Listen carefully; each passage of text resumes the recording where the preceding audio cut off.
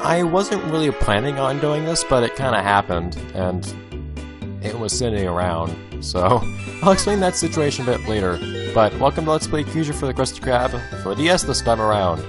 Sure doesn't might as well play this on every system that's available on. So now we have, well, all the same things for the most part, it looks like, but let's see if they interpret it in a different way. That's what the GBA did when compared to the console version, so let's see if that's what the DS version does when compared to the console version and GBA version. We have a ridge animation this time.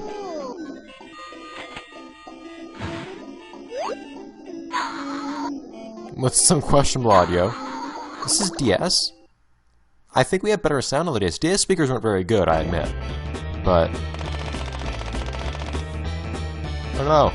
Why does every time we start at 998, not 999? I feel like I'm being cheated. By platforming.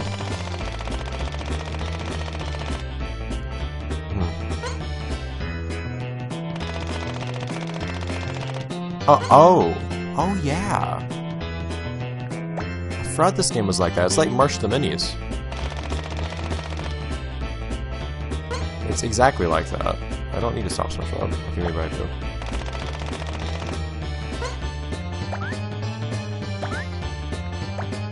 Come on. There we go. At least, I think the gameplay changes all throughout, kind of like I did in the GBA version. I don't quite recall.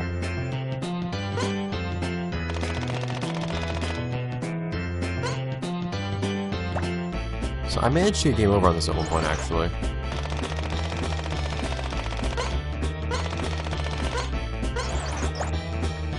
If I stand right here. Oops, con. Let's move just a little bit. Now the camera moves every time you do this. Hit this a bunch of times. It's destroyed eventually. Ah! Except I think I have limited lives, so I probably shouldn't do that. I managed to fail, not the first, but at least the second level. Alright, so for those of you unfamiliar with the Creature from the Krusty Krab games, generally they're ridiculously eclectic. That's kind of their hat, so to speak. They also have a number of licenses to what are multiple licenses to collect on the top screen? What? Stop. I wish this was like March of the Minis where I could just tap somebody to start moving.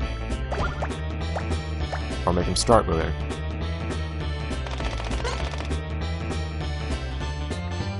But, okay. Whatever.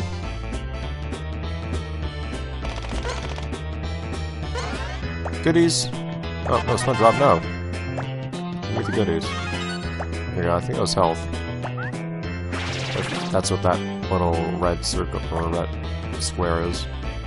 Do I spin this? Crank valves. Yes, indeed. Stop. Okay.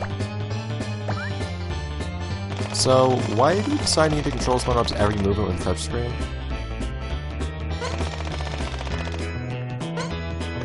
Oh, cool. Oh, SpongeBob's thinking. What's he doing? Nothing, apparently. I see.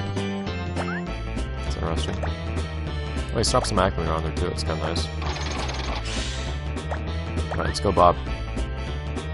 So, my intention wasn't actually to play this tonight, I was actually trying to play... What? Dude, I have to jump. An odd little... old... Windows game called Hot Wheels Micro Racers, but that's a problem with that. That's with their timers.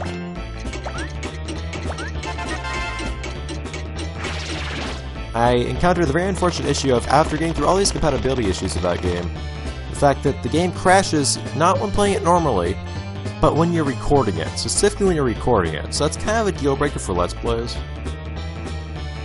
First tapping. Oh, I see. Does he just stop moving on that when he's on a spring? Or in this case, a piston? Or, okay, he does. I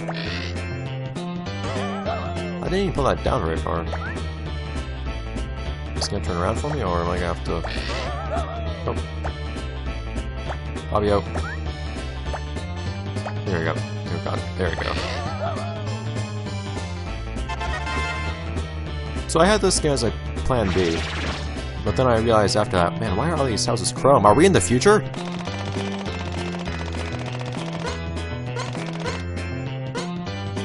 Just done.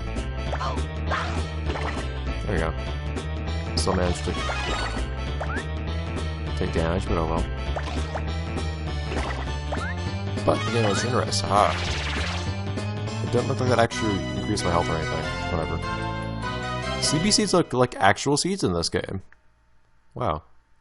Are they as important as they are in the other game? Or in the Gods version? I found 5 of them. I have backups this time.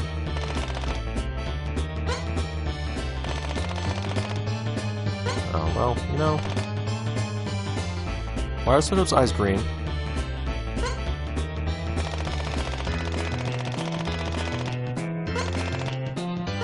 Oh, I'm not drawing this hot rod a second time. Seriously, why are his eyes green? Like, there is so much... It can't be a palette issue. There is so much blue on that screen. But none of it is on SpongeBob. Wait. I do want that, actually. And we have a time bonus, but is there any reason so far for me to actually want a good score? Okay, that Pigman doesn't seem to do anything. My health, it looks like I should be able to get one more health bit, but I'm not getting more health bits. These are sleepy seeds. Why do they matter? That's yet to be determined. Okay, so now I have actual puzzles to do. Okay. In that case, how about we go up to the right first? Hey, Bob. Stop. That did not work. Okay, well. Oh, I can spring up in a moment. First, let's do this. Seed! There we go. This is surprisingly not too annoying to control SpongeBob with, even though it's really unnecessary controls. And you guys can always see where I am touching too, because the game draws bubbles there. It's actually kind of nice. Guess I can't go in just yet. So it's small and flickery. Whoa. Why are you running? Why are you running, SpongeBob? What are you doing? Stop. Yeah, what made him run? What happened there? Oh, it's because he went down that slope? I want to find out. Yeah, slopes make him run. It's odd. Which also makes him ignore things like pistols. Okay. Here's the thing we need. I wonder if you actually get a game over when you run out of time on the top screen, or if it's just...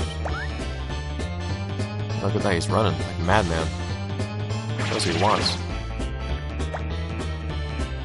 Or if you just drop the end point. I'm not gonna jump off those. No, I don't want to go over there. I tried to do it in midair and I accomplished that, I just didn't get where I needed to be. Come on.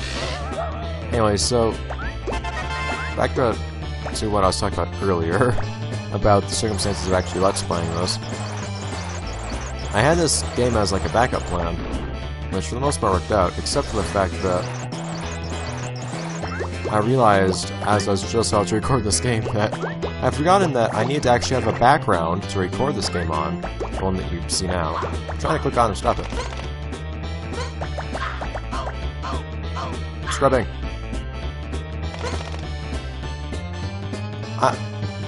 I have a mic button, right? I think. What's my mic button? Use white noise, okay. Where is it? Here's my mic button. Darn, I used to have a mic button on here. I used it for the World Ends With You a very long time ago. Where is it?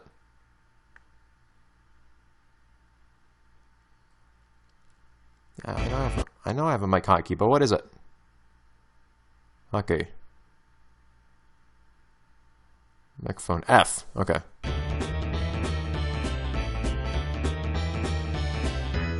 I'm making an F noise. didn't really work. Okay, well, let's not have jellyfish fall on us. I was pressing the key as much as I could. I was holding it down, which should work, it sounded like, but whatever. So again, so I didn't realize I need to actually have a background, so I went, oh, yeah, I'm here, and was intending to record this game. But now, I don't have a background, I need to come up with one now. And it's already later than I'd like it to be. Because... there you go.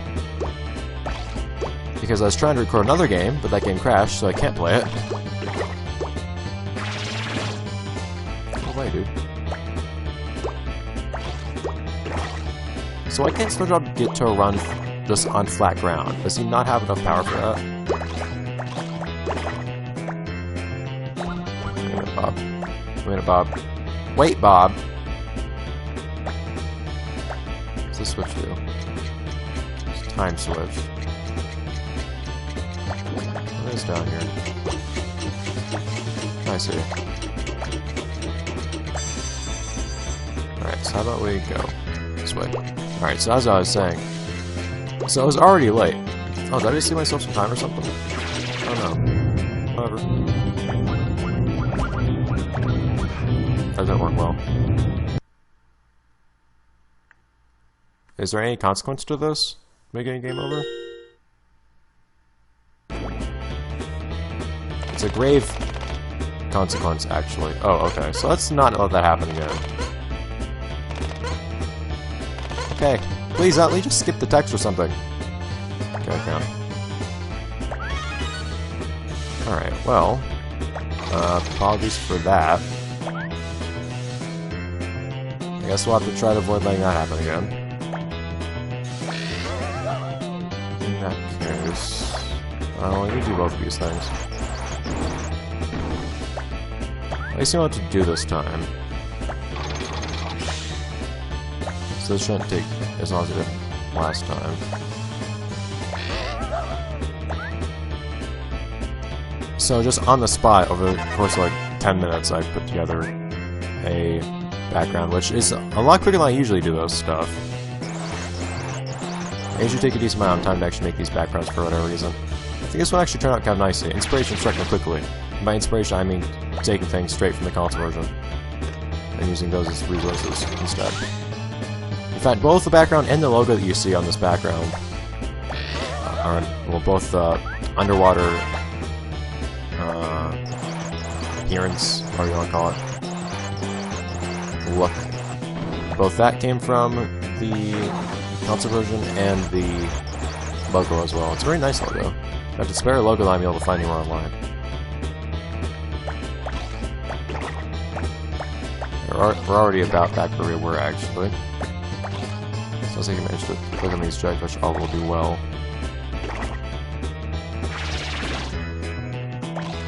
Alright. You can actually explore what you missed earlier though. Just to get some stuff. Go away. Go! Why did I say to tap you, dude? That's what it is down here. Things I really don't want to be around. Okay, so that's what it is. I always figured that that red block. Oh, there's multiple exits. That's weird. I always figured that red block on my. First, you can go away. Well, I guess I can do this. I can let this fall. Can I? Oh, I can switch up jump. Pretty high. But do I trust it? Well, can you jump that gap? I don't know if you can jump that gap.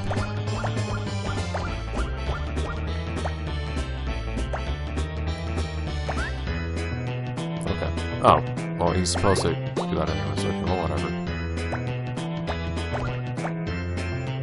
Well, the enemies just disappeared. I'll take that. I guess if they fall far enough. Or maybe just if they fall off screen, they disappear. I'll take it. Seriously. That's dumb! Anyways, I fear that the red block in my health was actually health that I didn't have. Okay, so we'll try to finish off this episode here. Why did it never occur to me to actually hit the balls. Hit the tires with the stylus. I really don't know. So that's odd. The jellyfish just appeared. Like fell, but the what was that? I don't need that. Other stuff didn't. Okay, so this is gonna be this for this episode, though. We'll see how to tackle this big guy in the next one, because I need to not lose more lives. Yeah. Bye, guys. See you guys in the next time, in the next episode of Let's Play Creature for the Krusty Krab. For the DS this time. Bye, guys.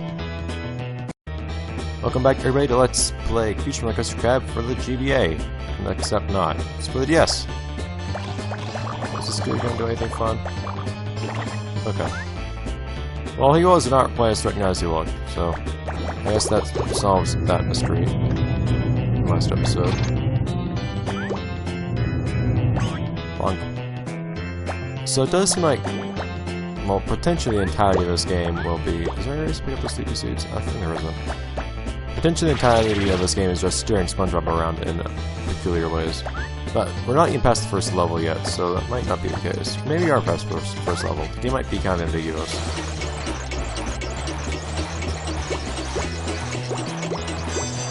Oh, no. Oh, that's kind of unfortunate. Oh, never mind, we're good. What are you? Oh, I mean... But do I want that? Okay.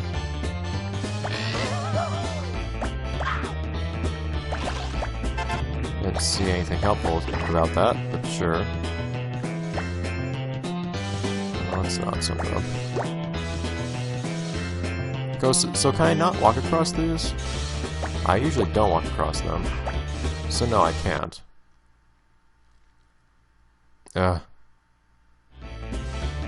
Alright, I believe this is where we were. Oh, I realized just now that I was doing this completely wrong. I believe you're supposed to push this thing. I didn't... God! Alright, I believe we're back where we were now. And, oh, actually, I didn't realize just now that I don't think this thing is how you're supposed to be using this. That's what we're probably supposed to be doing. Now, there you go. You can run across. It's probably what you're intending to do. So it's becoming unclear to me, one, why I would want that, but two, where each level begins and other ends. Because there was never any formal introduction to this level. I don't think it said, hey, this level started. Why did I actually push that thing down last time? I didn't turn that crank. I don't know why I didn't. Hi, enemy. Oh, hi, other enemy. There we go. Nice death animations these things have. But I do notice that the timer is continuous between what?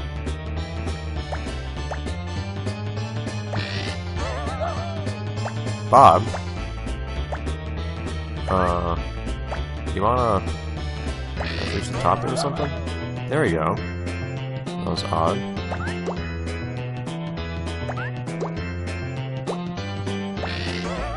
Very odd. In any case, so I am noticing that the timer is continuous between certain parts, and it seems like if you get game over, then you just restart on that, like on that level.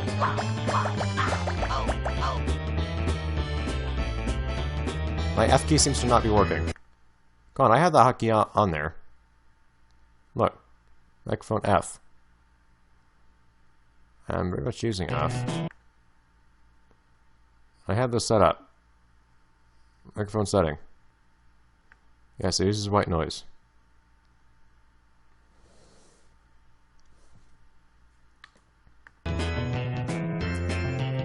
Doesn't seem to be functioning in any way. Okay, so never mind that. We're still completely defenseless against jellyfish if we find ourselves grabbed by one. I don't know why I would do this, but I can do it. It's kind of weird. I expected to be booted back to the low select screen or something, I guess, between each level. That's definitely not what happens. Ah! Now, what was he even saying back then? I don't quite recall, to be honest. Let's not get grabbed by the jellyfish this time. Let's keep an eye out for other enemies and like as well. So it also seems your health is continuous between these different rooms in a single level too. I'm just curious how long this one part of the game is going to go on for, where we're still... I'm trying to get Soldier up to stop. Every time I always tap him out of habit from playing March of the Minis.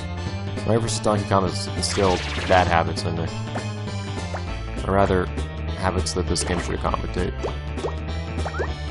In any case, yeah, I'm curious as to how long each portion of this game is going to be, because this portion of the game was definitely a lot shorter, I think, than the GBA version. Of course, GBA, so we probably expect everything to be short. Not that I expect the DS version to have high production values either, though.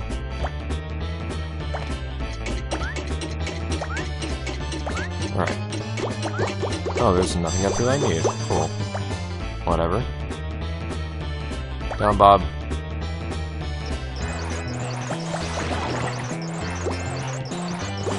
And just about good. Alright, so how long can each of these be, honestly? Longer than that, apparently.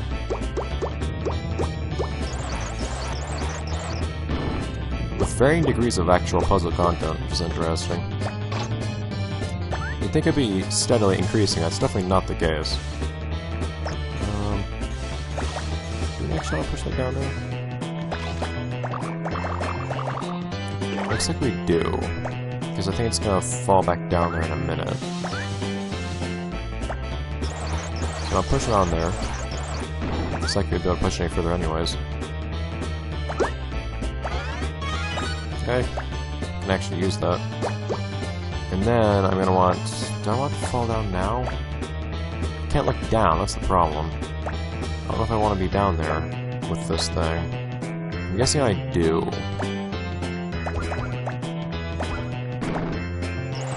No, I don't, because it's gonna block my path, isn't it? No, it's not. Okay.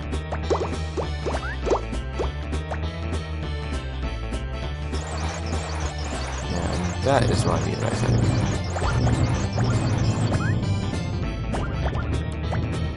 Is that sufficient on its own?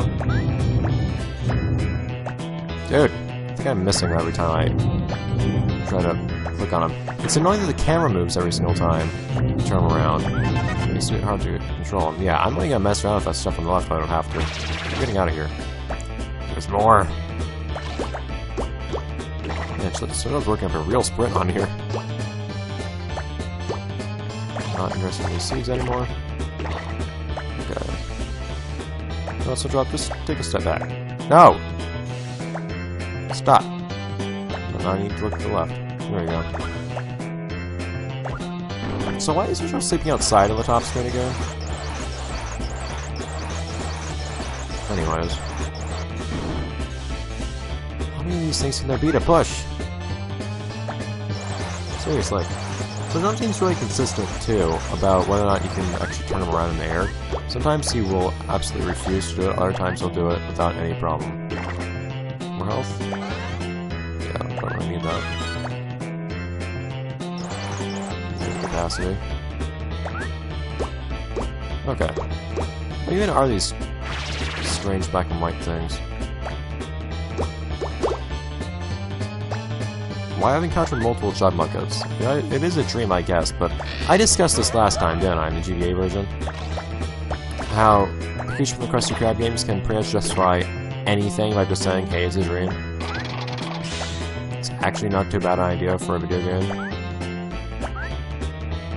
Anyways, we're running out of time here, man. Time bonus is not going to be what you might have hoped for. Not that I had any particular hopes in the first place, but still. Good, back off, go away.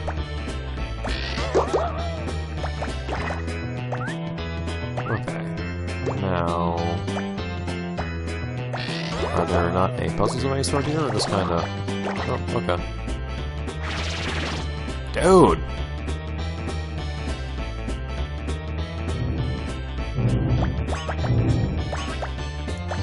defending the Bob. Oh, Spongebob, no, I didn't tell you to start running. This is gonna be awkward. I need to go up here, turn around, and start running, and then jump. There you go. I'll spell like that jelly. Those things are basically instant death for me. Since for some reason I can't blow them away. Apparently white noise is just not loud enough or something. And it's white noise at full volume too, I'm pretty sure. The game should recognize it, but it's not happening.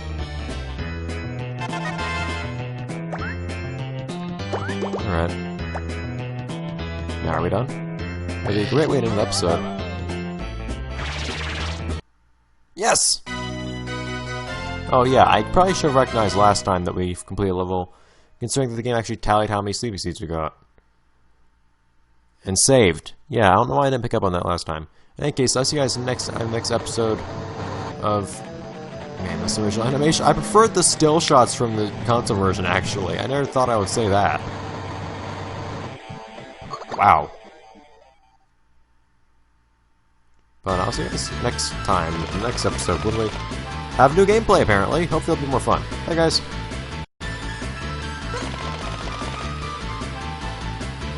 Rub. I first read that as run, because that would make sense. But no, we're gonna rub our enemies. Welcome to Let's Play Krusty from the Krusty Krab for the DS. We finally reached the point where we have weird gameplay changes. This is gonna be one of those parts where it's kind of awkward that one screen isn't done directly.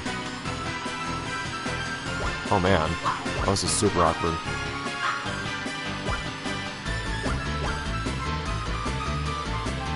Why is SpongeBob moving so erratically?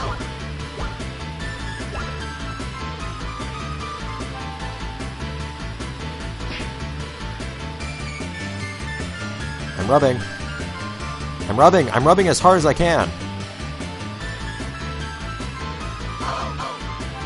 Oh, SpongeBob.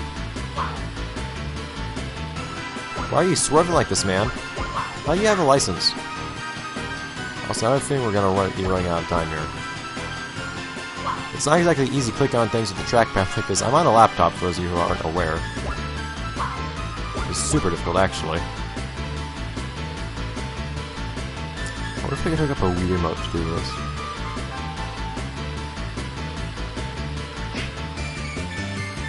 Yeah, see, I only get one little bot on him, and then he doesn't do anything else.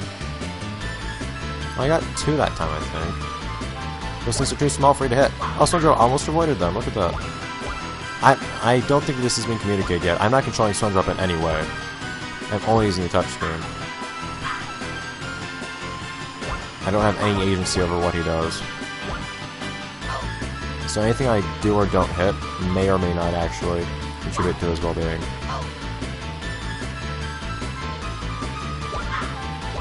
Dude. I'm trying to click on things with great vigor, I assure you. Ah. Here we go. I guess this is a time trial sort of thing, though, where you need to actually... Oh, man. Get to this quickly enough. Of course, he goes for the one goes in the place that I didn't clear.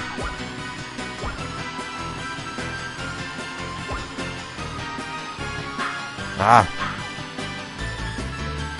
So I'm guessing, because you get slowed down by hitting stuff, you need to, just not get hit by enough things.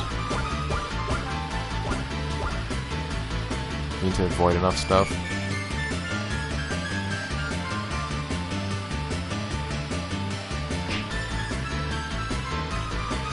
Yeah, see, I can't get any more rubs off on my opponents. I only do it once. Oh, no, I can do it one more time. Oh, man. I did it with 2 seconds to spare. Wow, I actually did it! Wow, I did terribly. How'd that succeed? It's amazing. Wait a minute, first, everyone, but everyone was in front of me. Like, literally everyone. Okay.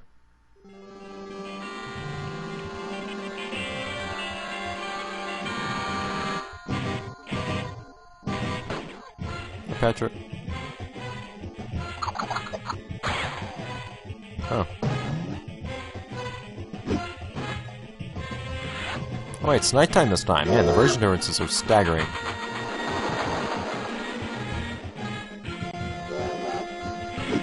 Okay. Well, last time it was actually a train. Oh, what are we doing this time? Oh no, it's the same thing! No, that's not what we need. I don't need more of the same gameplay. I didn't like this gameplay.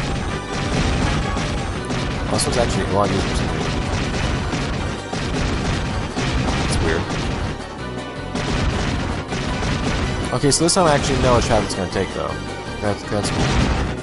So I can actually focus on the debris that I need to clear. Oh. But I also need to not let the... Yeah, I need to not let the train get hit ever. Okay. That's also important.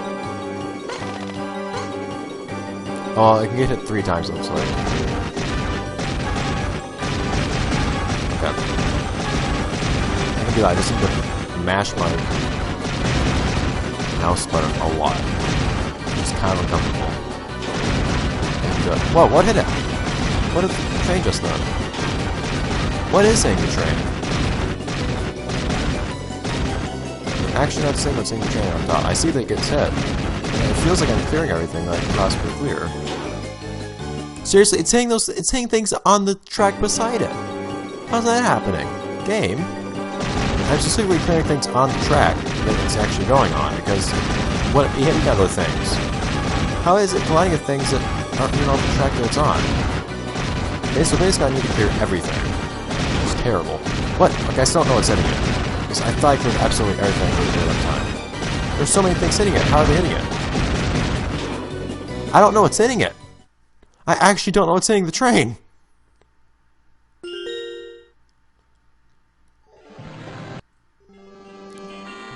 What's happening here?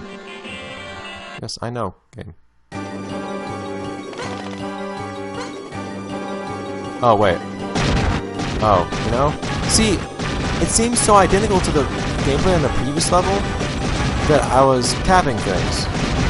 Because that's what I did last time, but now all I have to do is drag Starfish Man over to what he needs to destroy. Okay. It's a little different. It's a lot easier and slightly less strainful on my thumb. Actually, no, there is still something else strain my thumb. Holding this mouse button down is surprisingly difficult. At least at the same time, I'm sitting in every time. Alright. We're going over a lot of roads. Those are very strict 90-degree turns.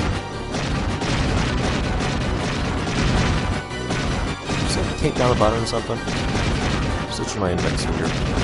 Okay, so apparently I need to even go for the rocks that aren't even on the same track or something.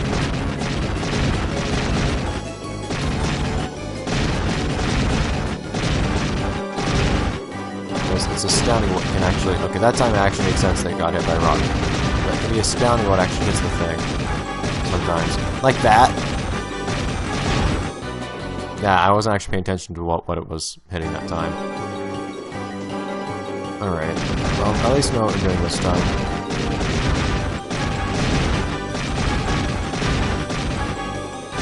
It's gonna be a pain coming back and pulling me over. What? How are things still hitting it?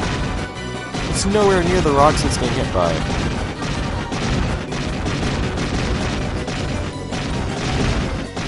I need to be paranoid, because the reason I wasn't paying attention to what track I was on earlier was because I kept getting hit by rocks that were on different tracks. I just had to destroy every truck and every rack anyways. Every rock on every track anyways.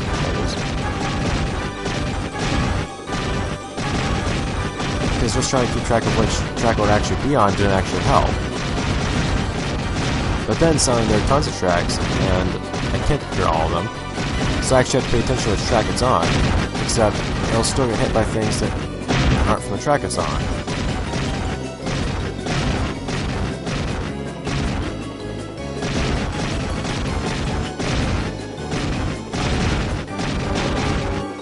Oh, did I mess up which track it was on? I think I did.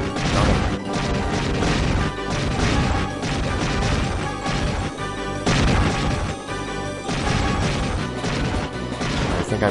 What? I didn't see what hit that time. Man, this is astoundingly peculiar.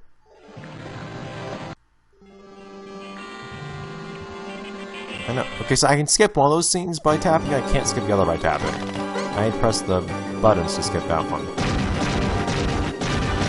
So this isn't as bad now. I actually know what I'm supposed to do.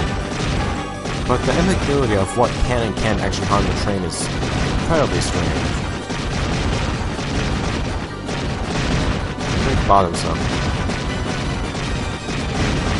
I never said I was playing the feature from the Krusty Krab games because they were good, mind you. In fact, that was the exact opposite of the reason I played for the console version originally. But at this point, it's just kind of, hey, well, we've seen one version, so might as well see the rest, just for fun. Because I like seeing how different incarnations of the same game differ. So that's something you really see nowadays, where you don't really have multiple versions of the same game across multiple platforms as much. If you do have the same game on multiple platforms, it's really the exact same game across multiple platforms.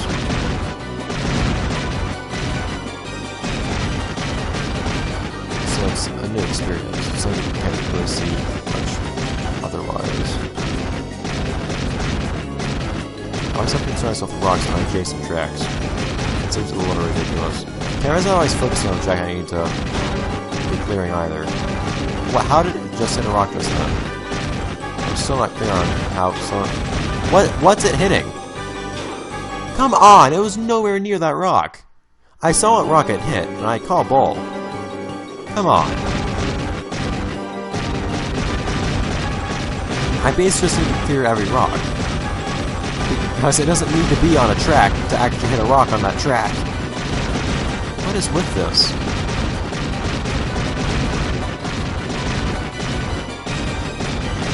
I do pretty much need to destroy every rock.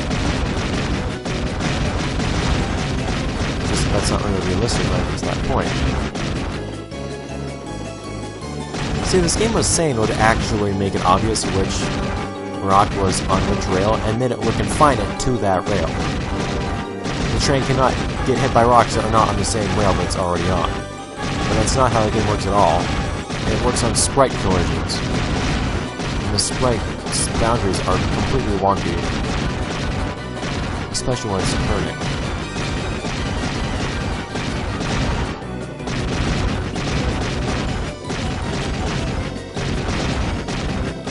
So this time I'm going to try to destroy absolutely everything I can.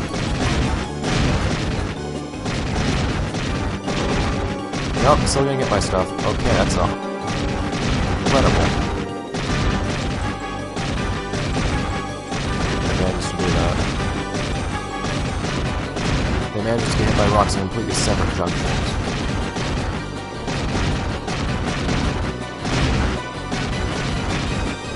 Okay, I think we're probably not good yet.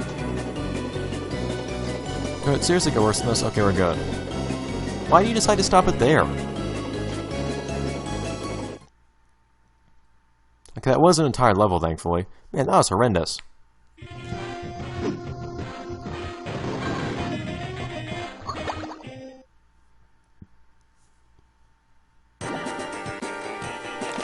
Okay, am I gonna be controlling him like I was SpongeBob earlier? That's not Patrick, that's Starfish Man. Police Patrick! Oh, I love it. I love his hat. His head goes through his hat. It's awesome. It's also just pasted onto a stock photo of Patrick.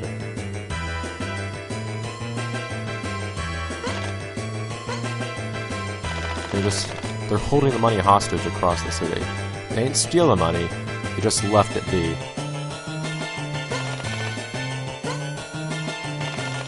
Ice cream, Patrick! Yep, that's what we're doing. Okay. Oh man, they're super jellyfish. Go away!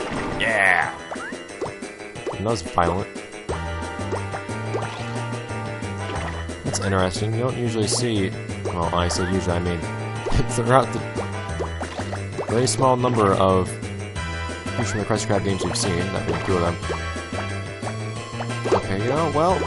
Down here's okay too.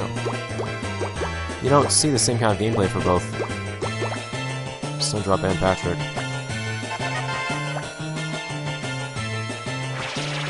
So that's one money bag. guess we're gonna be cutting off this. That totally looks like a part of the background. I was thinking the first time I saw any of those. First time I saw a, First time that I saw a, what was it? Bit of seaweed? What's he doing? Go, Patrick! Jump! Oh no! Not what it needs to be. Alright, well... this game is something else entirely. But I'll come back next time with more promises of doing more stuff in this level. But man, it can be a nuisance. And sometimes it's strange how long... Okay, thanks. Notifications. It's strange how long some of these levels can be, too. I'm hoping that those don't comprise too much a significant portion of this game, the walking segments, because they're a nuisance in the first place, but, ugh. In any case, see you guys next time when we do that again. We're going back to Let's Play Peach from the Krusty Krab for the DS. Go away, jellyfish. So another one of those annoying walking segments. For some reason, I think this game is actually sometimes kind of okay. In the segments that aren't walking segments. Although, that's kind of hard to say because it's really hard to play the other segments with an actual, without an actual stylus, which I don't have. But when it comes to this part, it's not so bad not having a stylus, but the actual design is a little peculiar anyways. Hey, Patrick's not outside like SpongeBob is, he's actually indoors. Look at that. He's in his nice little... Patrick! Hey, the camera does weird things as you move. Or don't move in some cases. Whoa! That did not do what I need it to do. Come on. So I need to... Jump, dude. Here we go. Patrick! Okay, maybe it is... Okay, that... You saw those bubbles go straight over Patrick that time. I need to not pan like that.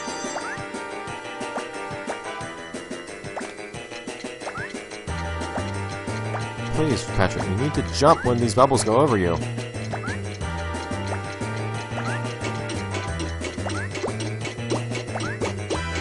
Okay, got it. Shoo. There we go. Yeah, these seaweed, they always look like the background to me. The first time I saw all those seaweed bits, I thought to myself, that looks like part of the background. I was thinking I was going to confuse it with the background at some point, and indeed that did happen quite recently. Thank you. So the game hasn't actually explained the running mechanic just yet, nor has it really justified it in any way. It's just kind of being an annoying thing that's there. Oop. Is that useful in some way? I like to think it is. Oh no. Alright. Then we have to be quick, Starfish Man. You have to jump when I tell you to. Awesome! Alright, at least we can actually tell how... Well, wait. Hey, so what was I whining about not knowing how much level is left for, like, entire episode or two earlier with SpongeBob, when there's actually a progress bar on the top screen the whole time? That's basically what's happening this time. I was about to do that same thing, except the game actually does tell you that you have this many money bags out of all of them. Oh, hey.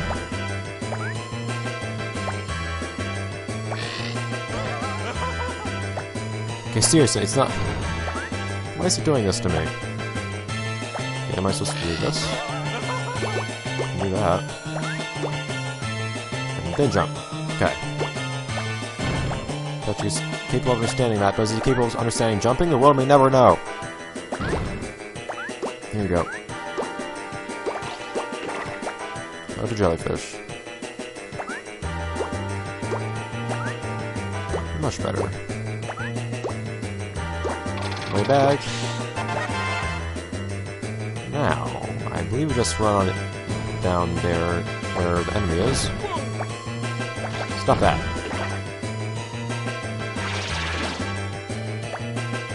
Up we go.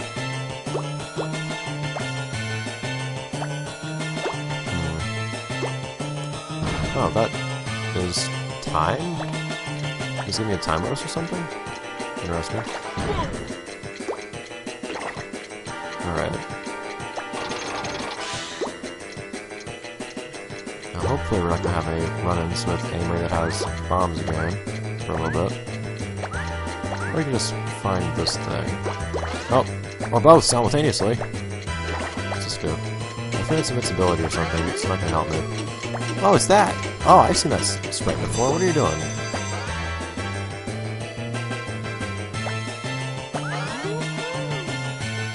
Oh, but it's not... But it's not where I need it to be. I need it to be, like, slightly more off to the side. I can't use it here. That's not helpful. Why is it there? I can't get high enough. I hit the ceiling. Yeah. Game? What are you doing?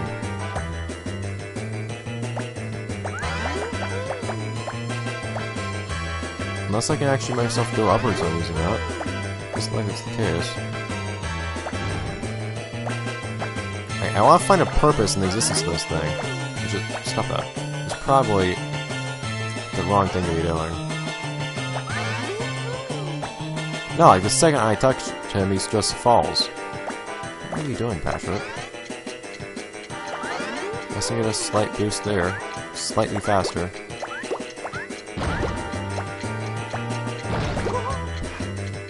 I couldn't touch him before... I touched him as soon as I was capable of doing so. The explosion stuck around for too long. Okay, that's nice. There we go. Should we use that the first time? Alright. Oh no. Oh, that's what... Okay. I wasn't actually sure what that timer was doing that first time I came through here. Didn't notice that time platform down there. I actually figured that I activated some kind of time platform off on the right side of the level and then just kind of ignored it.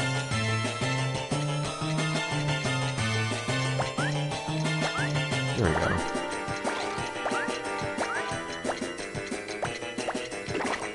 Okay.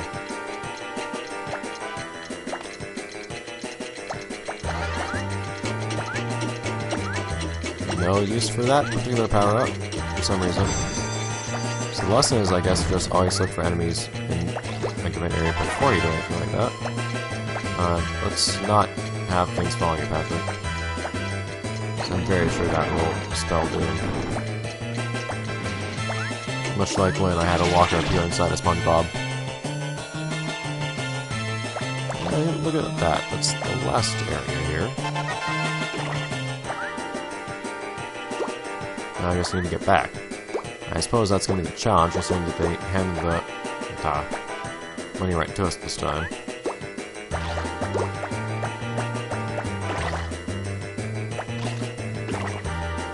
Guess we're taking to the sewers or something. Although it's just as brightly lit as everything else, so maybe not. In fact, we even have grass here.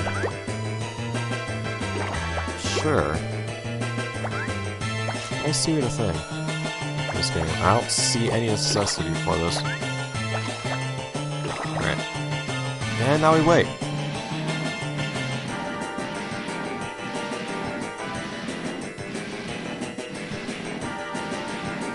That was fun.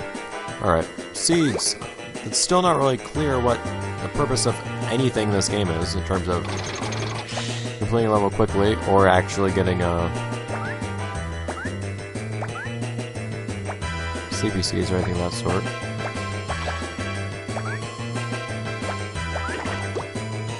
Alright. Tight timing on some of these jumps.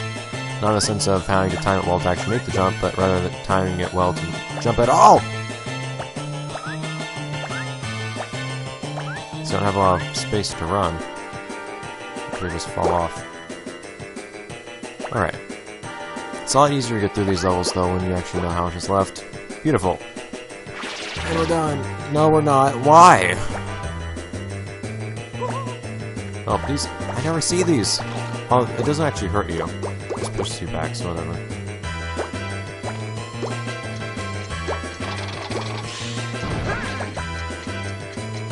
Go, Patrick. Don't really know what we're trying to do right now, but... I mean, I was trying to do too many things at once. Stop it. Guess my thing poorly. Okay.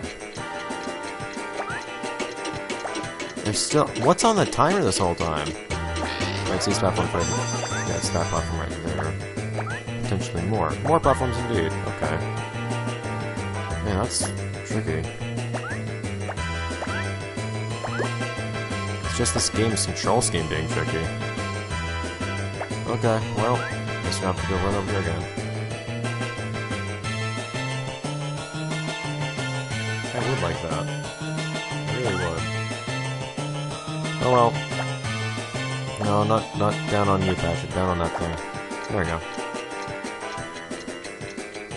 Alright. Turn around.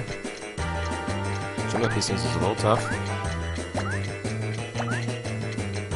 It's nothing impossible for Patrick. Or not Patrick, Starfish Man. Well, that helps not much help right there, is it? There's still levels left, though. Why are there still areas left when I've got all the money? This feels contrary to the idea of going through the level to collect money. I take it I can fall, which is not good. When I fall, I mean fall out of the level. Or fall in general, I guess, in this progress, but it's not as grave. I apparently need to hit some kind of timer somewhere right here. Okay. That's not a problem. Are there more timers over here or something? Because, yes, there are. Okay. I wasn't sure the idea was there. No! Wow, I managed to completely mess that up. How did I manage to do that? You're telling me I have to do all of that. I hate you so much! Okay, I think we're back. How long was that? That was about 10 minutes getting back here. It felt a lot longer than that, I can assure you. So now that we're here again, let's see what this world has to offer us. There's not really a lot to this particular area, actually. All we were doing was just running along and jumping. This is one of those games where basically everything will kill you. In some way or another, directly or indirectly. And what managed to undo a lot of progress just then was missing a single jump.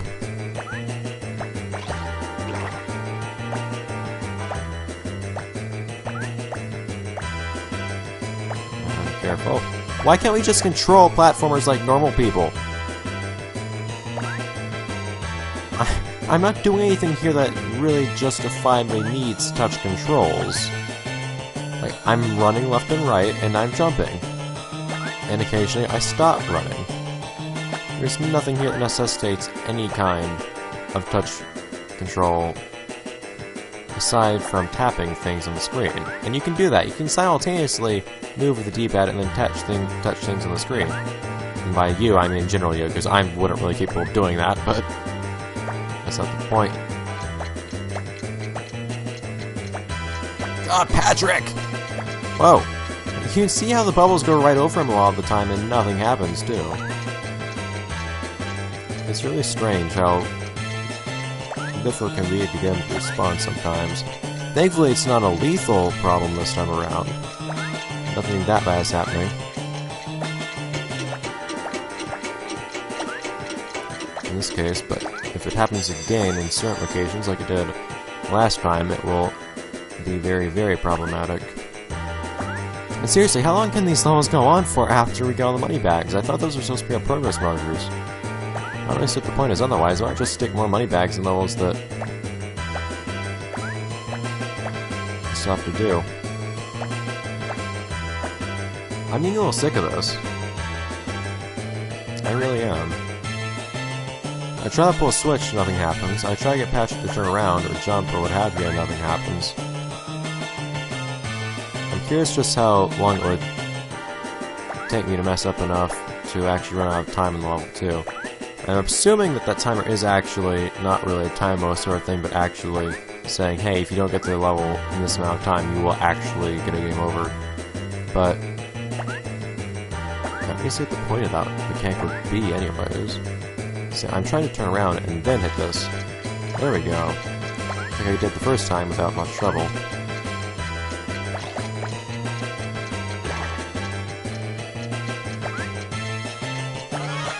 I try to get him.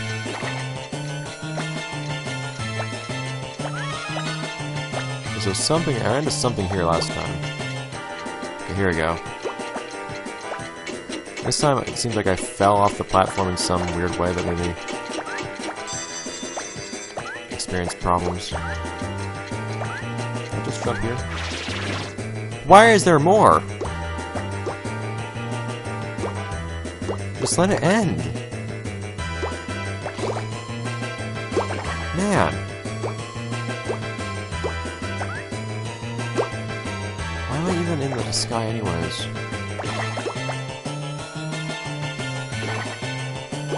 Alright, so buildings.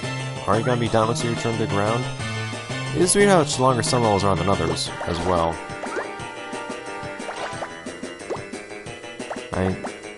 For example, that train one we saw, if you actually manage to complete it successfully, it's very short. This one, though, is a little longer, I'm noticing. Hi. So there's that. That treasure chest, I believe, will always give me max health, so I don't need that right now. I thought that gave me a seaweed, because that's what the game's trained me to see such things as. Oh, come on.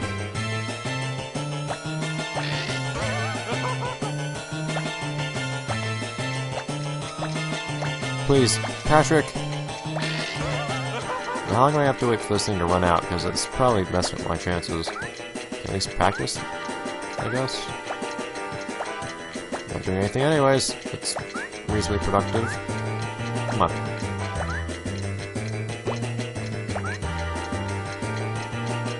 You don't have much of a hustle in your run, do you, Patrick? Okay, that's just dumb. They place an enemy you can just straight up fall on. Thank you. Okay, so that's gonna be that for this episode. What's the point of these sleepy suits? Tell me. Alright, so guys, next episode, let's play SpongeBob Creature for the Krusty Krab for the DS, where we do some kind of other level, hopefully. If we do, maybe it'll be fun, or maybe not, we'll see. Bye, guys! Welcome back, let's play... Oh, no. Creature for the Krusty Krab for the DS. I like how the sweet old lady is pink. It's not sweet old lady Patrick, but it's still pink.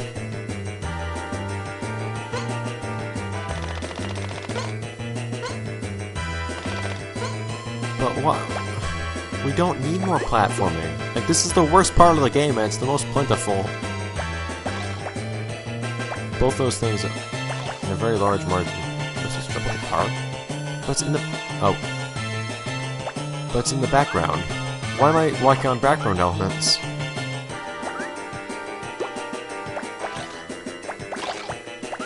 Wait, so the guys we were seeing before weren't considered thieves?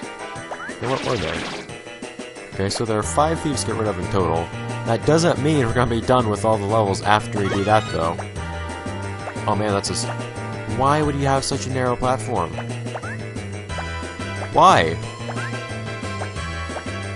Why?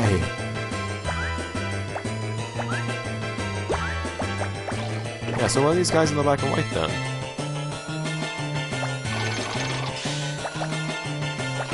They're not thieves. Alright, so apparently, though we have learned... Wow, that's interesting spin crossbow there. Go, Patrick, go! Haven't seen any of those before. It's interesting. Alright.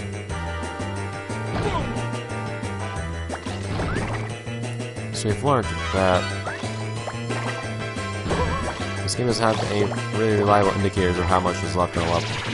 At the very least, maybe you're about a little over halfway through if you manage to actually collect all the things the games tell you to collect. As interesting as that might be. Alright. It's kind of odd that these guys aren't paper anymore. I think they were still paper in the GBA version. Definitely not in this version, though. Okay, so chests do not always give full health. Whatever. Huh. Oh, wait. I messed with these a little bit off screen at one point.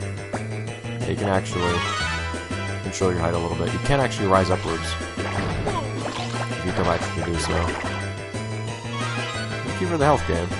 I'll be generous all of a sudden.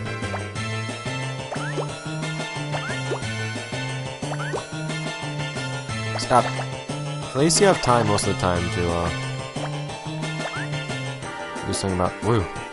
Do something about those guys before they actually throw something at you.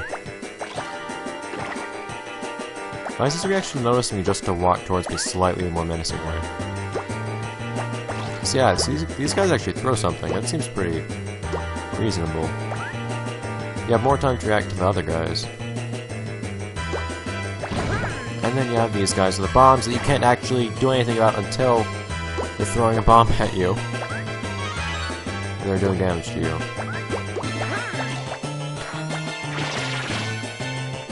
That was really mean. That was a really underhanded game. Wow. Spawn you with an enemy right in front of you.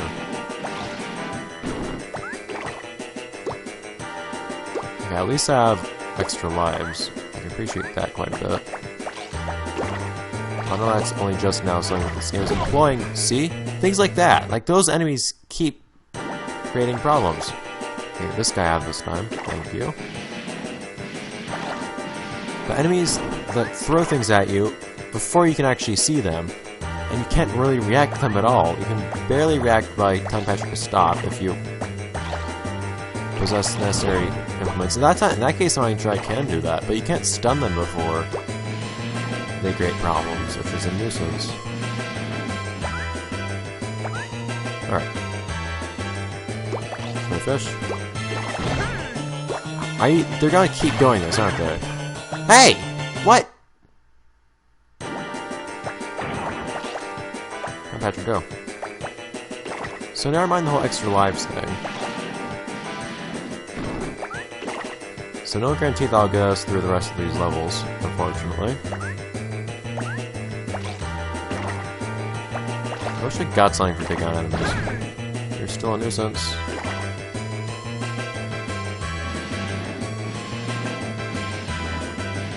Is there something up here? I don't recall.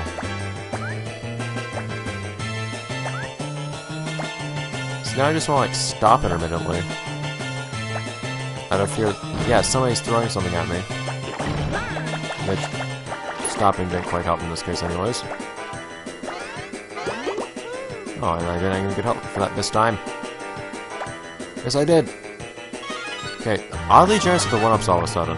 In the sense that it didn't have any to offer me before. That's gonna be a lot. Which, again, absolutely no complaints, but it's odd. It's unexpected. I expect something to pop up right here, though, that I can't actually do anything about. So they're throwing things at me, and they're throwing them before I can actually see them. Alright, so now there's more time switches here. I haven't seen any of those in a while, actually. Ah! Camera moving makes it really tough to deal with those. Come on. In a time-efficient manner.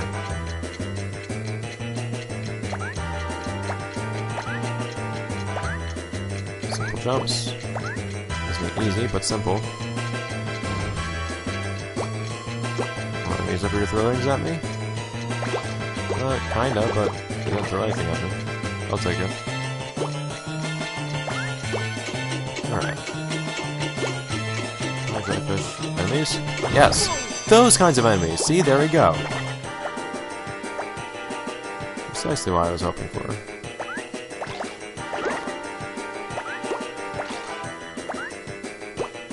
Stopping this time. There we go. Also, notice that if I stop, the camera actually pans such that I can't even see the enemy anymore. Notice I can't do anything to bring it into the reign of terror. I'll take that. Health up will be cool too, but sleeping level is at least as nice.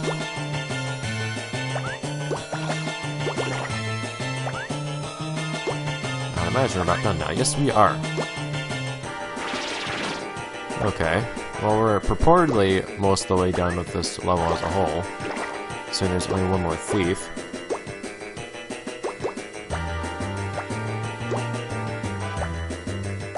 I feel like there was an actual animation for stopping right on ledge. Ah, I was scratching my face from over there. Darn it. Okay. Stop, stop. No, stop.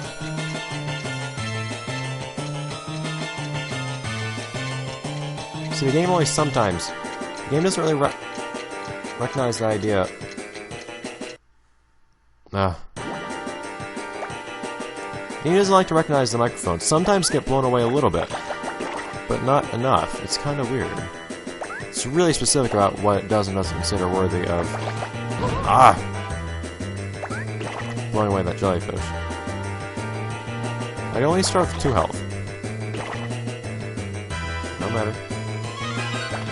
We have what we need to succeed. Alright. Oh, I suppose that in that barrel was an item that would actually save me even more time. Whatever. So as we go and get out, I still hate these enemies. We'll be good. Come on, man. Where was that last thief? Why? Stop doing that!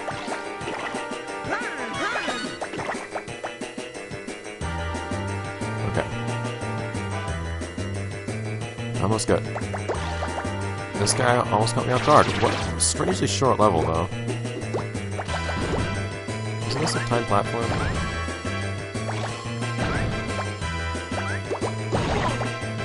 Thanks for that. Wow, we're actually done now. Oh, that's weird. Well, in that case, that's actually going to be everything for this episode, too. So I'll see you guys next time, next episode. Let's play SpongeBob Grease from the Krusty Krab. We're actually not very far through the game at all. Man, that's an entire recording session, over an hour of playing, and somehow we're not even up to Patrick in space yet. Wow, this is oddly long. But in any case, I'll see you guys next time, next episode, when we maybe find dreaded Patrick? I don't know. We'll have to see. This game keeps us on our toes, with its minor distinctions from the other games in the series. Series? Well, with the Creature from the Krusty Krab title. In any case, bye guys! Welcome back to Let's Play SpongeBob Creature from the Krusty Krab, this time for the DS. We somehow haven't made as much progress in this game so far as I would have expected in an hour, but there is apparently much, much more to do, assuming we don't have some weird cutoffs very, very soon. It's Brother Patrick. Hello. I'll think I've heard your name yet. So there's a discrepancy between what I'm seeing in your sprite on the bottom screen and the top screen. Your hair seems kind of distinct.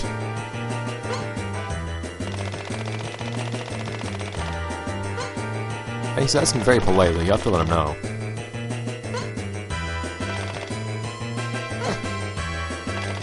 Patrick's Starfish Man's, excuse me, patent negotiation tactics. And this involves platforming by the looks of it. Why? Oh no! That's not how we do that.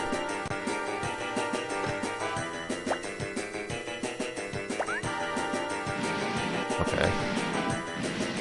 But what am I trying to do over here? What am I trying to do over here? That's a pretty good question. What does this do? Is that... What?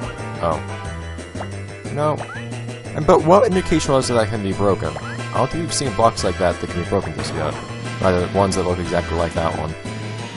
Oh well. And now we can actually... There we go. Okay, so there are 5 Patrick hostages, and then we don't know how much long level's gonna go on after that. Ah! No idea what that's doing. But it did it. Now, look that way, Patrick, if you please. Keep going, Patrick. There we go. See, there's a hostage.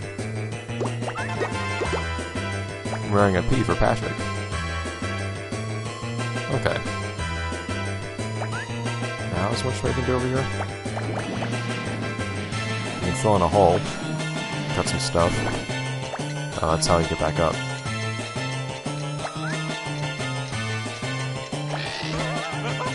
Ah, Patrick. Please.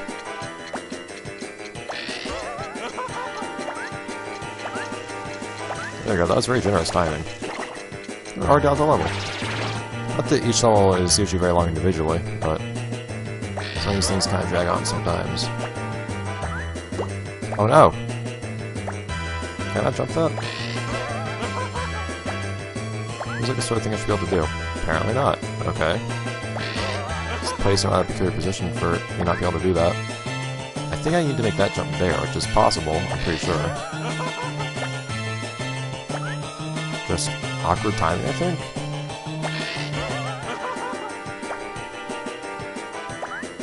Here we go. Oh, I never realized that. I can move the camera with the buttons. Okay. So, when that's necessary, that will actually be very helpful. So I've been complaining about not being able to see things I need to see before. I'll help a lot with enemies that throw things at me, for example. Which have given me a lot of grief so far.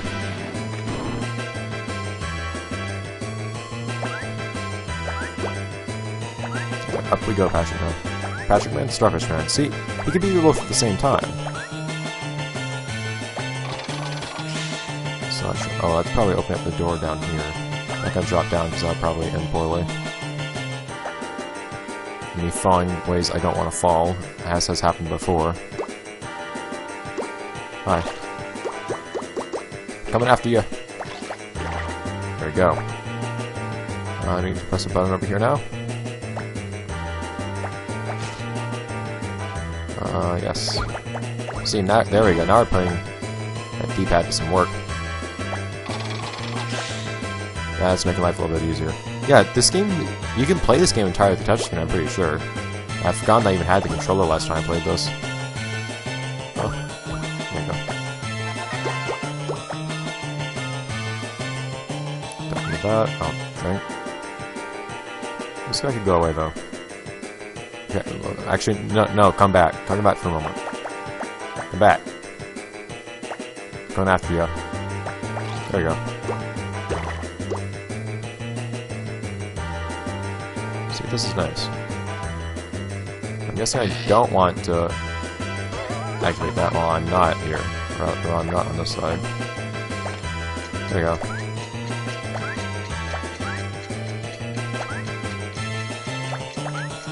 It's tricky.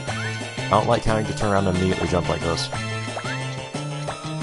It's a little uncomfortable.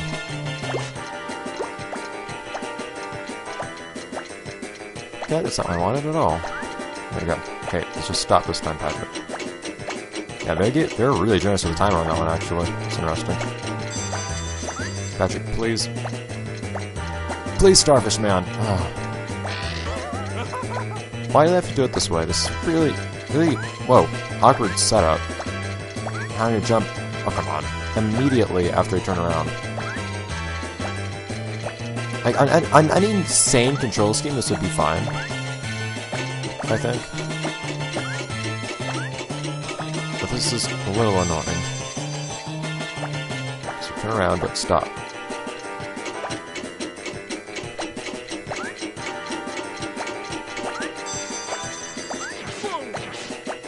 You don't need to fall there, though, Patrick. Ah, please. That was unnecessary for an enemy to do. Game's getting to be a pain again. Okay, so start moving, but then face that way. Actually, let's give ourselves more wiggle room this time. There. There we go. See, that I can manage.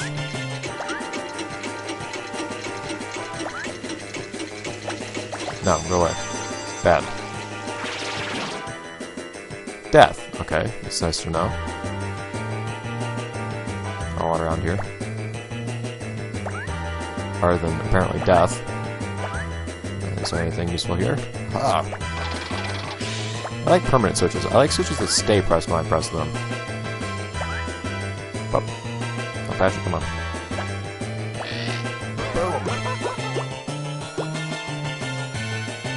You keep saves in very peculiar places nowadays.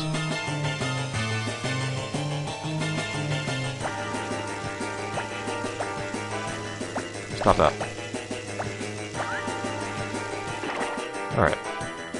And can I actually jump up there? Oh. All my Patrick men might. Super... No, Starfish Man. It's not an easy name. But can I, like, push all of these simultaneously? I don't think that's my skill set. Oh man, Starfish Man, you are strong, aren't you? Look at that. It's amazing.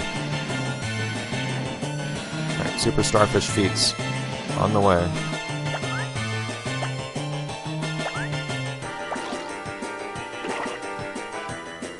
Is that all? Okay.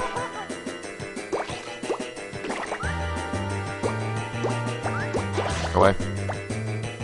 Actually, don't touch that. Now you need to go up here and not fall. Oh, but you can't not fall. But you can avoid falling there, except you didn't.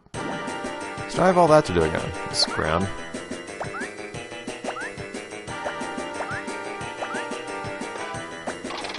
This game is sure happy to put you on above bottomless pits, considering how much of a nuisance its controls are. Yes, Patrick, it's grand. Alright, know what to do this time, though. At least right here. Push, man.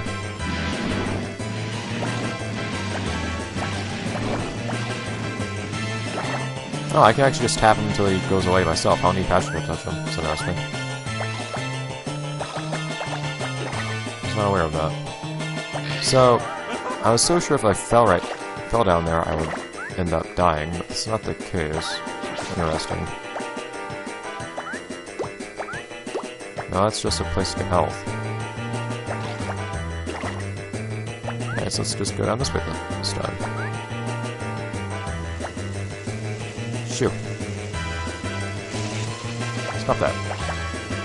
I do like how there's a unique animation where stop on a ledge.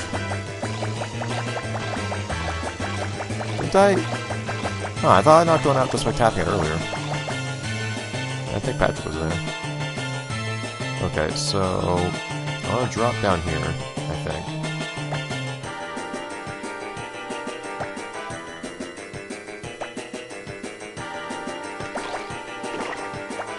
I want to do that. Then I believe... Oh. I messed up with it, didn't I?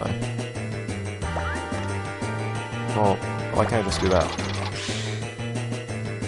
No, that's good. So now it's always activated anyways. Did I actually need a save up here? Not sure.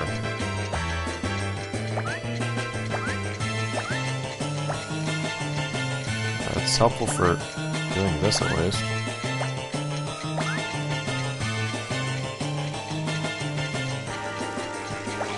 Ah! I've infiltrated. That's one more hostage.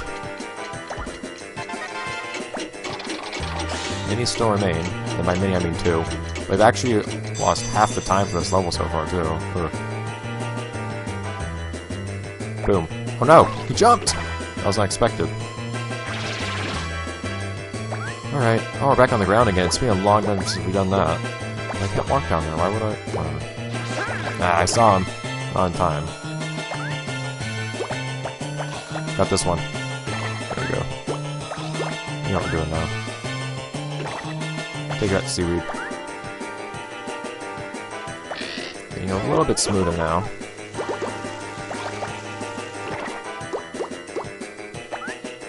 Oh, that didn't work out the way I wanted it to. I want to knock this safe down, I suppose. That'd be the most reasonable thing to assume. Oh, hello. Take this first. I see... I don't know if that was a hostage or a bird alert. It wasn't... You weren't wearing hostage clothes, so I can only assume it was a bird alert of some sort. There you go.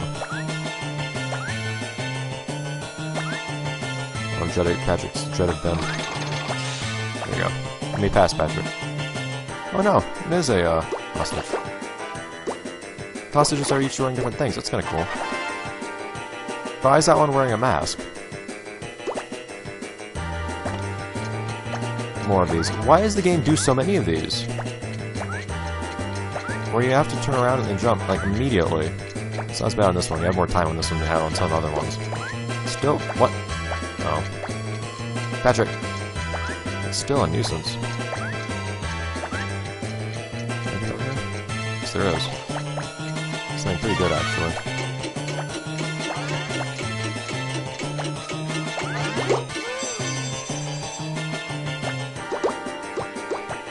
Okay, don't keep going that way, Patrick. Is this a safe place to be? Not exactly. Oh, wait. Now I need to do this again, okay. Well, I've done it once. Doesn't mean I want to do it again. If I make that jump, I can make the rest. It's just that one tricky little jump down there. That annoys me a bit. These are fine, because I can face the same direction on all of them. So I'm gonna hope that this level ends shortly after the last hostage. Because we aren't gonna have much time left otherwise.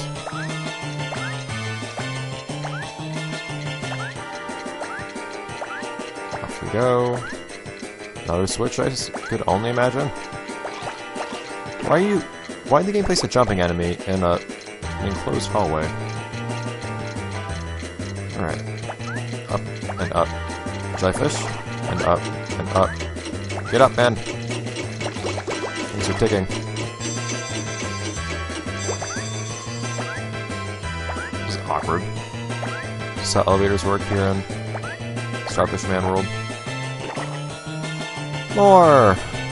Precisely what I want for my birthday. I shouldn't have. Somewhere there, I can only imagine that I want to press it.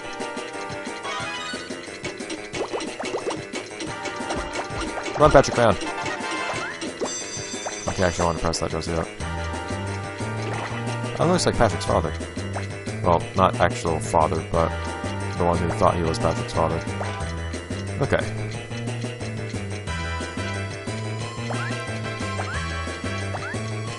No, never! Starfish Man will not be bested by a simple jellyfish. Not even a jellyfish with a fancy-looking cape. We have all the hostages, so we need to be getting through here pretty soon. That was kind of cruelly placed. Do I want it? But there's an arrow telling me to do it. But there's even more over here. Look, what more could there be? I'm feeling risky. I feel like I'm taking a risk by going even further this direction. There's just more seeds. But why do I want seeds? It's yet to be demonstrated to me.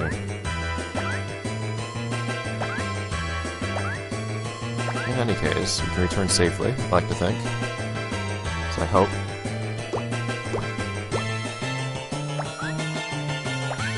Make the jump. Yes! Why is there another level? But we only have...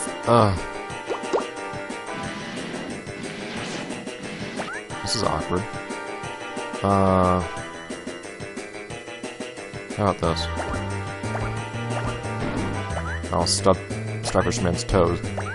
If he had the weakness of having toes, that would have actually stubbed his toe. But see, that's what his power is, not having toes.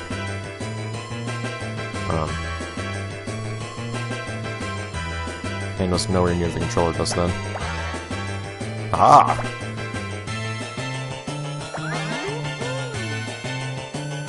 Beautiful. Some interesting shape right there of sleepy seeds. I'm not gonna bother this dude. I think I got a shortcut or something just then. Not quite sure. It feels like I skipped a lot of things, and since I have hostages, I'm pretty okay with skipping things.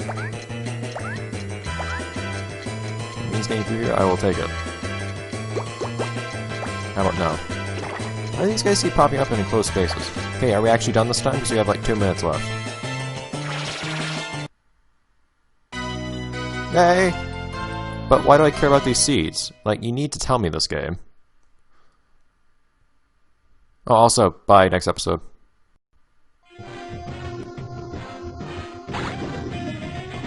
It's actually not too bad an animation, to be perfectly honest. It's not better than what we've seen before. I'm surprised they did animation just for this one game. Just for the handheld version of a SpongeBob game.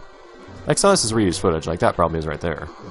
But some of this isn't. I feel like I see plankton. Okay, so this level was kind of fun in the console version, and not so fun in the non-console version that we've already played, that being GBA version. I don't know what to expect this time. I'm hoping it doesn't control like the levels we've been doing as SpongeBob and Patrick on foot this whole time. Oh man, he has control over it this time. He's not just always big. That's different. What happened to the road?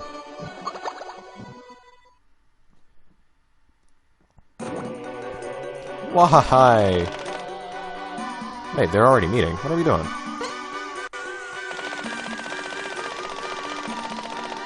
Despiculator.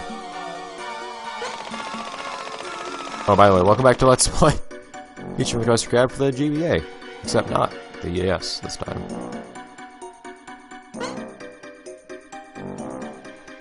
I mean, it is your dream, Plankton.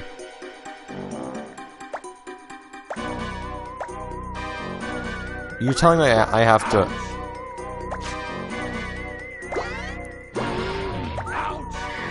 Oh man, I'm like as tall as a car. There you go.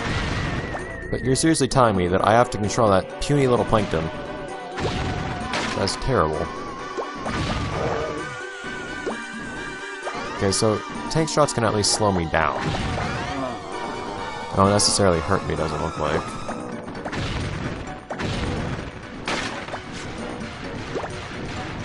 Go away. You can also just destroy these by clicking on them beforehand, though.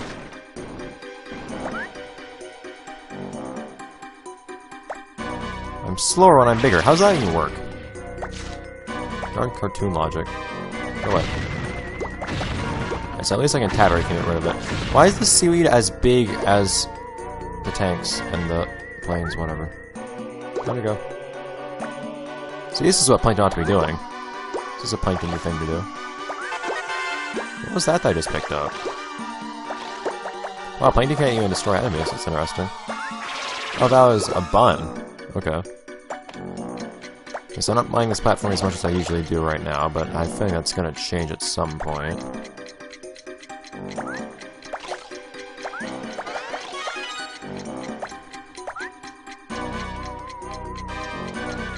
I can go down here too. Aha! There's nothing down here. Awesome. I can't destroy the enemies, that's a little annoying. Hi. I feared that would be activating the stuff I was closer to. Well, that's not really what I need right now, though. In fact, well, no, I'm not going to go through there right now because I don't have the ingredient.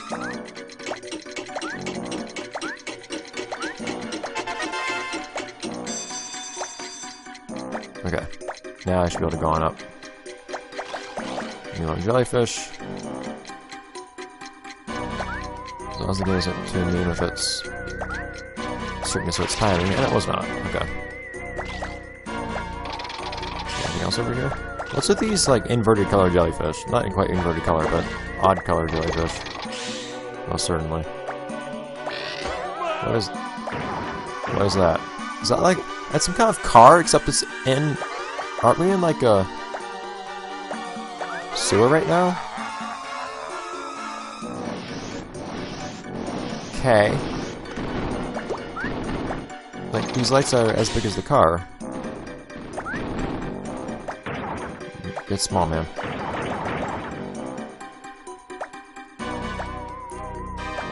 Please. Okay, never mind, Plankton. I guess you don't have to listen to me.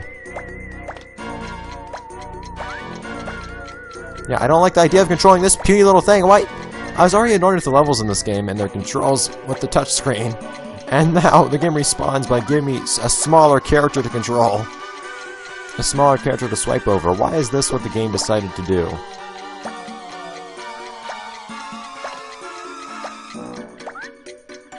This isn't what I needed. Oh, thanks. Yeah, the exit portal was right there. I don't really know why I didn't go for it. Lives are good to have in any case. Shoot.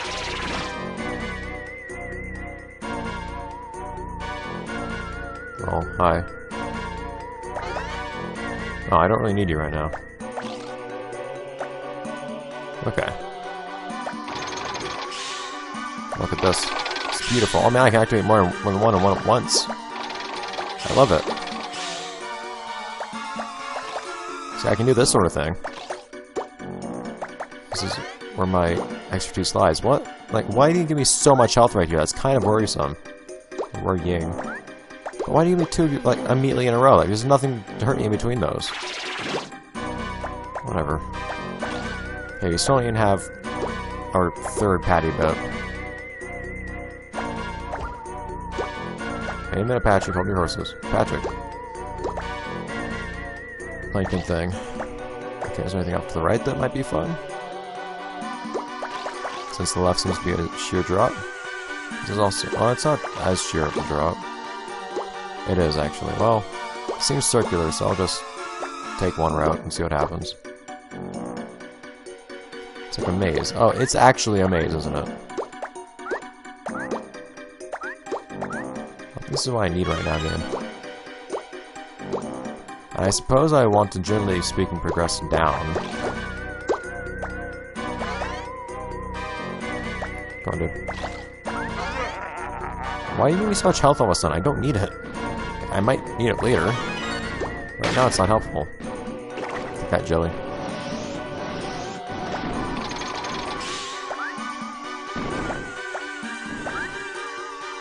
Oh, now you managed to get on top in a minute. Come on, Plankton.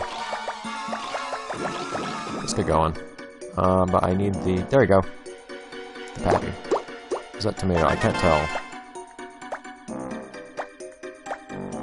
Do they really use, like, special lettuce or tomato?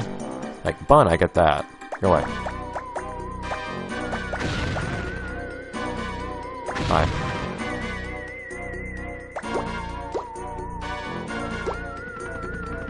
How about we not? There's nothing over here. At least nothing I can access right now. Grand. Okay, well, we're supposedly 3/5 through the level so far.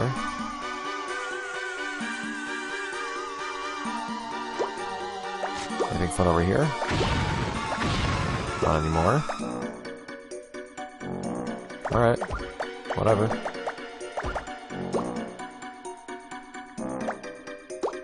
I guess down is the place we want to go. Whoa! Plankton, I didn't want you to do that. Okay.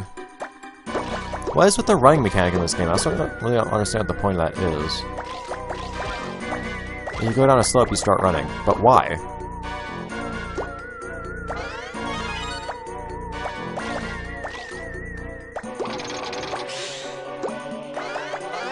Oh, there we go. I think I should press the thing. What does that do? What's a spring? That's all I need. Come on, man. So what I need is... that, okay. Oh, do I need to press both at the same time? I guess that's the idea. Well, no, that's a spring right it just was. Never mind. So that's not what I need at all.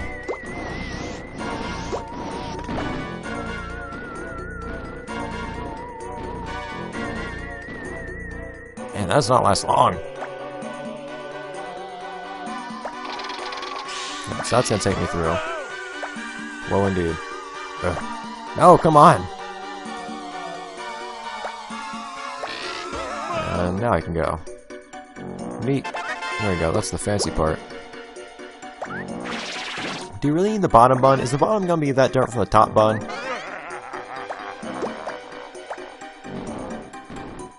No running animation? No running animation for when he's big. Noted. I've gone through that part a lot more quickly if I wasn't big. There's no requirement for being big either, because I just destroy these by tapping on them. I could have just run through that whole thing if I wasn't big.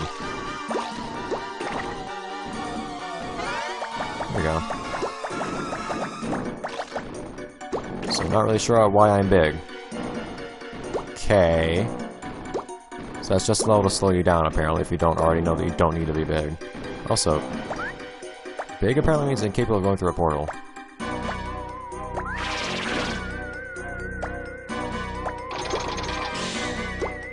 I can turn things. We've established this. This works in my favor. Not when I'm running! Squiddy!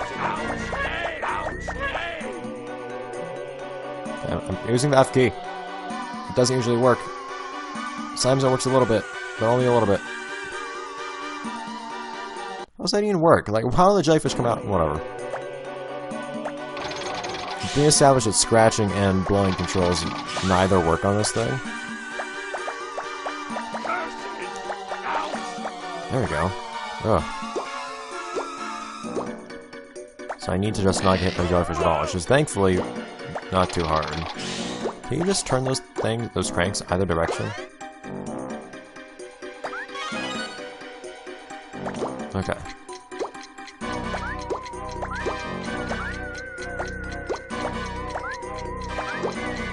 Thankfully you can jump while you're in there a little bit.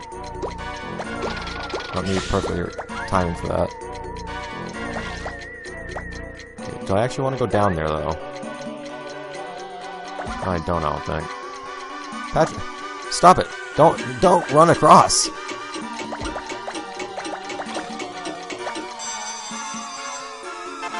There we go. Now, we can return to where we were.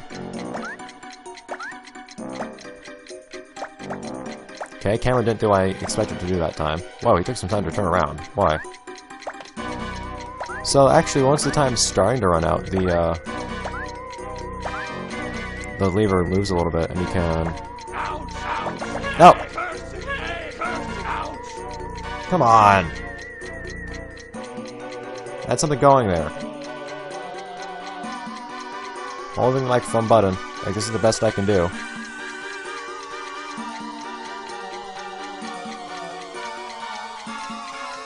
Okay.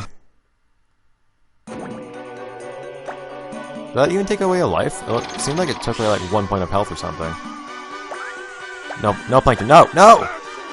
Stop! I'm trying to make you stop! Why do we need such small targets in this game? Like, just let me have even a full-size character is a pain to control. Why Plankton? Oh, by the way, we're basically at the end of this episode. I'll try to complete this level and then call it an episode. That seems like a good idea. Since we would be repeating stuff at the beginning of the next episode otherwise. Ah, God, Plankton!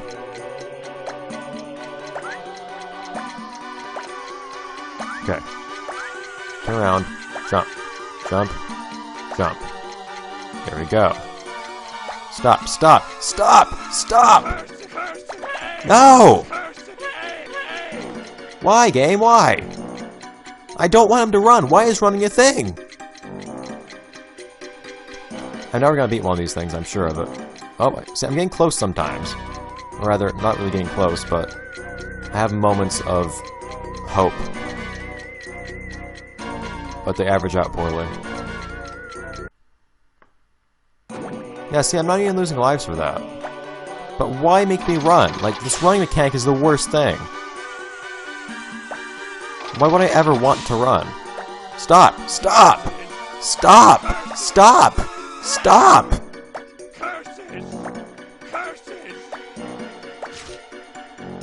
Curses yourself, man. I guess I'll make this a slightly long episode because I just want to get through this. It doesn't feel like something I should be starting with next episode. Ugh.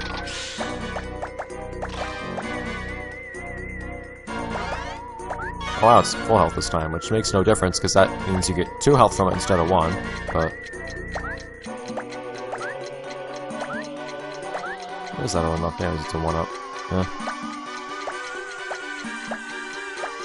I don't want you to run anywhere.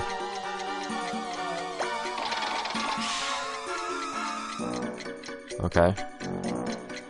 Oh, but I already have the patty this time. That's interesting. I kept it. No, no! Come on! You can see that I was rubbing that very vigorously. What's this? With this game not understanding me scratching it. Come on. Why am I resetting the room and losing 1 health? Should I be losing a life or something?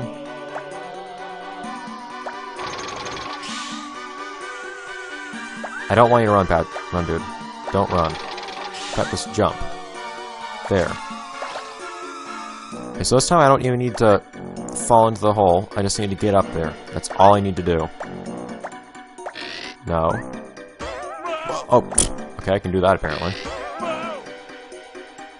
Just don't get hit by the jellyfish. That's all you need to do.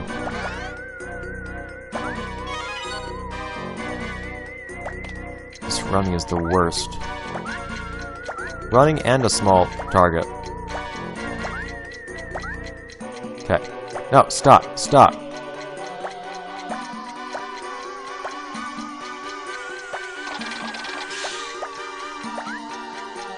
Okay. Make sure this one's incapacitated. Jump. Okay, we're good. Done with this episode. Bye, guys.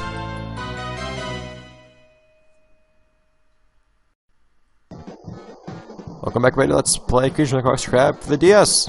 It's an odd-looking SpongeBob. So I finally get to get inside of the big worm. There you go. It looks very different in each game, it seems, for some reason. I don't know why. It's not really the last bully room this time. But why did one of the plane parts just appear? Okay.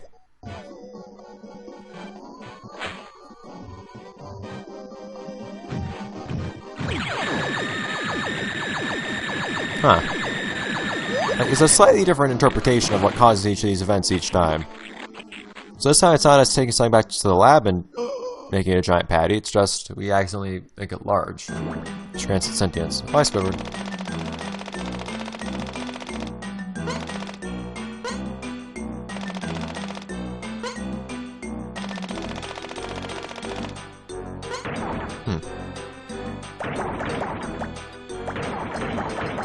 There's a skeleton on that shopping cart. There is. Okay. What? There you go. So welcome back to Let's Play. That's probably gonna kill me. Welcome back to... That's one thing we can call this game. That's probably gonna kill me. The game. Secondly, it's also known as... Come on, stop the road. Creature from the Krusty Krab for the GBA. DS this time. I don't know why I keep wanting to call it GBA.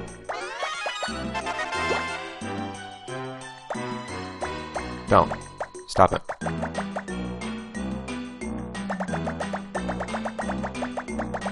Why? Like, what? What am I accomplishing? What can I accomplish? Like, what can it do to me? Why would I want to touch it? Whatever. Fine. It can do that to me, that's why.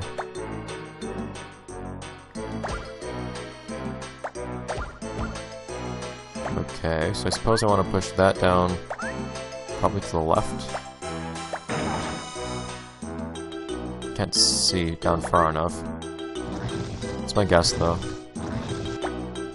Yep. Okay. So can you actually go through these? No. Stop. Stop.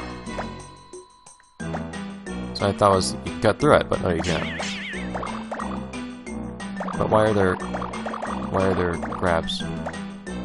Whatever. In that case, what do I do?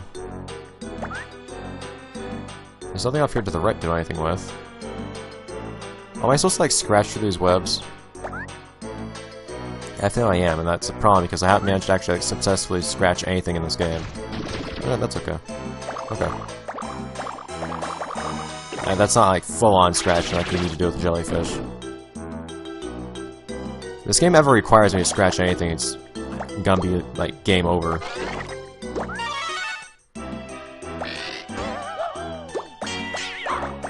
Go away.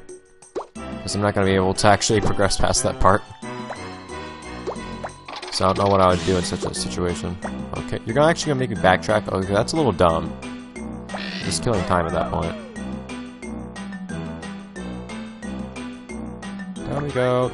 They actually managed to make the inside of the... There we go. They actually managed to make the inside... That's an interesting looking button. Inside of the... Well, not exactly the Alaskan bullworm in this case, but the inside of the giant thing that ate me. Like, pretty consistent throughout the different games, though, interestingly enough. Actually, kind of also accomplished, I guess, for...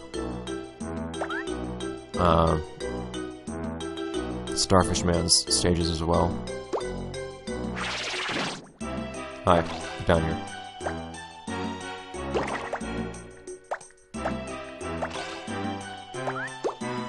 Good, it's my job. Oh. Okay. So don't do that.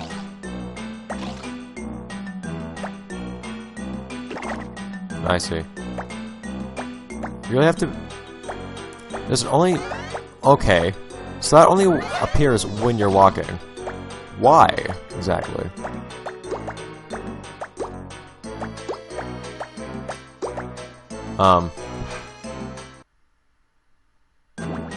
So it doesn't really last as long as I feel I need it to.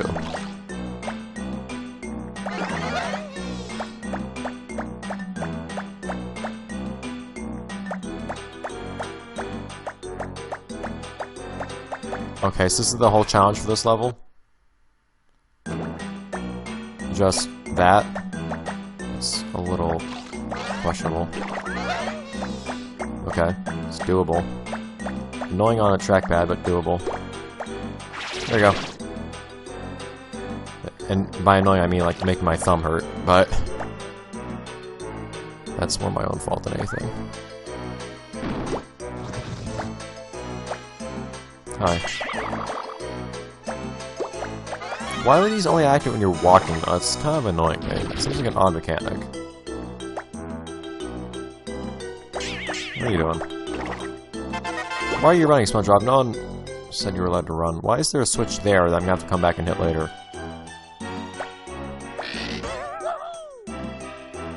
How do I activate it? This thing? Oh, actually, I can see it from here, thankfully. There we go.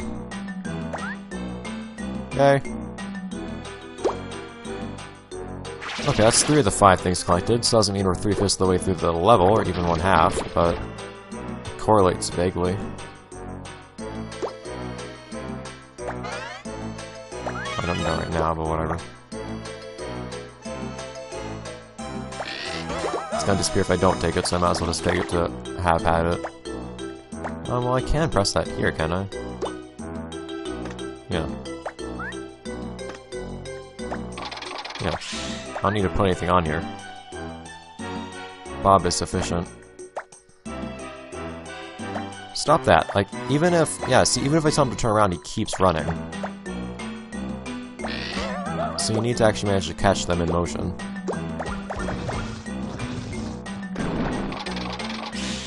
Is that all there is over there? Yes, okay. Why, though? Why the run?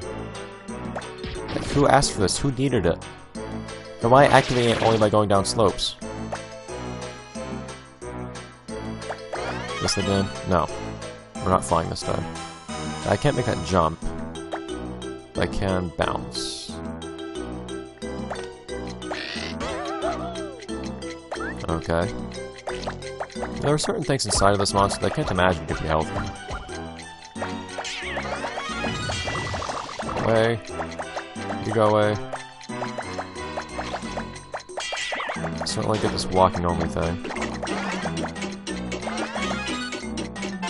The shapes made by these sleepy seeds that we find in certain areas seem really random, don't they? They're just in like weird triangles or oblong whatevers. They don't seem to correlate to anything in the real world. Oh, it's much wrong. At regular speed, if you'd please. Or you can just run and then slide off the ledge.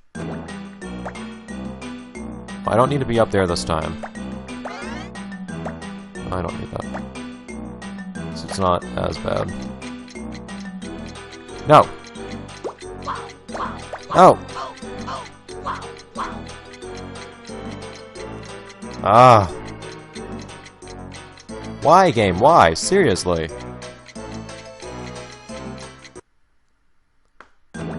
So weird that it's still weird to me that it doesn't actually take away life, but I'll take it. Can't really complain about it. Just odd to me. So I'm gonna jump down this ledge.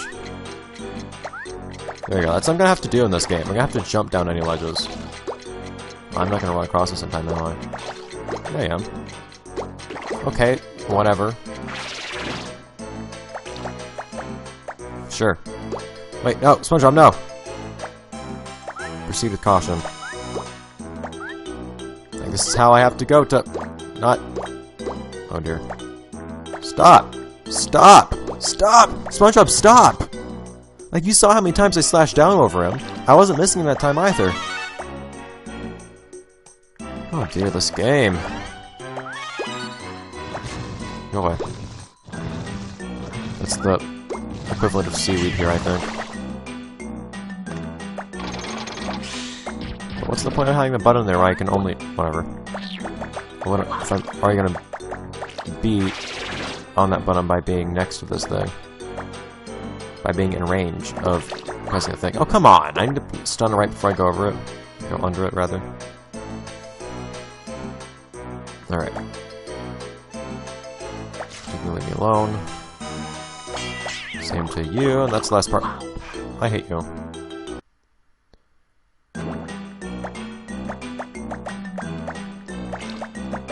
That one didn't split, thankfully.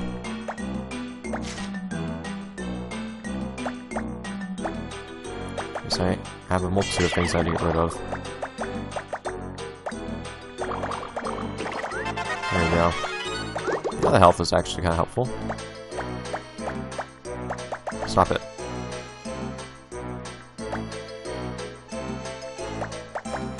Oh, SpongeBob.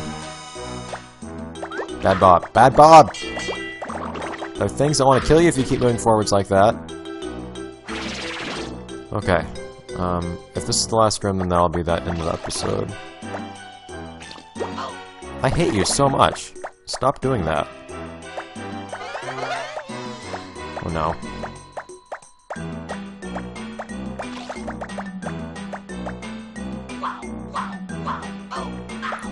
There of all places. That's actually gonna kill me this time too. Game. I'm gonna resist every single time. I'm not just gonna sit back and take the jellyfish in the face. Okay, so one more go at this. First, this dumb thing that appears at the very top at the very beginning.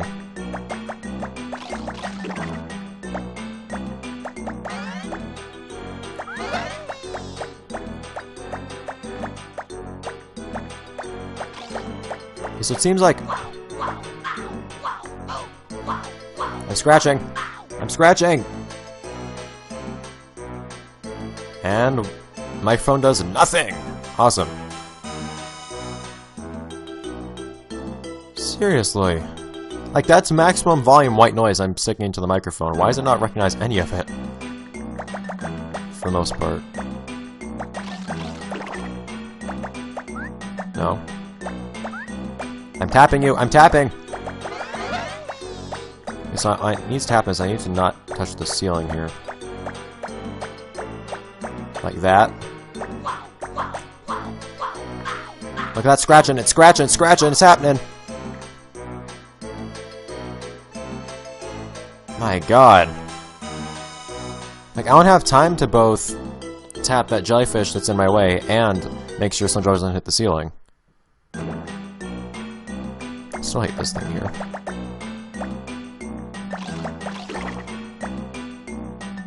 I don't think I can safely... I don't get the impression I can safely go down there.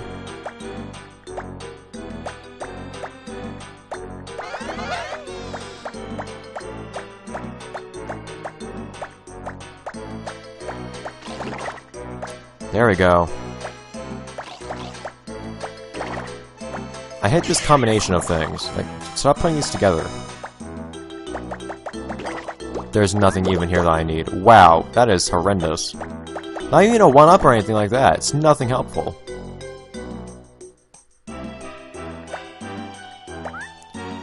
Hey, stop!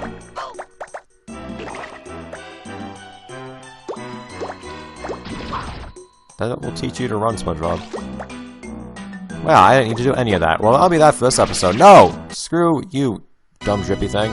See you guys next episode. Let's play SpongeBob, Creature from the Krusty Krab for the DS. Bye, guys. Or hopefully we have a non-platforming segment. I thought these games were supposed to be eclectic. We're not getting any more fun things. Just the platforming. See ya. Welcome back to Let's Play Why More Platforming. Creature from the Krusty Krab. I got all the airplane parts, what do we do? Not flying the airplane. We're gonna walk more.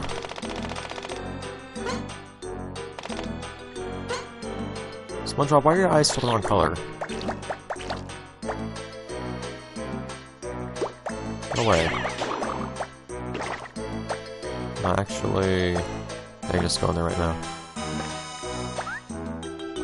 No.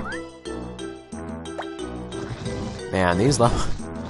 Like, I'm pretty okay with the minigames in this game. The ones that actually are unique and whatnot, the things I've come to expect from the Creature from the Krusty Krab games after having played this on the console and GBA. But the DS version, man, it's almost nothing with these horrendous touchscreen controls. And by that, I mean almost nothing but these platforming segments that are controlled entirely by touchscreen for no apparent reason. It just makes the game harder to play.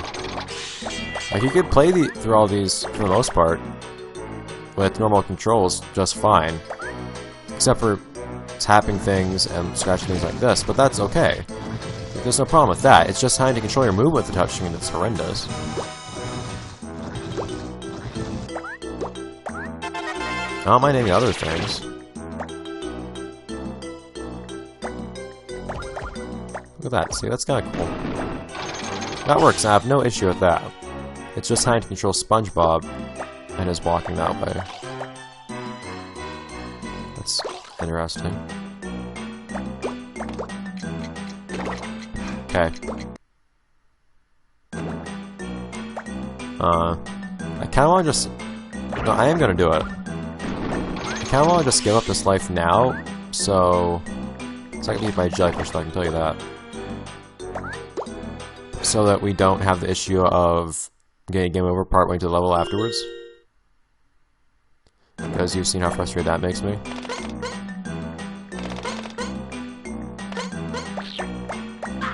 I tried as hard as I could. I really did. Okay. Come on, Bob, jump. Don't push it that way. Controls are so imprecise and not responsive either. Because if you use the gesture too early, he just won't do anything. But then it takes a lot more time to do the gesture a second time than it does to press a button a second time.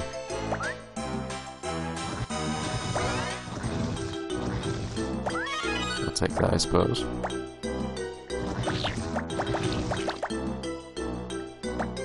No, Bob. No, Bob.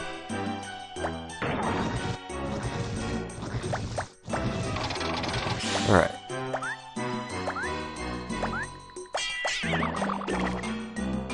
And anything I want over here. I don't know how you get to that part on the right, actually. Oh. Yeah, that's how. I don't know why I'm doing this, because I don't have much reason to do it. But, more strange shapes with sleepy seeds. I still don't know why the game does that. Alright. Now onto the second area like last time, except we have 2 lives, so it wasn't actually much of a difference. Huh. Why not? 1 extra life might make a big difference, I guess, so I'll take it.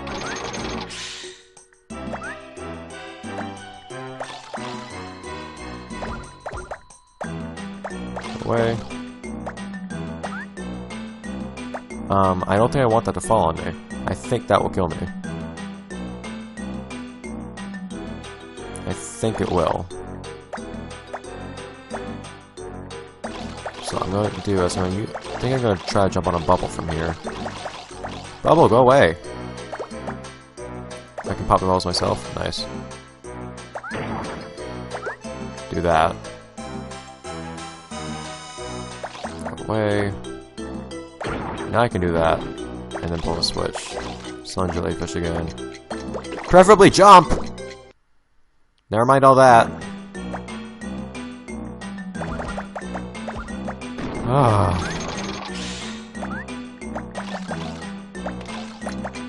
So I dropped. I did not approve this in any way, shape, or form. See, here's the issue. I'm pretty sure I'm gonna die if I don't. Jumping. The touch gestures that make me jump pop the bubble.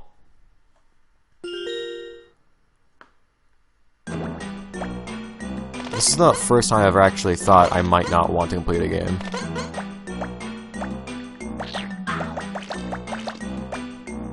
Because this is getting pretty horrendous.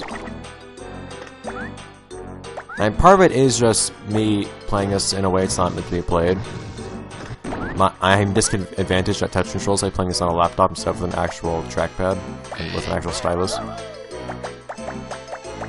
But even barring that, I think it's horrible that this game decided to use the controls it used in the first place.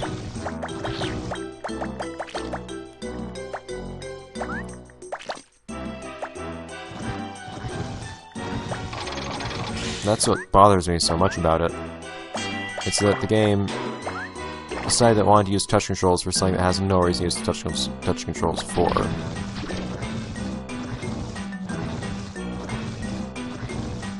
Alright, so we're 10 minutes into the level and into the episode and have made about 1 area's progress. And by that I mean one room of 1 level.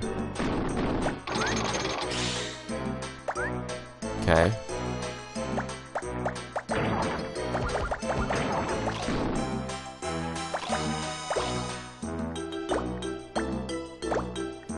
Just make sure that's not gonna bother me.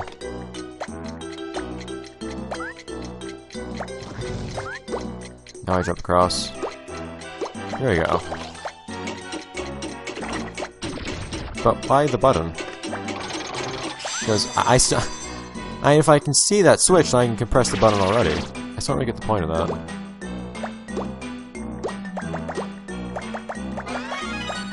No.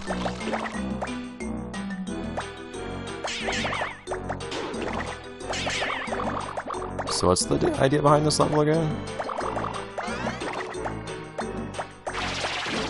Okay. Not very sure what they were trying to go for there.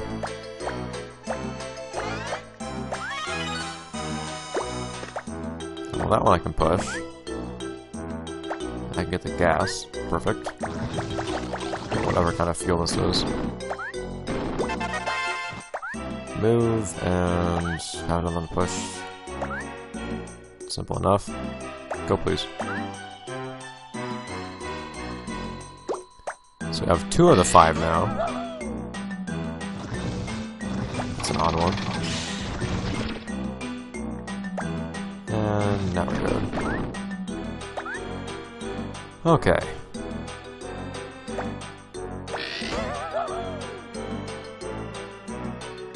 Up. Maybe not. One more try.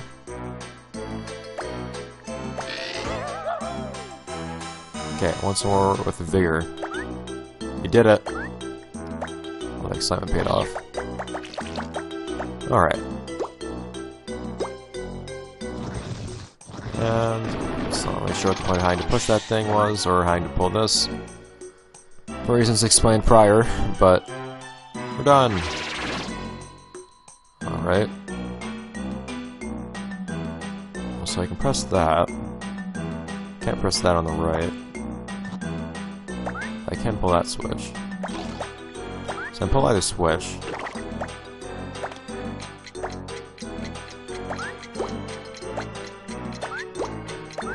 I think they're going to take me similar places.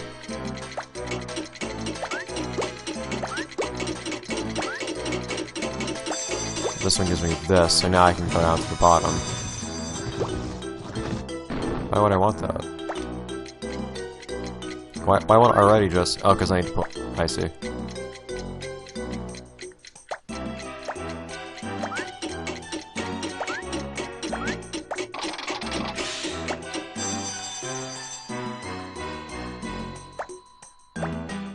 Isn't the idea that... I can't keep that pressed. But I don't see what I'm going to do with this thing. Complication seems to be I need to push something. That's just going to respawn right there. Yeah. It's odd.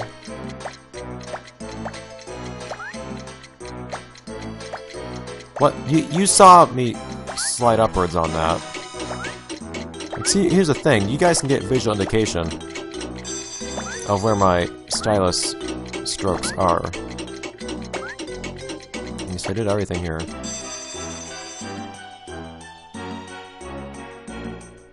So I can do all that, but then if I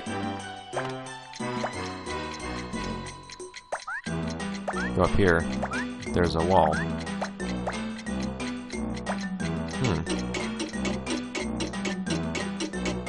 Oh, but all that does is that. Why don't I see that? Alright, there we go. Now, it was really my own fault. And it lost me a little bit of time, too. Hopefully that's not going to be a problem for completing the level. Up. Alright. So push this, press the thing, I suppose, or turn the thing. I guessed it right. Hooray! Alright. Oh, it's going to be the same thing this time? Boom! I had a big boom, though. That was a little bit more energetic. Do I want to pull that switch? That's a very good question. No, please, I don't like how touch controls are going to make multiple things happen together at once. Really prefer they did not do that.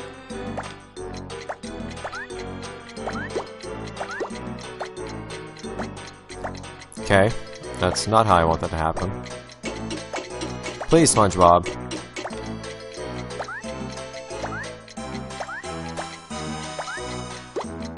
Alright, this is what I need, and then we can push this as I wanted to a moment ago. Ah, oh, come on, it starts me right there. It drops me right to the near finish of that. Go away. Okay, doesn't look like I can stand on that at all, but I'll take it. And then makes me go down and push it. Okay, now I can do that. Thank you! Alright. Most of the way through the level.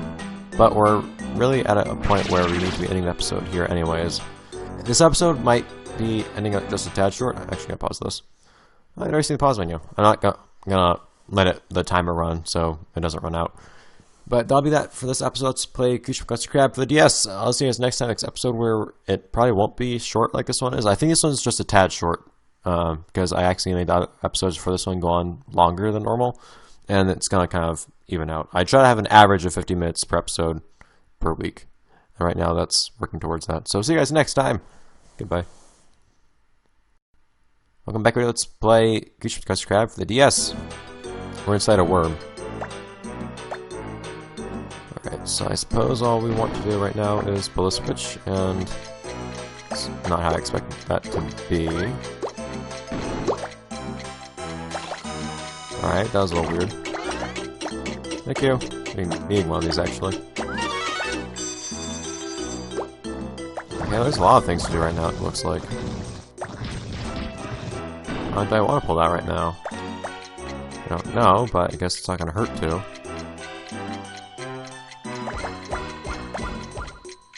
Well, it means not be able to get a 1-up. But I'll actually sit here and wait a minute for the 1-up, because I'd rather not get a game over. Although there's also the concern of running out of time because of waiting for this. I don't want to spend too much time waiting at any given point. Why is the 1-up candy? Like, what does candy have to do with this game at all?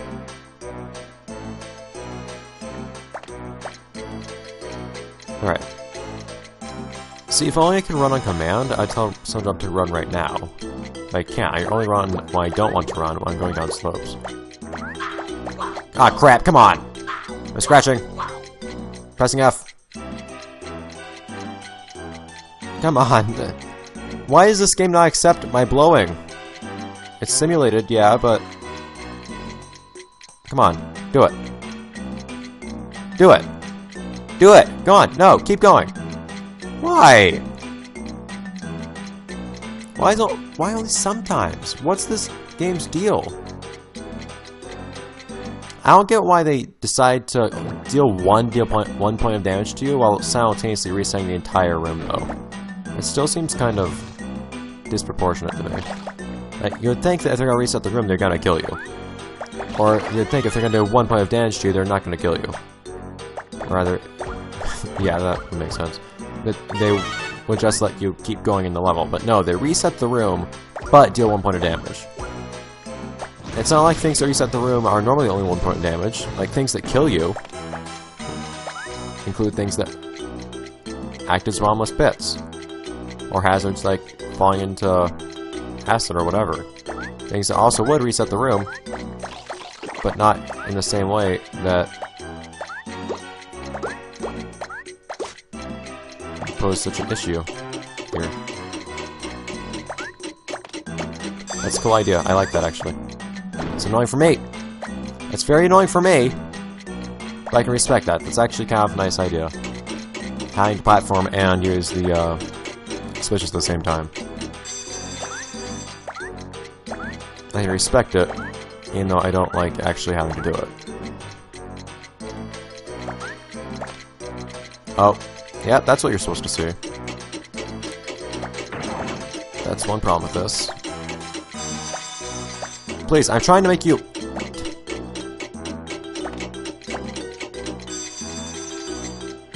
Okay. Once more.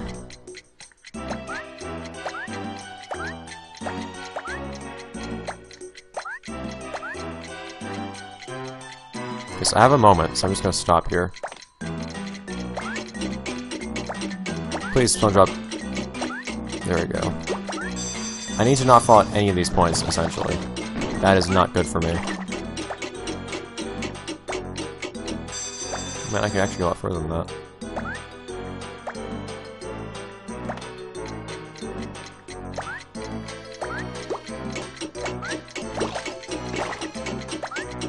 Okay, like, high-stakes platforming is not a good thing for me in this game. Wow, that was trickier timing than I thought it would be. I'm not telling you to do those things, SpongeBob.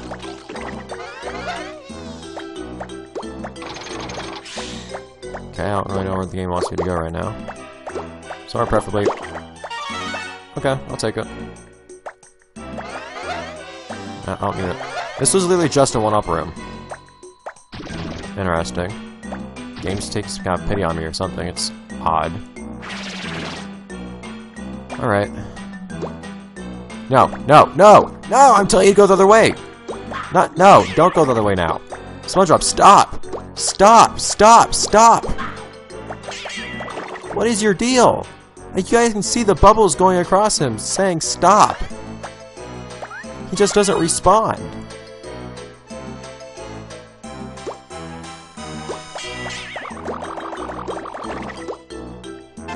Ugh. Alright, yeah, run all you want.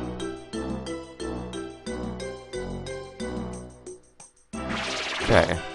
Only one more. That probably means multiple rooms are left, but only one more total. So we're somewhere near the end of this. Okay.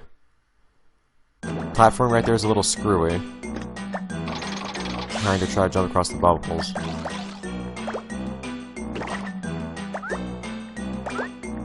problem being, of course, that you'll pop the bubbles if you actually touch them with your stylus.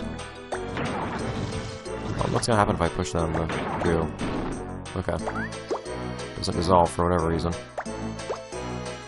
I don't like this idea. Like, at all. No! Guys, why? Like, stop using the bubbles. We don't need to use the bubbles. They never asked to be used. And I will argue with any claims otherwise.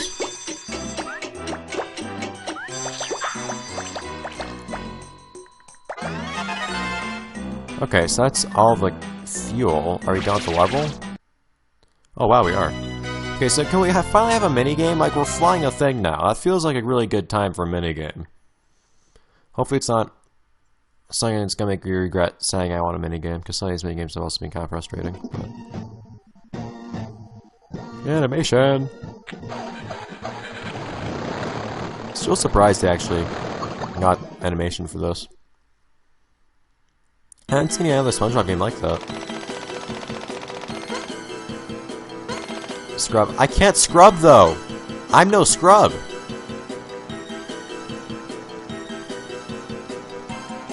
How do I target? I can scrub. I can scrub just fine. I don't know how I target. Like, the game says target things. I don't know how to target.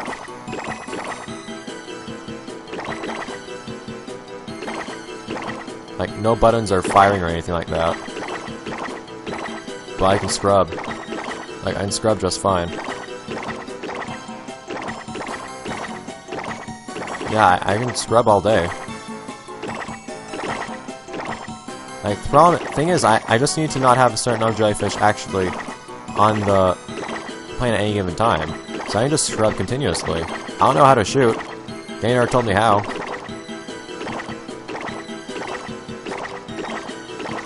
Or whatever else I'm supposed to do to avoid getting jellyfish on me, but I can scrub them off. It's gonna really hurt my thumb. We might have a somewhat short episode because I just want to give up after this. I'll stop playing for a bit because my thumb is getting kind of like painfully sore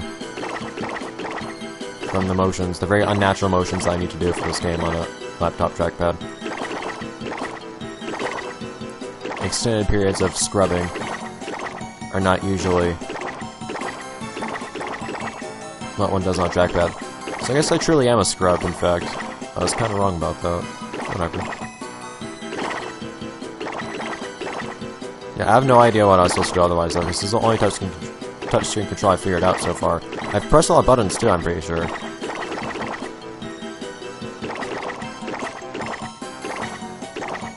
Nothing seems to respond in any shape or form except for scrubbing away these jellyfish.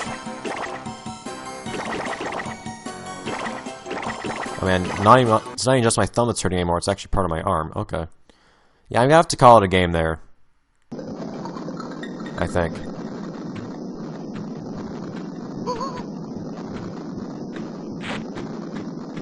Okay, yeah, so we'll have some fun with Patrick next time, I think.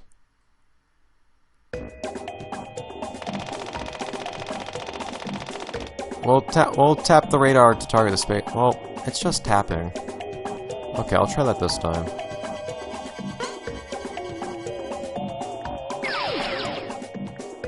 Oh, that's weird. Oh, that's so weird. Seriously? Ah, I'm tapping on things I can't see. I need to approximate where to tap. That's really weird. If you guys can see precisely when I'm tapping on the bottom screen, see what's happening on the top screen too. So I tap in a given location on the bottom screen, and that's where the laser comes out on the top screen. It's a little awkward. I never like when games do this.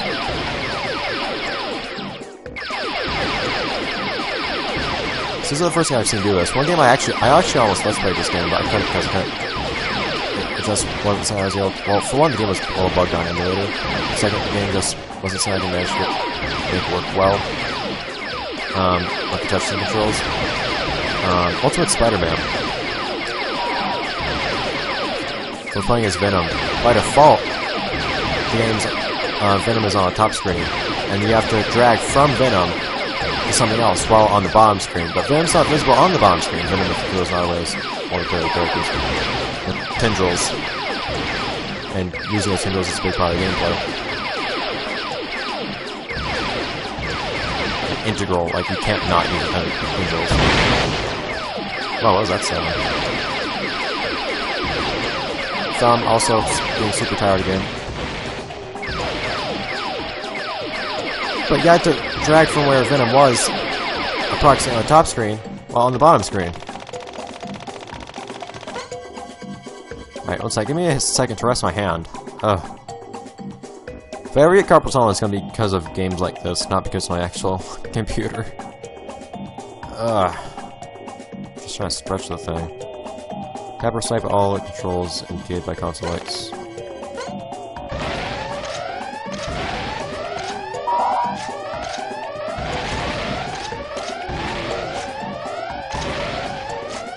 Wow, that... okay. So you don't really have to run out of health, actually. It's interesting. So as you can do a little bit of repair by just pressing a couple buttons.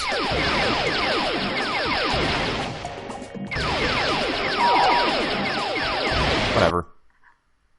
Alright, so that's gonna be that for this episode. Bye, guys! Welcome back, everybody. Let's play Krusty Krab for the DS. I see you're experiencing some technical difficulties as Starfish Man. But we're also now so happy that we've grown eyelashes, so it's okay. Also, Sandy's here. I mean, can't ever forget that Sandy actually has a rocket. That's how she gets to places like this.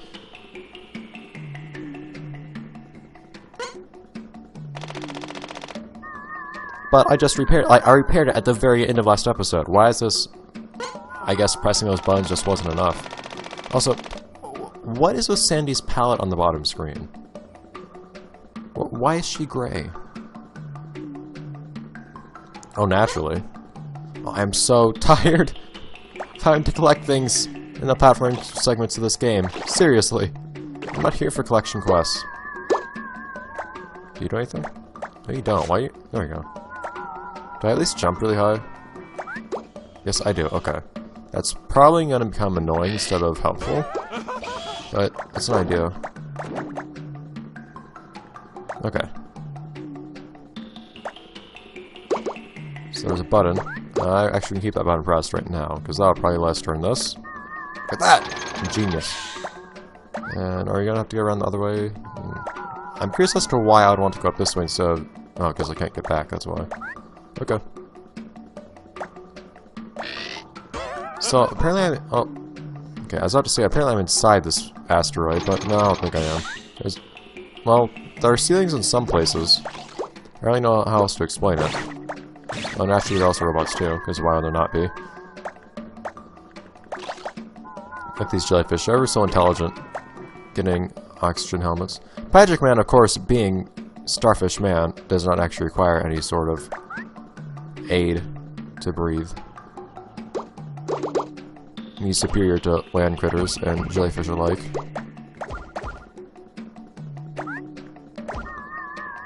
Boom! Big fall.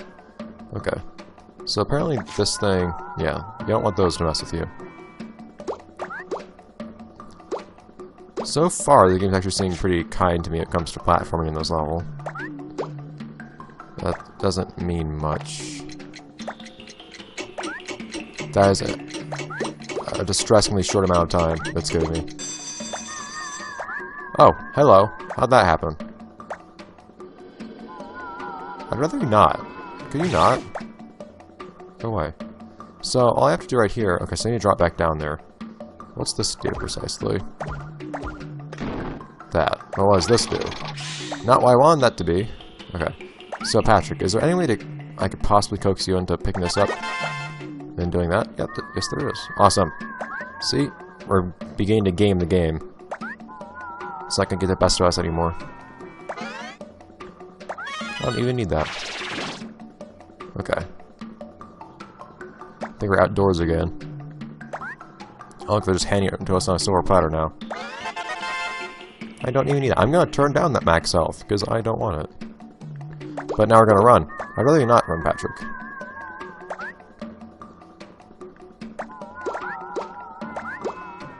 Stop it. Okay, so what's actually here before we start losing all sensibility and throwing ourselves at things at very high speeds? So I want it to be seen. So there's that. There's this. Stop that. Why can't you sidestep these plants for one? And two, why are these plants even here? Patrick decided he wanted to push things. I guess it's not the worst instinct to have right here. Don't you dare. So it seems like, actually, I tested it earlier. This emulator does actually have an option to, like, see the microphone input as you're pressing the microphone. Did I say microwave? Microphone input as you press the microphone button. And for some reason, it doesn't seem to register anything when I press the microphone button. Which is weird, though, because if that's the case, then how were the jellyfish almost getting repelled by me pressing the microphone button? I was a little confused by that, admittedly. But in any case, as it stands, we are still completely vulnerable to jellyfish. Wait. Isn't the problem that I need to stay on this and simultaneously have access to this? I can do that. Game! Did the developers seriously not consider the fact that you could actually control the camera? What? Whatever.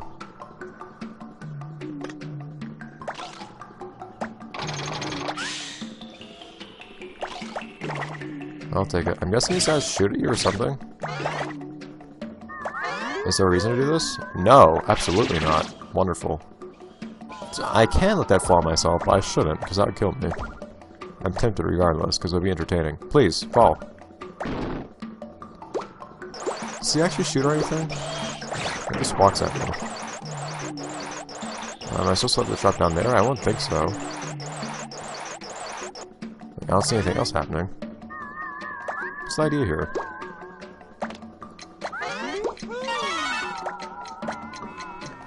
Okay.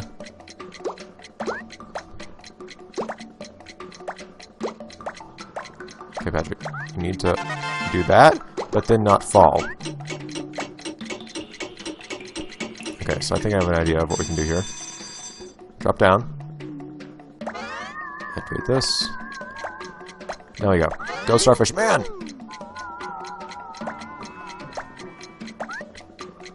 That's pretty much what we needed. Alright, I actually have most of the parts now. This is actually going by a lot more quickly.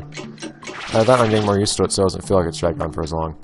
But we haven't even hit the 500 second mark just yet, so I think we're actually getting through these a little bit more quickly this time. That is very good.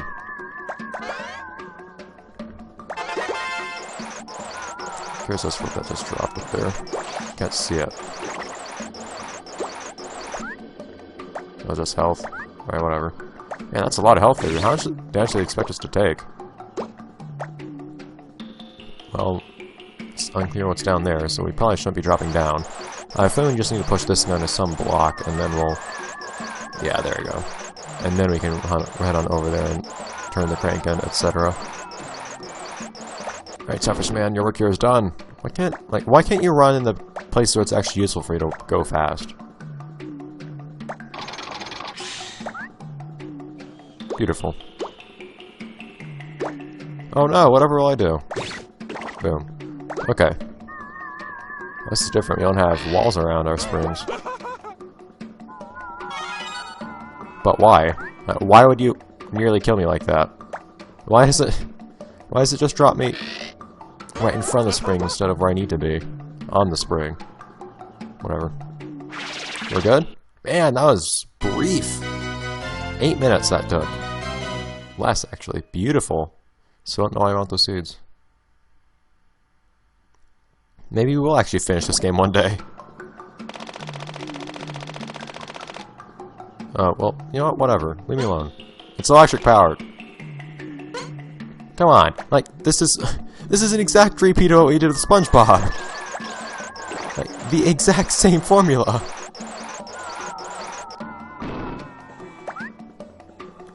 First, we need to pick up the parts to repair our destroyed... Oh, wow, that's interesting.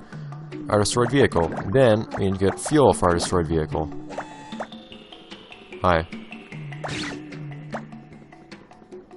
Boom. Not very threatening robots here. How would we not have that fall on us? Alright, Starfish Man. Can I destroy Jellyfish by dropping something on it? Yes, beautiful. Is there anything more to do? I guess we're gonna do what we just now did. Drop on down. Blindly. There you go. And then just let this thing go. Drop on down. No, Patrick. Do not let it fall on your head, please. Very conical head. Go away. Oh, I accidentally killed that thing somehow. I don't know how. I only tapped it like twice. 2 or 3 times. I think I tapped it once accidentally. Yeah, that's not really doing anything obvious.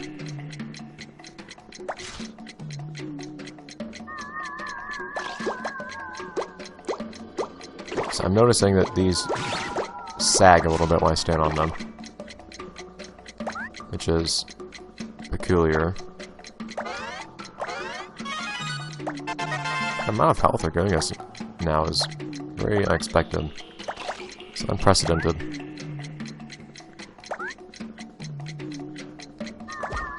Alright.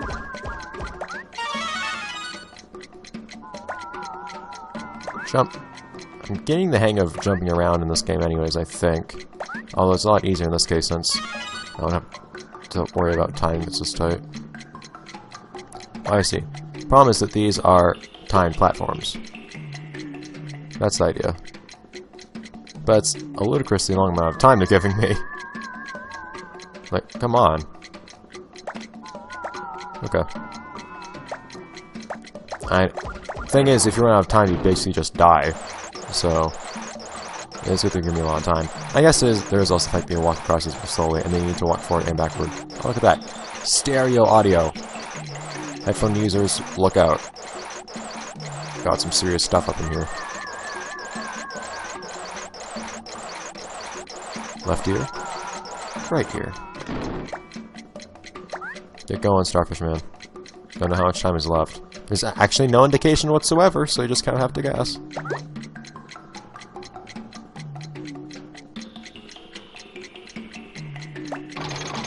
And I guess we'll never find out. Whatever. I don't even know what the point of a timer is if you never run out. All this health, man. Why? Now, what do they think is hurting me, though? I'm actually not sure. Is there a reason to destroy that? I guess there will be later. So what exactly are we in right now? Like, what's all this stuff? Also, why are the fuel cells white on the top screen? I haven't quite figured that out in my head either. Yeah, see, it's all colorful on the bottom of the screen. Top screen, not quite so much the case. Do we want to... I guess we want that to hit a button, don't we? Yeah, okay. Simple, mind-numbing, quote-unquote puzzles. Something I can work with, at least. A lot better than problematic platforming. No, I don't quite recall what the top screen looked like when we were playing as Plankton. I guess we'll eventually see, once again, where Plankton actually sleeps, because I don't quite recall where it was. Slendrop, as you may remember, was actually sleeping outside. Patrick was an odd case in that he actually sleeps in his house. Why would I want that? Like, why do you not give me clocks like that on the super long Starfish Man levels? Maybe they did, I don't quite recall though. It's been some time. Oh. Dude! There's a multitude of inputs that are being directed at you right now. Wait a minute, wait. Darn it. I don't even have to push that block. I could have just stood on that and then moved the camera up to the side. I just didn't realize that was what it wanted me to do. Like I said, mindless. Whatever. Now I can push that block over into this portal. Discover what wonderful things awaited there in the portal for this block. You could have expanded its horizons, seen a whole new world. Alright, anything fun up here? No! Not running! Stop. There's just a clock over there that I have no reason for wanting anyways. This is barren. There we go. I guess. It's not really doing it. Okay, we're not doing anything at all. What's the deal with that? Like, we didn't... Nothing happened. Please. Please. Okay. Still falling victim to jellyfish after all this time would be a little bothersome, I think. Things that should only take a single tap to get rid of forever. It's okay, Patrick. Don't... What? Okay, what? That was... Okay, so I'm thinking you guys saw what happened there, too. See, I realized that Patrick was going to try to start walking forwards. So, in preparation for that, I made him start facing left so he'd go back to the platform and not fall off. But that actually reversed the knockback, so he started getting knocked backwards yet again. And then, once he hit the ground, because he was facing towards the edge, he hit walking off the ledge. That was crazy. It's also a very mean thing to put up there at the top. I can't see up there anyway. So you need to go up there. I guess it'll actually be helpful this time to pick up the health they're offering me. What a surprise. I think I guess I'll have to cut off the episode after the end of this room as well. Let's just pick this up real quick. Stop. What's up here? What awaits us?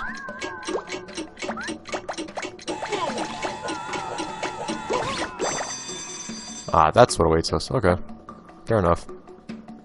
Hopefully this isn't death. Okay. I wasn't really sure what was directly below me just then. I decided to get adventurous and do things out of order for a moment there.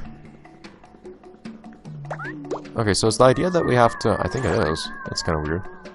I didn't realize that's a thing we could do. New mechanic.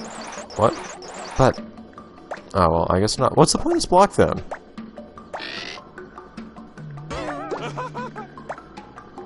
Oh, go away. That's the idea behind this block, because we're supposed to push something up here, aren't we? Because otherwise, unless you move the camera, you can't really see this thing down here. And it's already been demonstrated to us that the devs don't actually expect you to move the camera to press switches. So what do you do with this block? I really don't know. Whatever.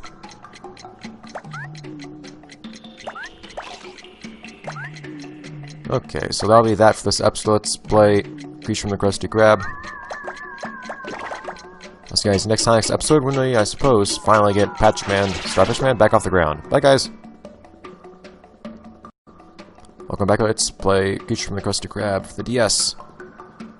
We got the final fuel cell, at least. Oh, well, we tried to get it, but Starfish Man is having some leg-related complications at the moment. Alright. Oh, we're trying. There we go. And then from here. So what do we want to have happen as our grand finale to this whole thing? One up would be cool, just for the sake of it. I think that that's what this is going to activate.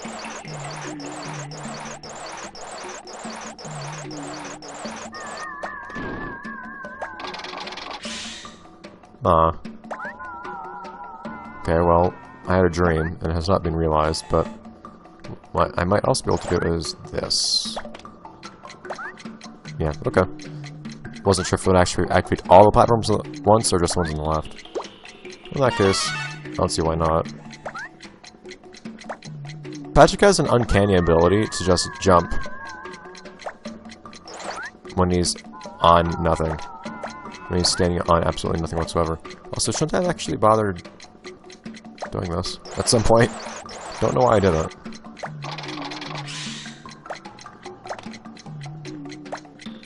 Okay. Oh, that's out of the way. Okay, come on, come on! Starfish Man! Starfish Man! Come on, man! Please! These are inconveniently placed platforms.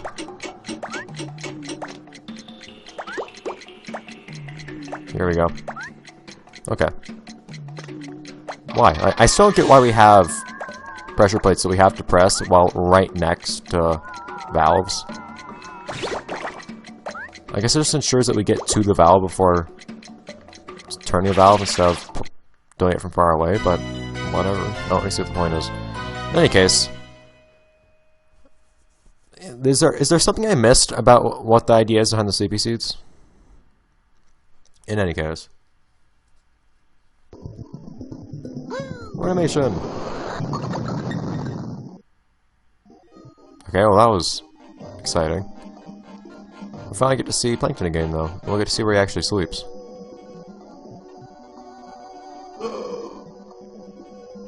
Plankton, what did you do last night?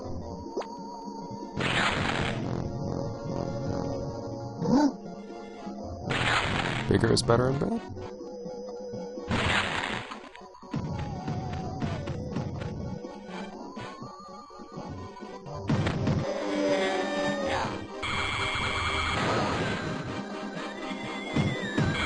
They don't really look terrified, they just kind of look like they're thinking, oh, I have somewhere else to be right now. Whatever. Oh, we can't actually see Plankton really sleeping. Oh well. So what are we gonna do? Tap them. Okay. I think this works. I'm capable of clicking. Maybe not! Maybe not!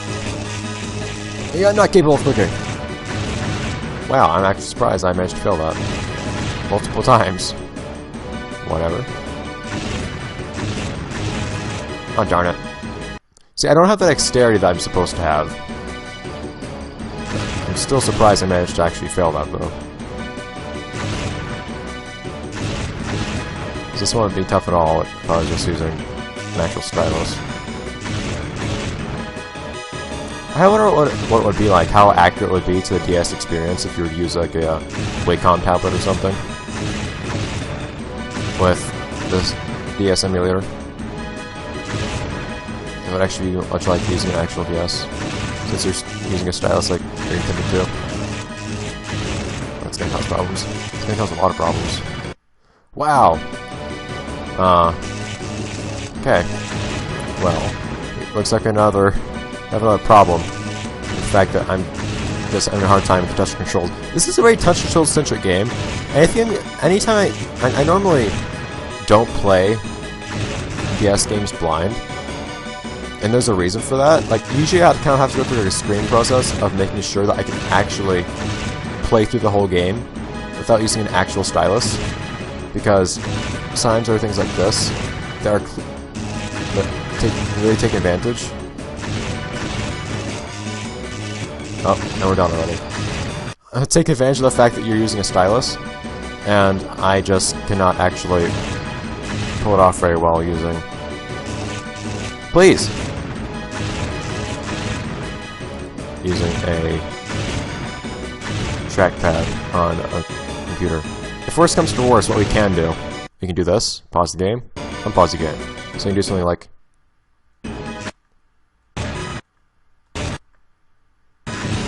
that if we have to. So all is not lost, but I'm not going to give up just yet. I don't want to waste a bunch of time, so that's why I might eventually consider doing that. At the same time, though, I don't want to cheap out too hard, too quickly. They're going to have to start cheaping out. Okay. I apologize, but the idea is to see the game, not for me to actually do well at the game. That's my mentality with Let's Plays, at least. So apologies for cheaping out, but you're not going to see the rest of this game otherwise. I imagine you guys would prefer to actually get to keep watching over watching me play this legitimately. Well, illegitimately, kind of, in a way that makes it harder to play the game.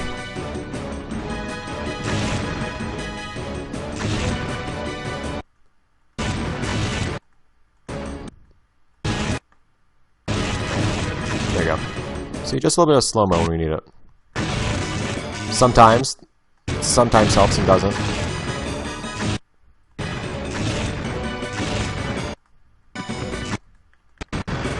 Oh man, I clicked outside the window. Oh, I think this would actually start getting mildly challenging on an actual DS. So, on this, okay, that was just dumb. But can I just restart the level now?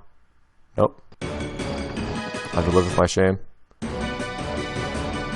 This is gonna take some time. So with impeded abilities, doing this on a laptop, it's a whole other experience.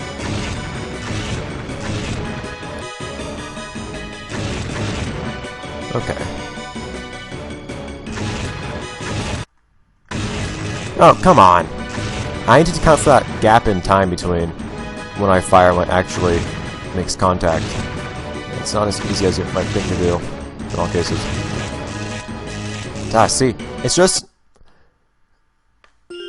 trackpads aren't optimized for this kind of thing, for really quick precision.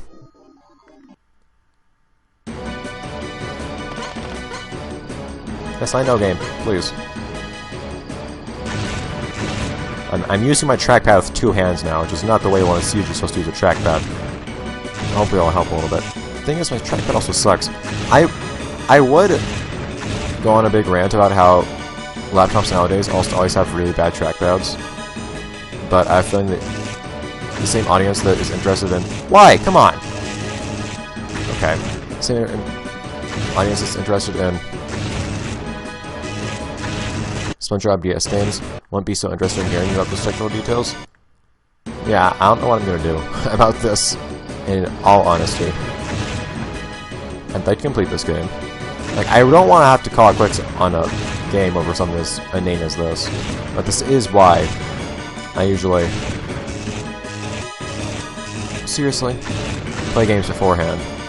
To ensure that I can actually get through the whole thing. Ah. Before I let's play it, to make sure I don't run into this very problem.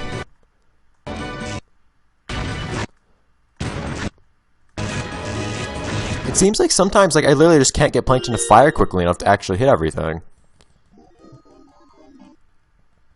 Which is, like, it's a really strange problem to have. Is that makes me think that this would be also really hard on an actual... Yes. So I'm gonna do now is I'm gonna be as cheap as possible. I'm just gonna pause the instant I see any enemy. I'm not gonna try to play this legitimately at all. If I see an enemy, I'm gonna pause and then immediately shoot it.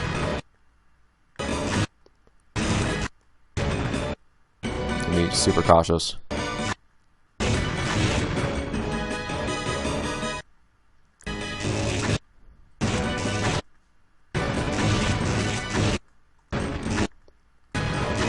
Yeah, so firing basically as quickly as I can on everything. Make sure I don't run into any problem at all. I'm getting better at my aiming too, so I have to lead my shots a little bit.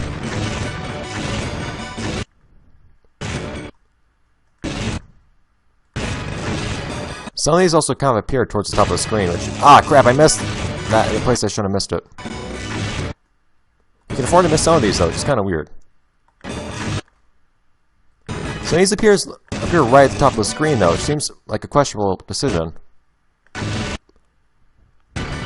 the devs to make. Oh, come on, no! Even still, I missed some of these. Guys, stop! Holy crap! How many of these do we need? Please!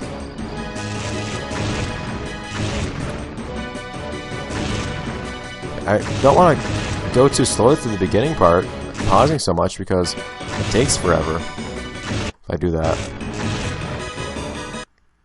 So I think I'm playing this one-handed again because it's a lot more comfortable this way. I just pause the spacebar. I guess that at the absolute worst I can use save states. That's something I'd really like to avoid. And I guess that's not much worse at all than using in-game pause, or not in-game, out-of-game pause constantly. Those two can actually hit you. Yeah, see, if I figure out which enemies do and don't actually hurt you, that might make a difference too. At this point, what I'm going to do is I'm just going to start using save states because I want to get through this level and I don't want to spend more than a single episode on it. So, thankfully, this emulator is actually really transparent about when I save things. So, I would have a really hard time tricking you guys into thinking that I'm not using save states when I actually am. So, hooray for forcing transparency.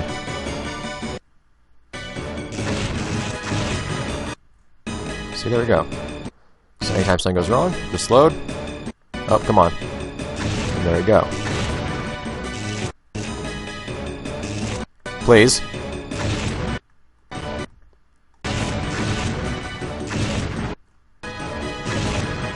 So I apologize for having to resort to this. But it doesn't look like this is happening otherwise. Dude, how's the thing I missed the tank? Sometimes, I don't know if it's a problem with me, with my trackpad, or with the game itself, or what, but sometimes some of these clicks aren't registering as actual laser blasts. I keep narrowly missing this tank over and over. I don't know how this is happening.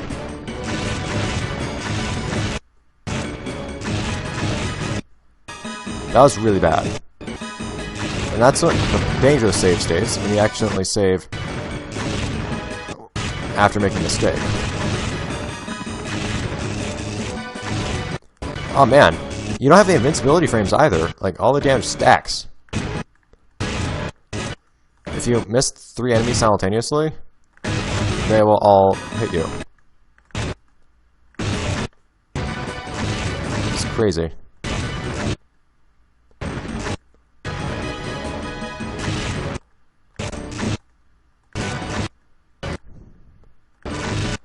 Like, this part here seems absolutely ludicrous.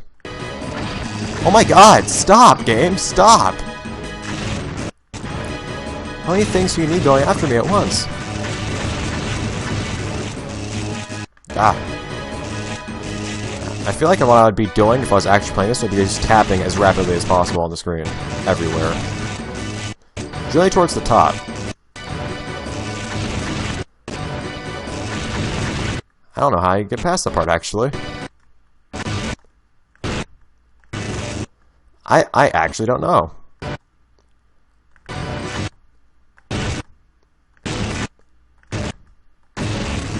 Even like that, I can barely destroy all of them. Okay. I think in some cases I'm supposed to destroy more than one at once. That might be it.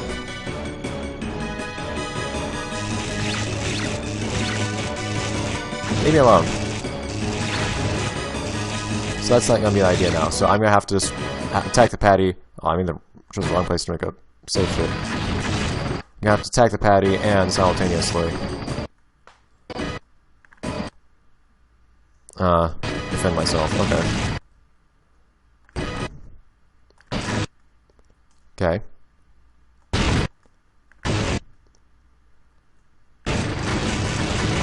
There we go. Alright. That had me done.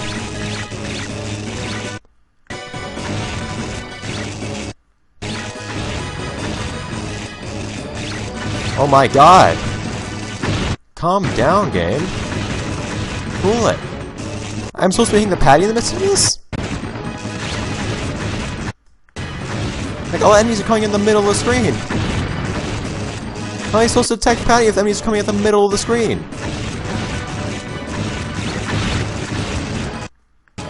That I saved the game with me taking damage. Like, what time do I have to attack? This is really making my thumb hurt, by the way. It's not ergonomic. I guess you can help yourself a little bit by,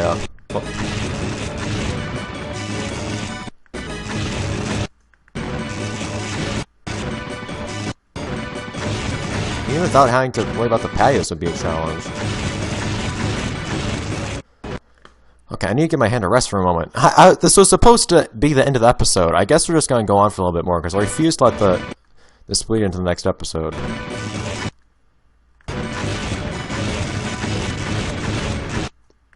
Stop spawning enemies there! Stop, game!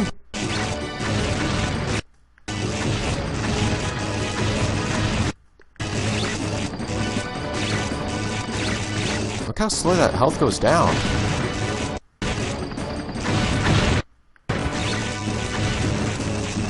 This is kinda cheap.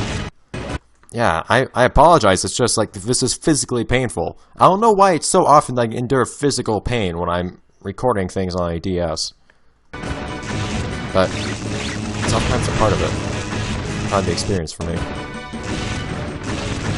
I could at least have some health ups throughout this or something. Because I feel like even if I was on an actual DS, this would be horrendous. Ah.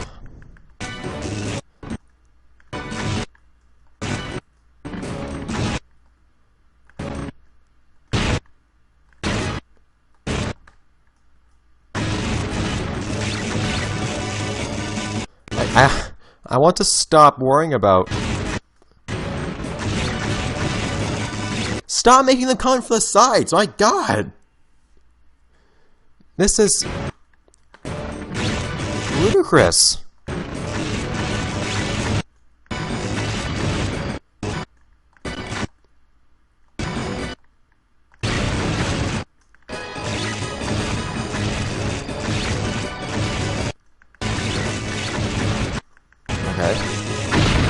My god. Okay. What? Who writes jaywalking like that? What? Bye, guys. Welcome back to Let's Play Creature from the Krusty Krab for the DS. I'm still hurting from last episode. And I mean that literally. If you recall what went on. Apparently that was all we're going to see of Plankton for now, though. I'm okay with that. Because that was not fun. Hopefully we're not going to have anything else like that again. I feel like we might, though. Hi.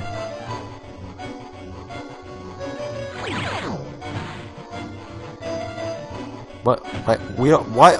Shouldn't we have speech bubbles for this?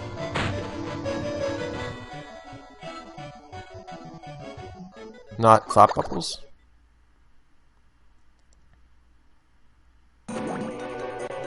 Ah, why more of these? Stop making me collect parts of things! That's been the entire game! I'm tired of finding parts for things. Why do things need to have parts? Does nothing come assembled? Oh man, it's like walking on Jupiter. I'm not used to the gravity now. Why are you here? Go away, I'm trying to tap you! Oh dear. I don't know why, I thought this up here was a wall. Is that helping you out in any way, shape, or form? Oh. Ah! Well, the idea was we're supposed to push a block down here, I suppose. Whatever to that. What? Yeah, I'm supposed to push it. What are you doing? Yeah, I'm not gonna bother those guys up there. You're just gonna run on through here. So, we lost a lot of our lives that we had amassed through our hard work in the last episode. So hopefully we'll start getting some of those back. Starting with this one. Oh, thought that was gonna give me some height. How'd I get up there? I actually don't know. I see nothing connected to that. What was the idea there? Oh, I think I know. Darn it! Just make sure I'm right. Oh. Yeah, okay, I actually do need to go up there. Darn it, game! And resistance to sequence breaking.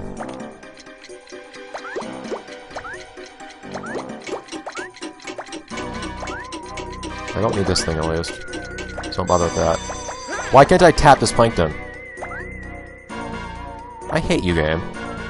I hate you so much.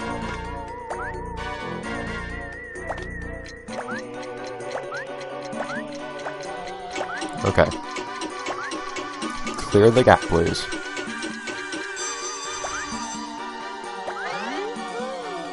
Okay. What? Why? Come on! What is with this? Alright. One more go, I guess. Stay down.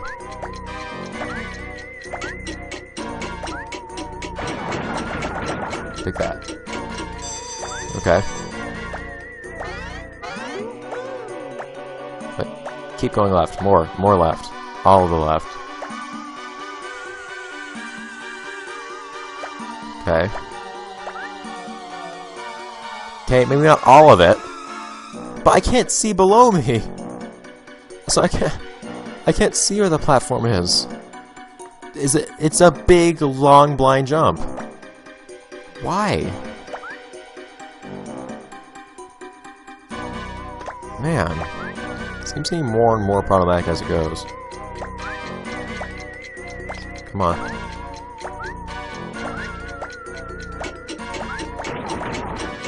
Careful not to destroy that with patch right next to it. Because if you...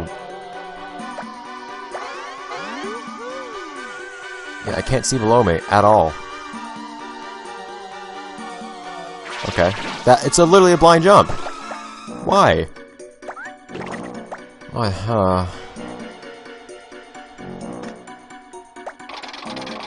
Again, I don't need that car. With that... Like, the developers are displaying an ignorance of the game mechanics in the game that they're making. I question that greatly. So what's this gonna accomplish? I actually don't know what that does.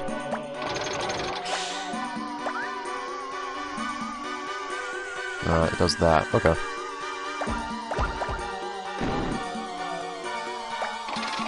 Let's open the door. Okay.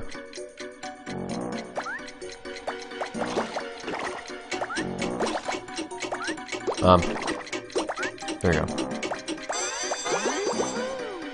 Ah! Oh. I guess health is cool. That's not what I really want right then. Not that there are a lot of things in this game that could possibly be given to me that I actually want, to be honest. Come on. There we go. See, I can live with nice and simple layouts like this one. This isn't too bad.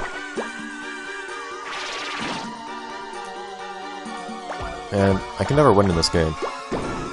I want levels that aren't just the platforming, because I don't like the platforming segments. But then when they give me levels that aren't the platforming segments, I can't play them. Or I have a horrible time trying to play them. Please.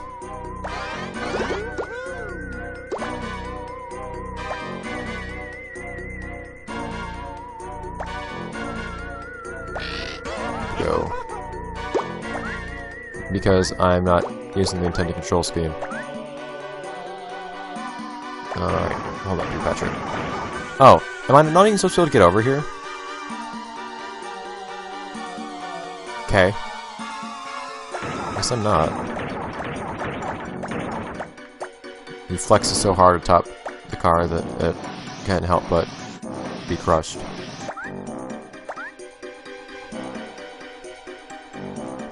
Alright.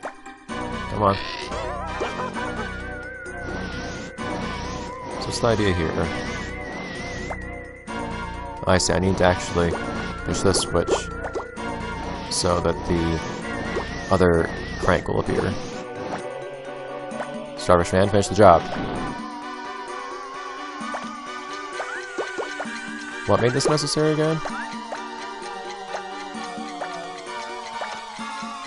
Okay. Is he gonna start running? No. Okay, I was wondering. I was curious. Oh, it's gonna stay for a long time, so that can happen. Okay, I guess. Now, though, we can actually turn that. And that lets us through. Up we go. I do warn you guys, because of the last episode being a little long, this episode's probably gonna be a little short, by a couple minutes. But I say that like it makes a difference for you guys. But you can already see the episode length.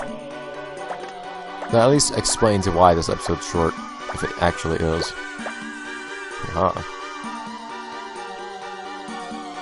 So that didn't really benefit me in any way, shape, or form. I can do this. Why is there seaweed on the ground in the sewers? Like, why am I in the sewers?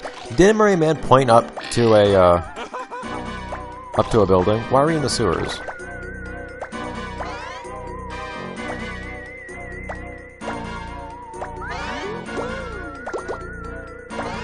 Gimme. Wasn't really what I wanted or needed, but okay. Yeah!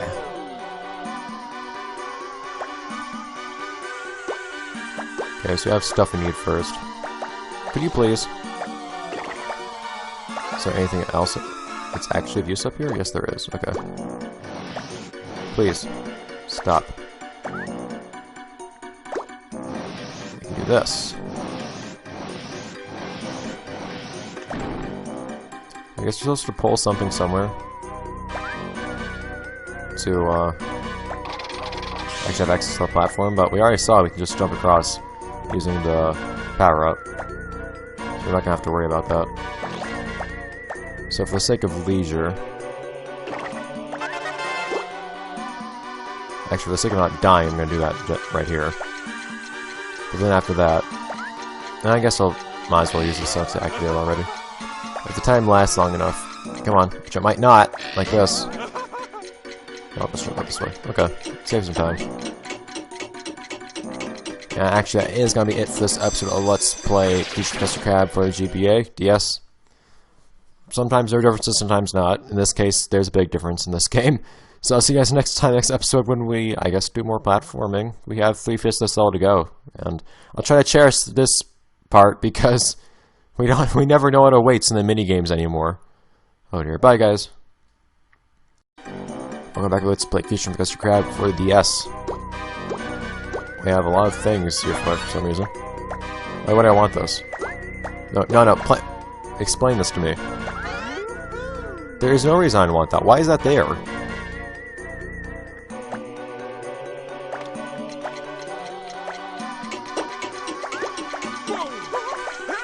Hey! Come on! I don't need to deal with jellyfish anymore. I have a number of issues simultaneously in this case. Namely that we simultaneously have the issue of a jellyfish being there that we can't actually get rid of until we walk over towards it, and having a timed platform.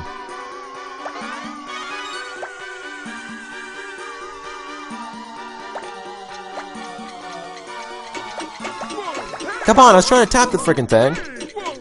I'm rubbing. I've been told to rub these things off, and that doesn't happen. I don't know why it doesn't. Like, you can see that I'm scratching with great vigor. It just doesn't work. Why is this a problem? It's more a nuisance than anything because, as I mentioned before, for some reason it doesn't take away lives. And not that I want to be losing lives, but why would it not take away lives? There's no reason for that to happen. Stop it.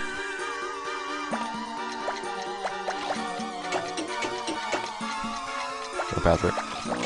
Move!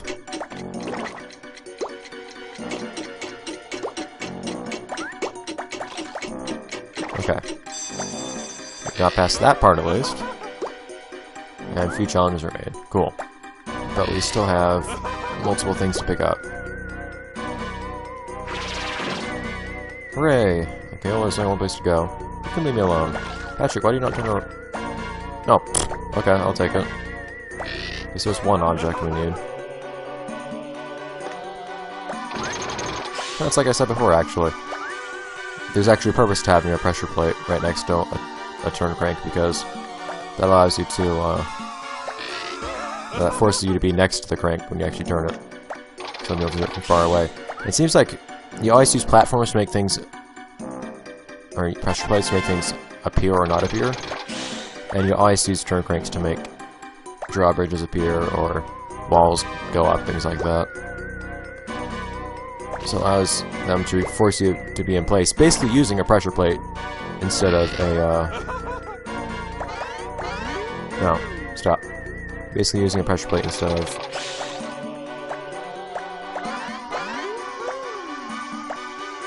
a turn crank. Don't need it. Again. Alright. Agility. But we're not. Did we actually pick something up? Yeah, we did. For some reason I couldn't quite. For some reason I thought we hadn't picked up the item in that area. Stop.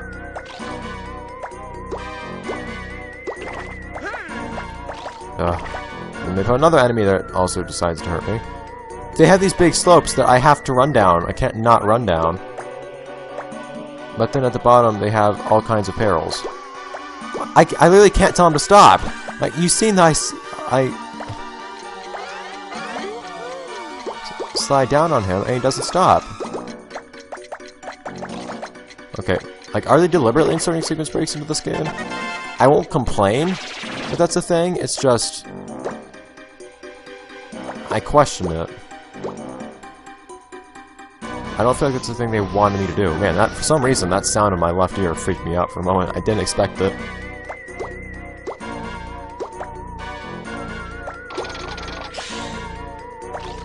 Let's get rid of these real quick.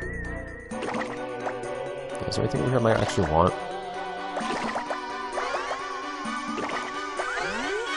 No. Thank you, game. Well, we have 260 seconds to actually get the last piece and get out of here. Seems possible.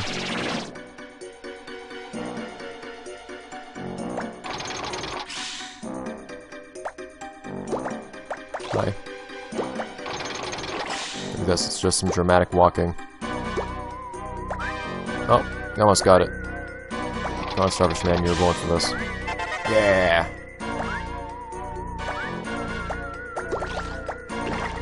Got that seaweed. Did it. Oh. Well, you're seriously gonna make me do this? That's very cruel of you, game. Just wasting time and nothing more. Ugh. I was wondering what you're gonna have to do with this thing. Filler! Literally pressing nothing. No hands on controller or stylus or anything. Just sitting here. 200 seconds left. We do have all the parts now, at least, so we might be about done with this level. Maybe, or maybe not. Only time will tell. But why are we still in the series if we're supposed to be on top of a building? I still question that. And sewers don't seem to mean any less platforming. There we go! That answers some of our issues. Come on, man. Okay. I don't know how many CBCs I had the previous chapter. I'm not committing that to memory, so I never know how many I actually picked up in a given level.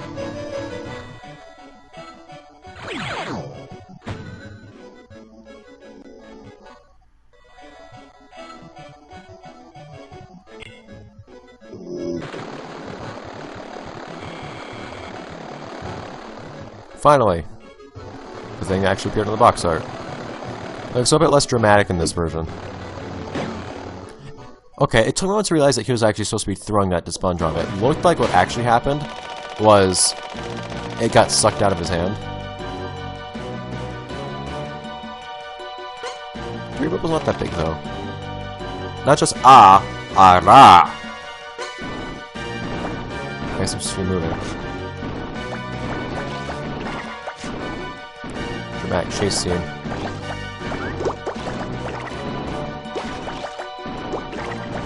Very dramatic chase scene, high speed, high stakes.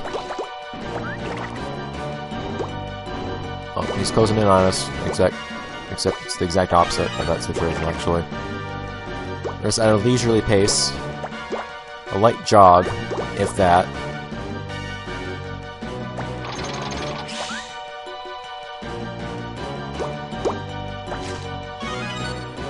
No worries.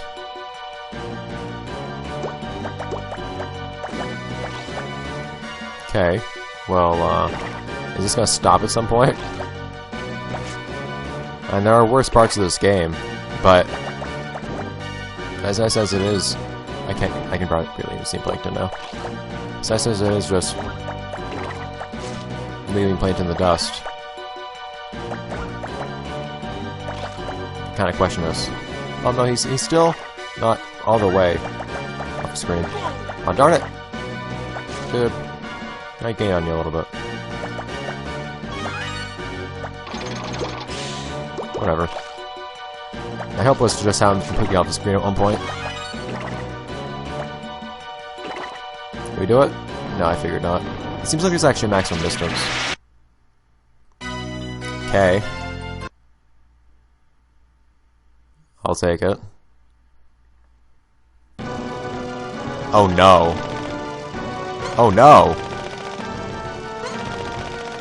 Oh no! I make no promises. I make no promises whatsoever. I need to actually shoot all of them, okay. Oh, this isn't too bad so far. Okay, I was wrong.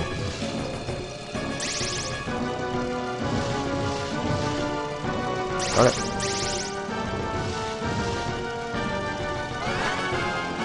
Okay, that's the idea. It's survival and also simultaneously charging this up. Why does it drag the... See, each time I drag something, it seems to take 2 tries. I don't know why. Also, by looks of things, it's going to take a very long time. How little this thing is charging up so far. Charge, please! Give me something to charge with. It's taking a very, very long time. Darn it.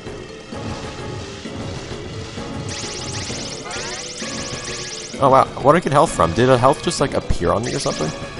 I don't mind it, by any means. That seems a little weird. It seems like you're not allowed to drag things too quickly. Some of these bullets can actually miss you, it looks like. It's interesting. I hope I only have to fire 1 shot at Plankton.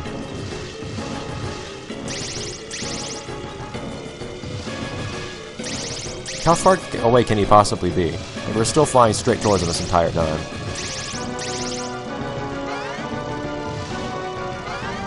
Darn it! That was my... I was trying to get the health first, just to prioritize survival. And for some reason, it doesn't always like to drag things. It's definitely not an issue of me not clicking on it.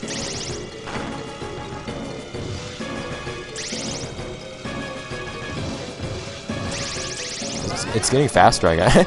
See, they programmed it such that things spawn at a completely random location, except sometimes they can spawn on top of the place you need to drag them to, so you just spontaneously get charge or health. Oh, there we go. Why do you have a health bar?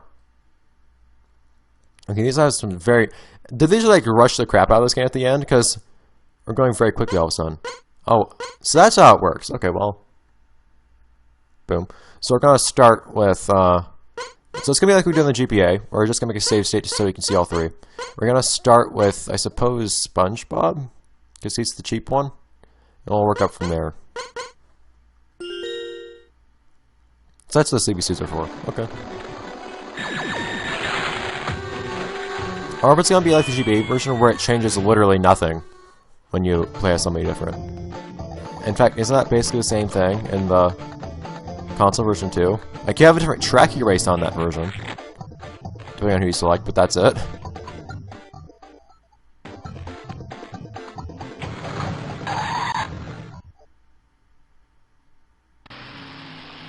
Oh dear. Tap obstacles again. Oh no. Oh no, I have to rub...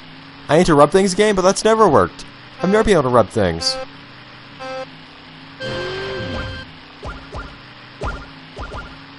Oh my god, we have a lot of tapping to do. Music would be nice, you know.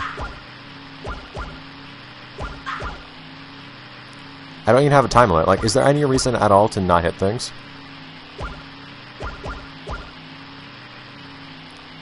I can't even remember what this level is supposed to be called. It's not, it doesn't have a name in this particular... It doesn't seem to have a name in this particular version of the game. But it had a name in the console version at least. Yeah, like, I don't seem to have a reason for not hitting things. So I don't feel too bad about the fact that I'm hitting things every now and then.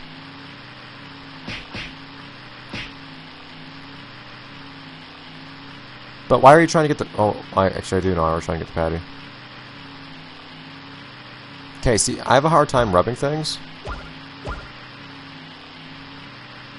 The game just doesn't seem to recognize it most of the time. Like, you've seen how I rub over the jellyfish, though, when they actually catch me. Like, it's not like I'm not rubbing. The game just doesn't care. Which way are you going, Bobbio? Like, what? I'm still not sure why I'm clicking on these things at all. They do nothing.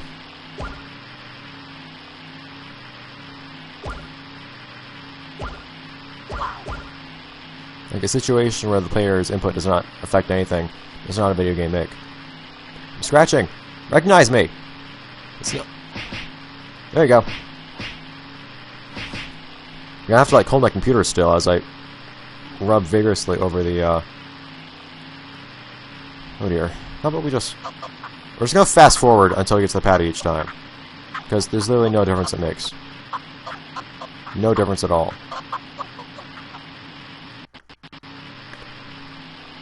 Then rub over the patty. Just a small amount of damage. Did I lose? Oh no, I actually have to beat it like that. So that's why I need to get rid of the obstacles. Oh no, I don't think I'm going to be able to do this, guys. I think I'm going to have to call it quits for this. You've seen what this is. It's and if it's like before, it's going to be the exact same minigame for everyone. So I think I'm going to call it quits here. That'll be it for this episode of Let's Play. I don't know, maybe it's just time between when you see the patty. Maybe I don't actually have to catch up to it at all.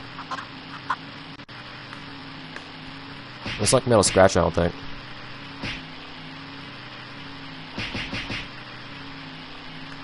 Yeah. I know it's gonna happen. So I'll try. But you guys have seen what it's like. So I think I'll see you guys in next time's episode of Let's Play Krusty Krab for the DS, where we try this out as... Come on. Starfish Man and Plankton, and hopefully actually end up not tiring out my arm so much, and seeing the ending at some point.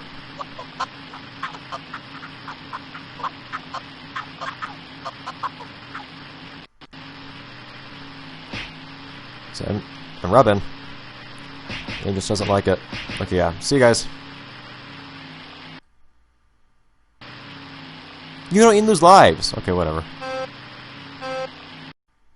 Welcome back, everybody. Let's play Krusty Krab for the DS. We finally got to the end. This game was really front-loaded with content. Like, there's... The length of things got really short towards the end. That was really weird. But, we're gonna try out the two different dreams. We saw SpongeBob's dream, and we didn't actually manage to get through it. So, good thing we didn't encounter a game we couldn't beat until the end. So hopefully we're gonna be able to beat this or Plankton's dream. But we have no idea what these minigames are gonna entail yet. It seems like it's gonna be a rehash of a minigame from each character's levels, so Starfish Man is probably the most likely for us to be able to actually pull it off. Yeah, we might be able to do this. Unless it's just gonna be a copy of what we do with SpongeBob. Oh yeah, see, I can do this.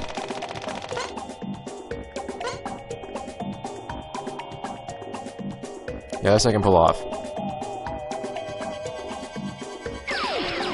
Yeah, because we've done this before. This isn't too bad. Okay, so we're guaranteed to actually see the ending at one point. Also, I apologize if it's kind of hard to hear me during this part. I realized last time I was editing the portion for this minigame last time, it was kind of hard to hit. I realized it was kind of loud and hard to hear my commentary. I might lower the game volume for this part this time. We'll have to see. It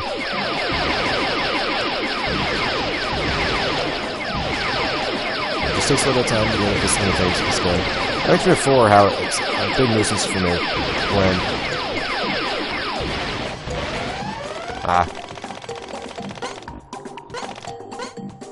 when you're supposed to do one thing.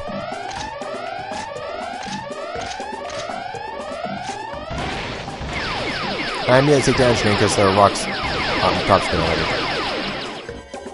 When you're supposed to use the bomb screen to do something on the top screen like this, and you don't like respawn.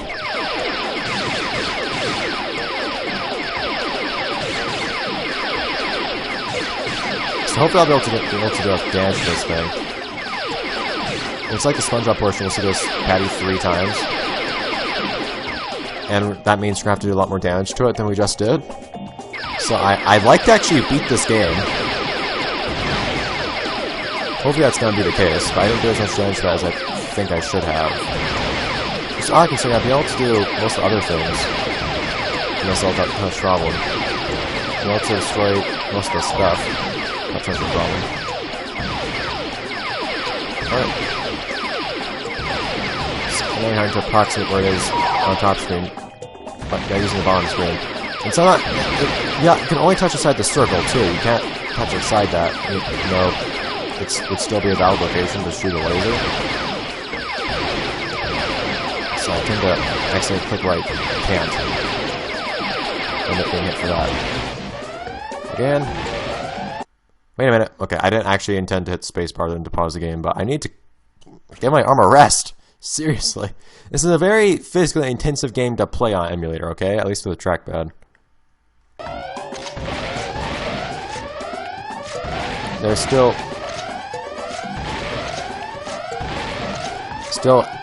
asteroids coming, which is interesting. So you're still taking damage the whole time. I guess that's the idea. If you're too slow on that part, you won't actually manage to survive it.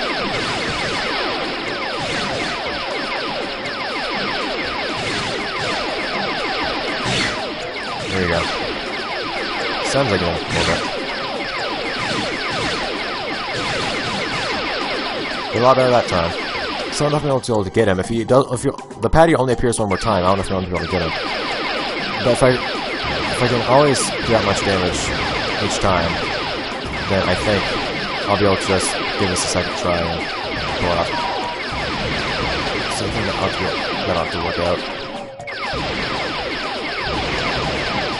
I don't know what minigame we're gonna have. In fact, I can probably guess what minigame we're gonna have. We're probably gonna have the patty chasing minigame a second time before Plankton. So I'm probably not gonna bother completing that. What I might do is I might just let's complete this minigame, presumably. I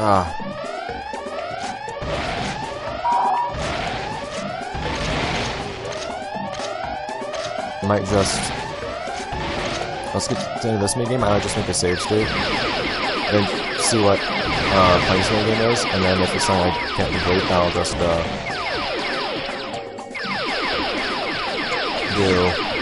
I'll just switch back to the save state.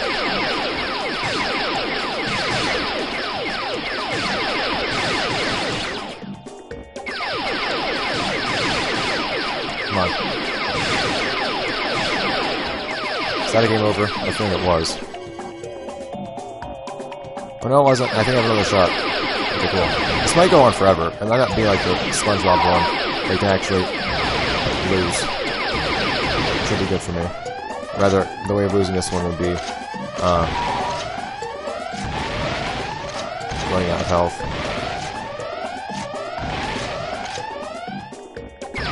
If it's that patty chasing me against Plankton, I'm not even gonna try it, then I don't think. Because that was horrendous last time. So let this game be a lesson to me, to always test out games, especially on the DS before doing them. Let's plays. There's a value to doing certain things blind in certain capacities sometimes, but on the DS at least I can't really afford that, because I don't know how to actually play the game. I might use touch controls so extensively in a way that I can't really work out on the emulator. Alright, come drink, Patty. Why is the Patty out its own spaceship? So we're not going to do anything with that. We're going to see first what Plankton's dream is like, and then we can see the ending. So what do we do this time?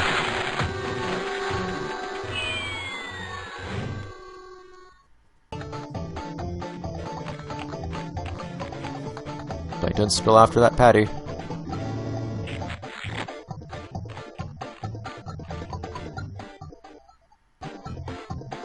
Instead of all of them working together, you can always only ever choose one to actually get the patty. It seems like an odd choice to me, but whatever. I'm just running after it. It's an actual level? What? Why?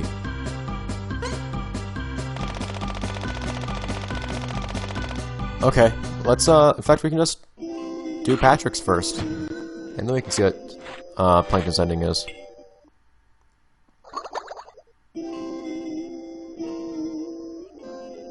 So it seems like we get a slightly different ending depending on who we finish. Because in this case, we saw Patrick eat the thing. We'll probably see SpongeBob do something similar for SpongeBob's, but we're not gonna beat SpongeBob's, so no worries. Alright, so now for Plankton. Come on. Really unexpected, an actual level. So, just like SpongeBob, oh, those are interesting looking jellyfish. So just like SpongeBob apparently, Plankton sleeps outside. See, oh wait, please. No, I don't want you to do this. What are you doing?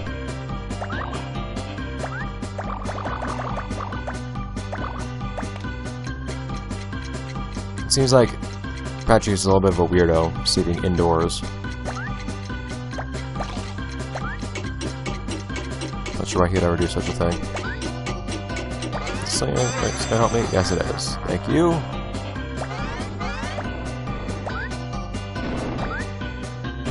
So there are 5 patties we need. Why are there 5 patties? Not just catching the one patty, there are 5 patties.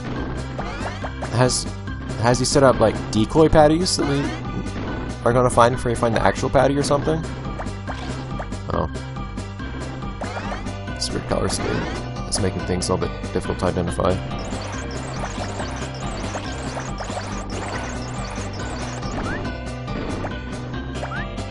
Alright, so, please. Why? Why don't you do this?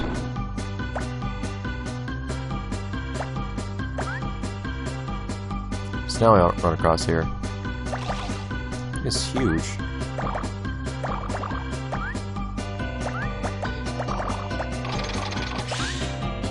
Okay. Next level. I didn't expect full levels. So I guess I'm going to try to do this whole thing in 5 minutes, which basically isn't going to happen. So it basically means this episode's going to be a little long. Oh, come on! And they crushed me. But I was next to it, and then it fell, and I didn't move at any point between those.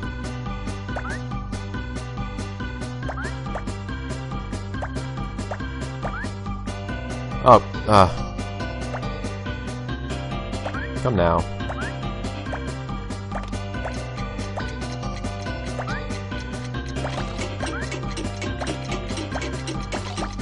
Alright. Here we go, this is what we need.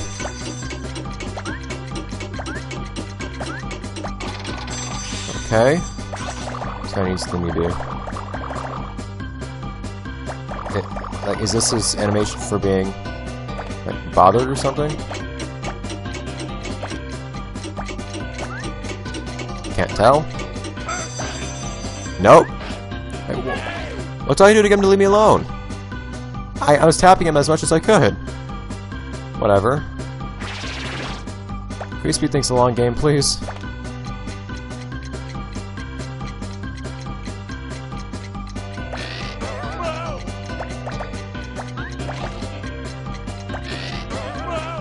I don't want to be here all night. I was slightly excited by the prospect of finishing this game.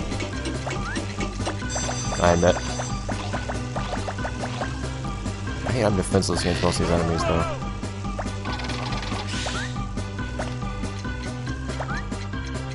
Oh dear. I'm nearly falling.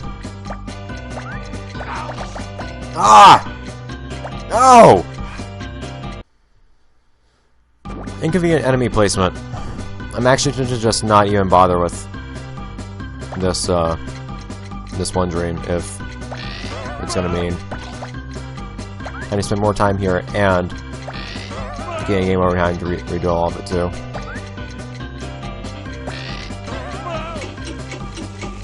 Because we know ending's hardly gonna change.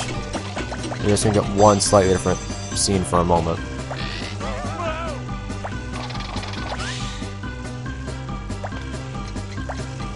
Yeah, let's not bother. Problem being that I actually have to go through Patrick's stream again. Wait, is it? Never mind. Yeah.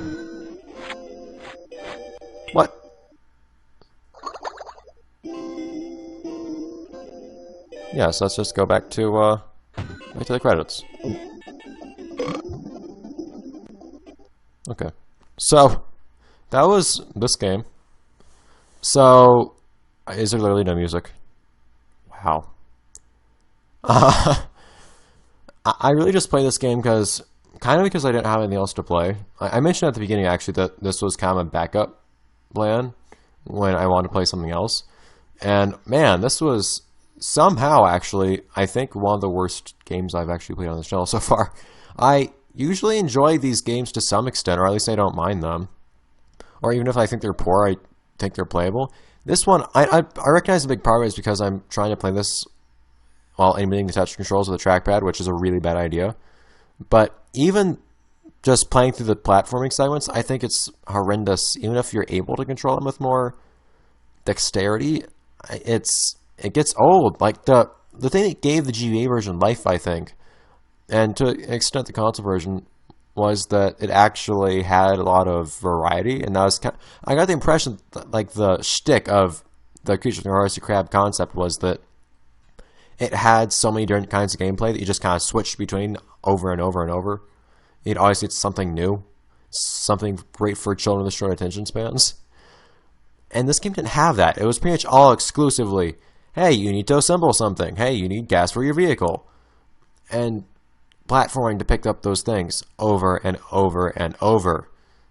And then a couple minigames, which were mostly okay, I think. I had a bad time with most of them, but that was mostly because of the touch control emulation that is really only my own fault. With the exception, I think, of that last Plankton one. I think that Plankton part would have been horrendous with how many enemies there were. My god, and how enemies were spawning in the middle of the screen and couldn't get to the top, so I had to divert all my attention to them. That would have been quite the adventure, I'm sure, if I wasn't using save states and the like. But in any case, yeah, so they actually have all the credit skins to the people who animated for this. I'm surprised they animated for this. That really caught me off guard. I don't really think it added much, but it was interesting to see. And it gave an interesting representation of the events, I guess. In any case, I think I'll be very happy to forget about this game whenever I do. This was unexpectedly unpleasant, actually. But there are lots of reasons I don't do too much in the way of DS games, partially because there is the problem of the touch controls. And two, like, my recording setup, the physical setup is just more time consuming to put up and all that. It's a little bit annoying. And I have to have the background that you see right now, the like ocean themed background that I actually ended up taking from the console version of the game. In fact, I think I mentioned it. I ripped the logo from the... Hey, Rob Lemon, as always. I always like seeing his name. I ripped the logo directly from the GameCube version of the game. I used a texture dump from Dolphin. And the background was actually just a screenshot, I think, if I remember right. But I just put that together in like 5 minutes.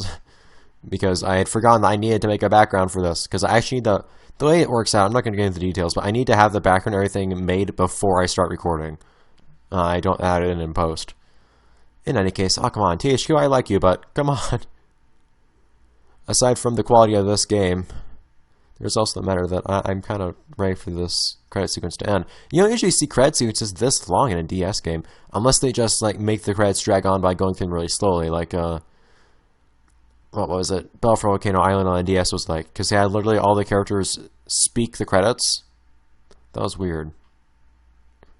Anyhow, so we had a couple episodes go over time in this playthrough, which I guess is not necessarily a good or a bad thing. Not expected either. This game just sometimes makes you want to keep doing it and actually eventually complete it, I suppose. At this point, though, I think I'm happy to be done with the Creature from the Krusty Krab games. I never really intended to play them in the first place, except for playing the console version just to make a point. And that point was mostly relating to the fact that it reused assets in a way that really bothered me. But that aside, it's really just... There's the issue, I suppose, of me running out of SpongeBob games to play, and that's kind of happening. I don't know what I'm going to do next. I might resort to older SpongeBob games, like the very much disliked, what were they, Super Sponge. That one I played minimally. I never actually owned it. As well as another game I never got anywhere near beating, I don't think, Legend of the Lost Spatula. That could be interesting to play through, I suppose. But for now, I think I'm at least for a short period of time, good on the SpongeBob things and Nicktoons things. I don't know where I'll get back to it, though, when I'll get back to it. I doubt it's going to be like months and months. I always come back to SpongeBob things eventually. It's kind of all my things on this channel. So, future plans are a little bit ambiguous, but they're there at least. More SpongeBob games will be happening. How many more, I don't know. It's just up in the air with regard to that. Sometimes it just doesn't really work out. I feel like I've seen special thanks already, at least once. Are we good? Here we go. Bink, I never knew Bink video format was available on the DS. Really? I've only ever seen that used for console games. It's odd. Whatever. Well, thanks, Bink. .bnk video format. No thanks for playing or anything, it just loops. Well, in that case. That's all there is for that. Two companies that made things I liked a lot, THQ and WayForward. Namely, Battle for King Bottom. Well, that was mostly Heavy Iron. THQ is just the producer for publisher, but whatever. As well as WayForward. They made Shantae, if I'm not misremembering things horribly. But in any case, I'll see you guys next time, next playthrough of whatever SpongeBob game. Probably all those two games I mentioned. But whatever the case is, I'll see you then. For now, I'm happy to be done. I'm happy. Bye, guys. Actually! Wait, the next SpongeBob thing I do is going to be very soon, I assure you. I assure you. In fact, it's going to come up immediately after this playthrough ends, so look out for that. It's going to be something very different. A very different playthrough of a game I've actually done before. But it's going to be a SpongeBob game, so be on the lookout. A SpongeBob game I like a lot, in fact. But I won't spend too much time pacing it. Bye, guys! Oh, I was gonna wait for the song to actually end, but they don't include the end of the song in this. Whatever. See ya.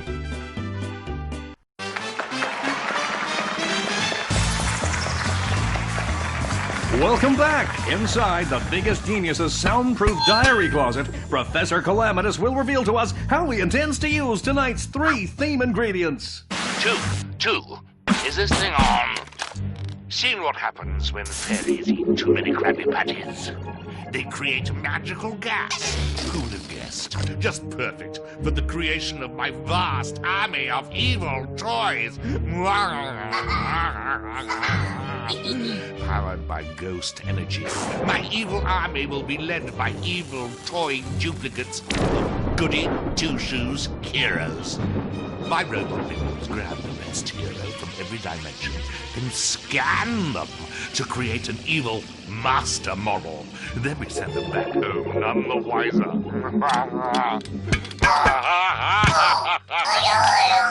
Krabby Patties, fairies, and ghost energy. How will our contestants' hero duplicates turn out? I prefer the term perfect evil sidekicks. Will these sidekicks be better than the original? Yes, of course they will. Will the professor shave off his ridiculous mustache? Never! No, not in a million years. What do you mean you don't like it? Will the most minuscule contestant become tonight's biggest genius? I'm not here to lose, so why not just give me the title now?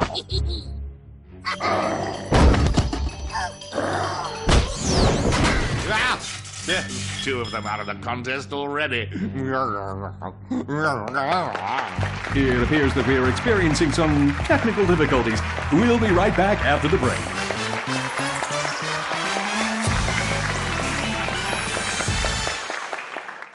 Hello everyone, this is Nicktoons Attack of the Toybots, which may not seem like very much on the surface, but it's easily my favorite Nicktoons game, which is a series that started with Nicktoons Unite and ended at Globs of Doom. I think this is the best designed out of all of them, and that it's actually quite extraordinary, so that's why I wanted to share it. I hope you enjoyed as much as I did.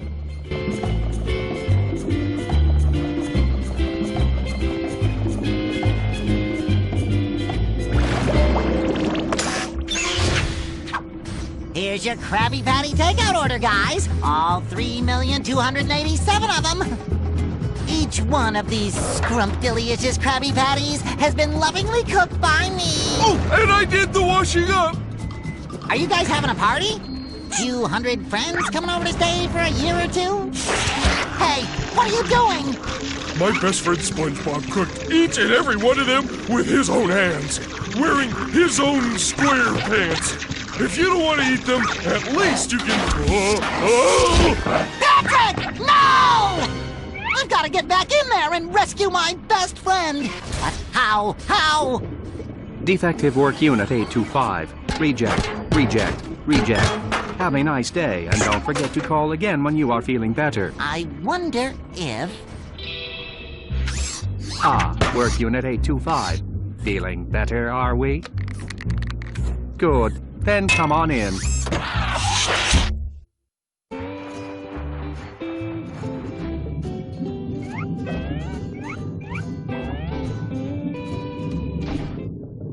SpongeBob, help! Whee!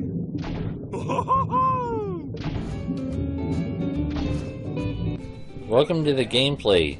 This is a 3D platformer, and from what you're seeing right now, it may look a lot like Battle for Volcano Island or Globs of Doom.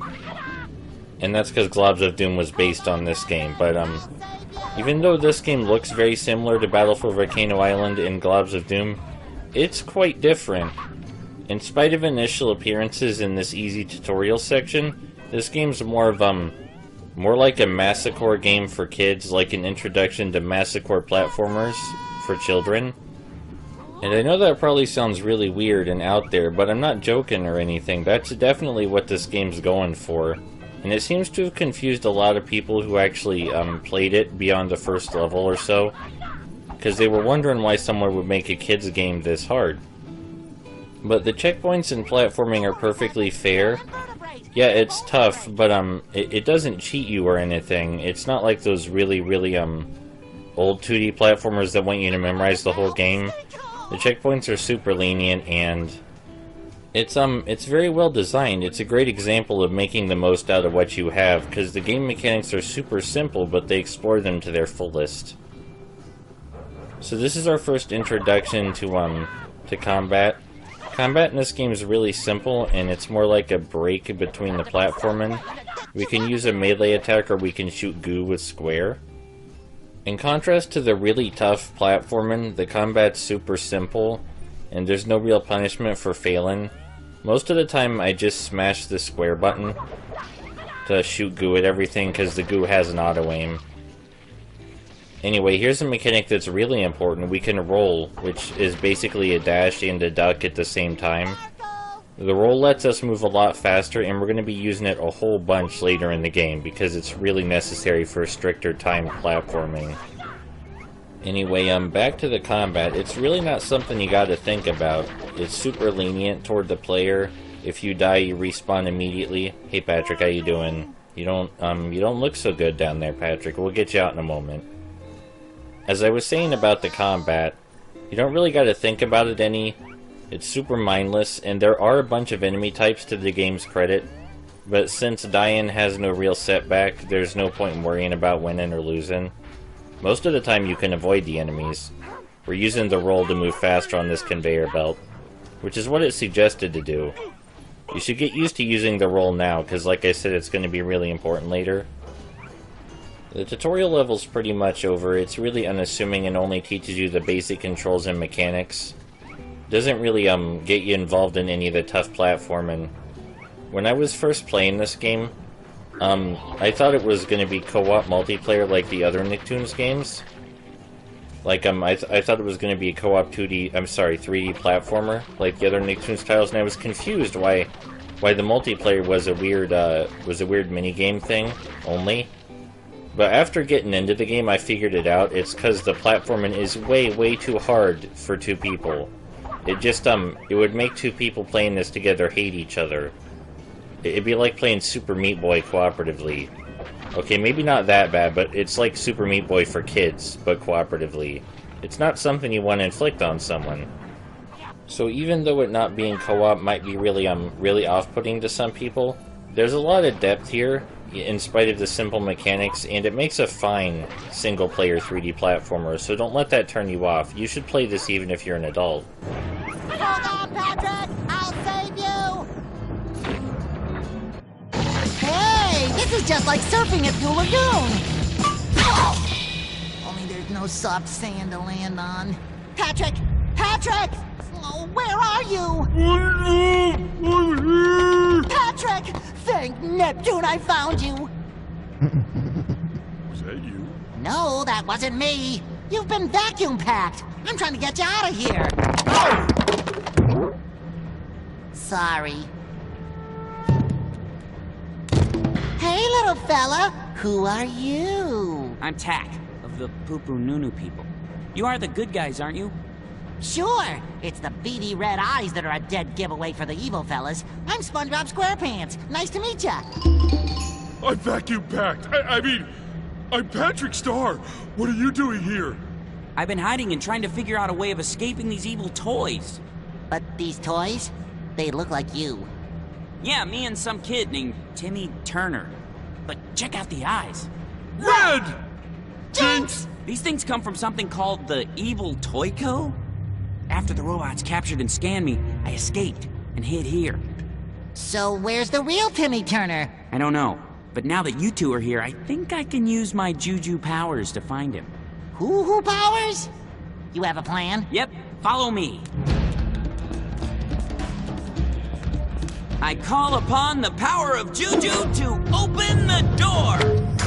Look, a vast and complex toy factory! This must be where they make the evil toys. Nice work! You've earned yourself a big tick, Tack. Toe!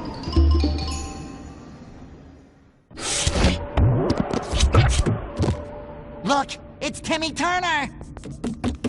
They got you too? Yeah. The last thing I remember was this really strange dream with UFOs picking me up. But looking around here, that was no dream. More like a reality nightmare. What about your helpful little flying friends? Maybe they could help. Maybe. Cosmo, Wanda, are you alright? No! We ate too many processed Krabby Patties. And now we feel all sleepy. But I need some emergency wishes! I'm sorry, Timmy. Between us, we've only got enough magic to make sure no harm comes to you and your friends. Well, permanent harm anyway. That's better than nothing, I guess. There he goes again. The power of juju tells me that there are other heroes here. Where? I don't know, trapped somewhere. Come on.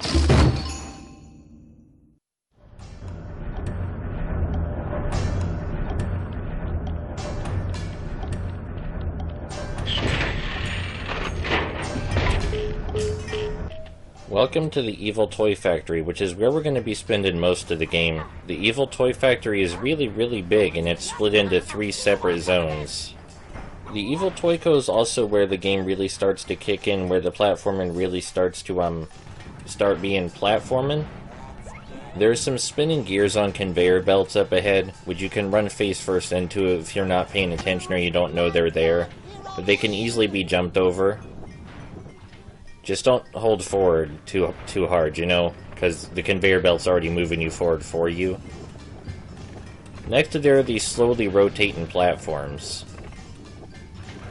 Nothing too bad here, just don't stand where the piston goes down. And now, the slowly rotating platforms have some of those spinning gears on them. If we touch the spinning gears, we instantly die. Touching any platforming hazard in this game will instantly kill you. You only have 1 hit in the platforming. It's an all-or-nothing kind of deal. The spinning gears are a lot easier to avoid here than on the conveyor belts because the platforms move so slow. They turn really, really slowly. I love danger. Whoops. We can grab onto certain surfaces by holding R2, kind of like we're playing Little Big Planet, except without the physics. That's going to be really important later, but not right now. Next is something that isn't really challenging, but you really need to remember. Sometimes there are switches in the environment. And if you're stuck somewhere and you don't know where to go next, it's probably just because there's a switch you haven't hit. The switches look really unassuming and blend in with the background, so just make sure you always look for them. Right here we just busted open a tube that contained fairies. And there are 500 fairies in total. Each tube contains 5 fairies. We're going to be collecting them all. They're really easy to find, but there's 100 of these fairy tubes in total, so it can be a little daunting if you don't know where they are. I know where they all are, though, so it's not so bad. These spinning top toys can fire homing lasers that you gotta move around in a circle to avoid. The homing lasers can knock you off of platforms if you're not careful, but they're usually not in a very good position to do that. So you shouldn't worry about it too much, just like most of the enemies. If you want to get all the fairies, you just gotta open the tubes every time you see one. This part right here with the platforms on lava, this is one of the earliest mandatory combat sections. There's not a lot of mandatory combat sections in this game, but they do happen. It's also an introduction to the toy block enemies, which take a lot of hits. I think they take the most hits out of any enemy in the game, and they can super easily stun lock you with their hammer. But since there's no punishment for losing, they're an annoyance at best. Like I said earlier, I think the combat's more of a break between the platforming. I don't think it's meant to be a really important part of the game. These trampolines, by the way, that we've been jumping on, they give you a free triple jump, basically, because you bounce off of them, and then after you bounce off of them, you can jump twice. The downside to this free triple jump is that you have less control over your character, because they're bouncing constantly. But that's the basic design behind those trampolines, is they give you a triple jump, but the cost is that you can't control your character as well, because they're bouncing. Anyway, that's it for the combat section. Nothing too hard platforming-wise there. You may have noticed these little bunny enemies. They can grab onto you and latch themselves onto you, and they can do that while you're in mid-jump, which will destroy you. Here's what I would consider to be the first bit of hard platforming in the game. This rotating wheel with rotating lava tubes on it. The lava tubes rotate at a different speed than the wheel, so even if you're moving with the flow of the platform, then the lava tubes will eventually catch up because they rotate faster than the wheel does. You may have noticed those little places with icons of characters like Danny and Gurr. We'll see what those do in a moment. But yeah, this is just more of the basic platforming mechanics so far, really, like the grabbing and the trampolines. It may not seem like too much so far, but you gotta remember, Blue Tongue Entertainment is a good developer, and they know what they're doing in terms of video game design pacing. So it super slowly builds up. And when we get to the space section of the toy factory, that's my favorite part. Hey Jenny. Did you know this is one of 2 Nicktoons games where Jenny is playable? This bit with the conveyor belts and lava cartridges, it's important to note that if you touch the lava cartridges even from the side, they will kill you. So this is a part where you might get lost easily. Remember to look for switches. Like that switch that I just hit, it looks like a part of the environment, but it's not. If you're noticing a lot of sharp cuts in the video, like where the characters mostly end up in the same place, but it's very clear there was a cut or an edit, that's because I'm editing out my deaths. I die a lot in this video game, even though I practiced it meticulously, because it's a hard game. You know. So I'm sorry if the edits are jarring and all, but you're just gonna have to deal with that, because I do die a lot. I probably died hundreds of times in this game. It's just part of the experience. I understand that probably frustrated a lot of people, but again, the checkpoints are really fair. It's just that you're usually not going to beat a platforming challenge on the first time around. That's usually not how it goes. That double jump had to be really well timed. When I first started playing the game, I thought that double jump was kind of scary because of how well it had to be timed. But it seems like nothing now that I played the game more. Up ahead there's more trampolines, and we get our first extra section that we can access with the character we have. This one's for SpongeBob, and we happen to be playing as SpongeBob, so we can access it. Let's go sliding!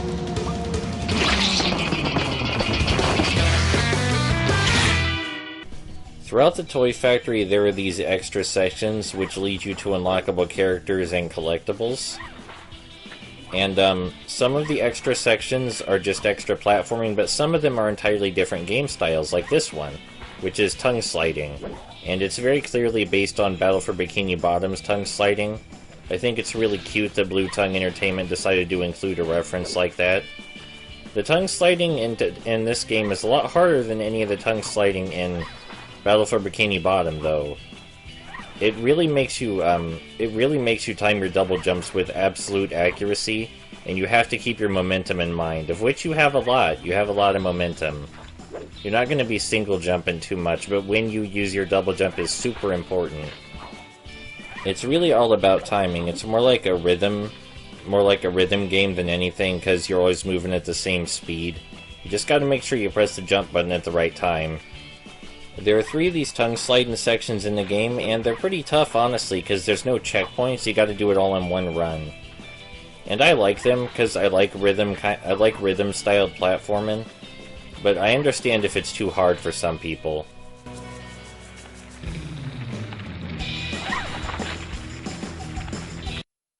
And after we complete one of those optional sections that we can access using only specific characters, we get taken to a Master Model Chamber.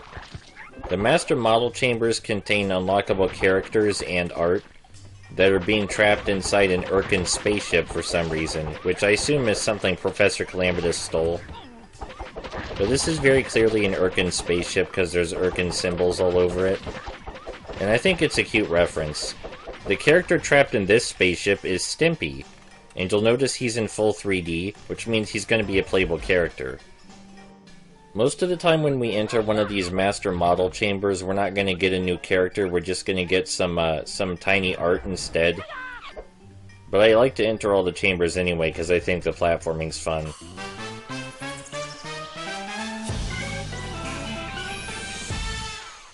But anyway, this time we unlock Stimpy, and he's now a playable character, which is a little weird. I'm not gonna lie, I think it's very strange that Stimpy is a playable character in Nicktoons Attack of the Toybots. Doesn't seem like he really fits with the general atmosphere here. It's more these rotating platforms with the lava, except this time they're slanted, which makes them slightly more difficult, which of course is the point. Anyway, that's it for the first video.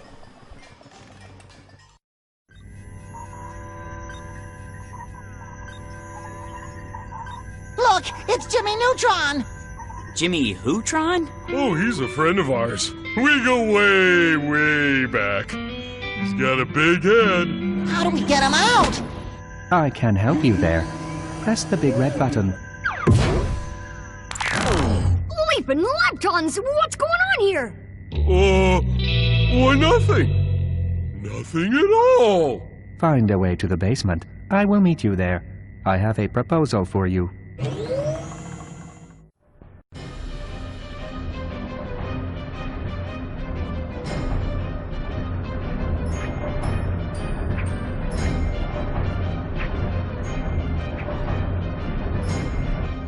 Okay, we're back to Toybots, and we're still in the Factory Zone 1, but we're going to finish Factory Zone 1 in this video.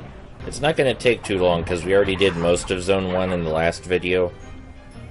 But we have some cleaning up to do. In the story, of course, our goal right now is to make it to the basement, so we can talk to that mysterious fellow that told us he'd give us advice. But in the gameplay, for gameplay purposes, we're just trying to finish Zone 1 and grab all the master models. The platforming in this section right here is pretty tame, but some of the moving platforms later will get way more difficult. So maybe this is just meant to be an introduction to moving platforms.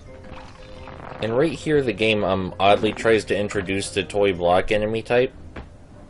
And I don't get it, because we already saw the toy block enemy type, and these guys aren't any different, they're exactly the same. Most of the enemies don't get a cutscene either, so I'm not sure why these toy block enemies got a cutscene, especially since we already saw them before. So before, the platforming we did on trampolines was pretty harmless, but this time we gotta make really good use of that triple jump if we want to jump over these gears, or we can just wait patiently, but I really don't like waiting patiently. This game's platforming is really fast most of the time, so waiting's just not my thing. There's sometimes the game will ask you to wait, but if you're skilled enough you can circumvent that, which is something you'll see really late in the game. This upcoming hazard with those fired pokey things popping out of the ground, this hazard always confused me, and it still does confuse me. The idea is to memorize the pattern that they pop out of the ground and avoid landing on them, but I never have to memorize it and I just luck my way through it every time, so I can't really give you any advice on that section. Also, it looks weird in general, so I try to pretend it doesn't exist. Some more trampoline platforming in this part, this time over an open pit in addition to the hazard moving up and down just like the gears earlier. It's slowly easing you into the harder trampoline platforming we're going to be doing later. I mean, I guess it's nice that it tries to ease you into it, but it's such a jump in difficulty that I'm not sure any amount of easing is really going to help, because you might not even notice they were trying to do that. Time for attack. if it lets me in the tube. I call upon the power of Juju!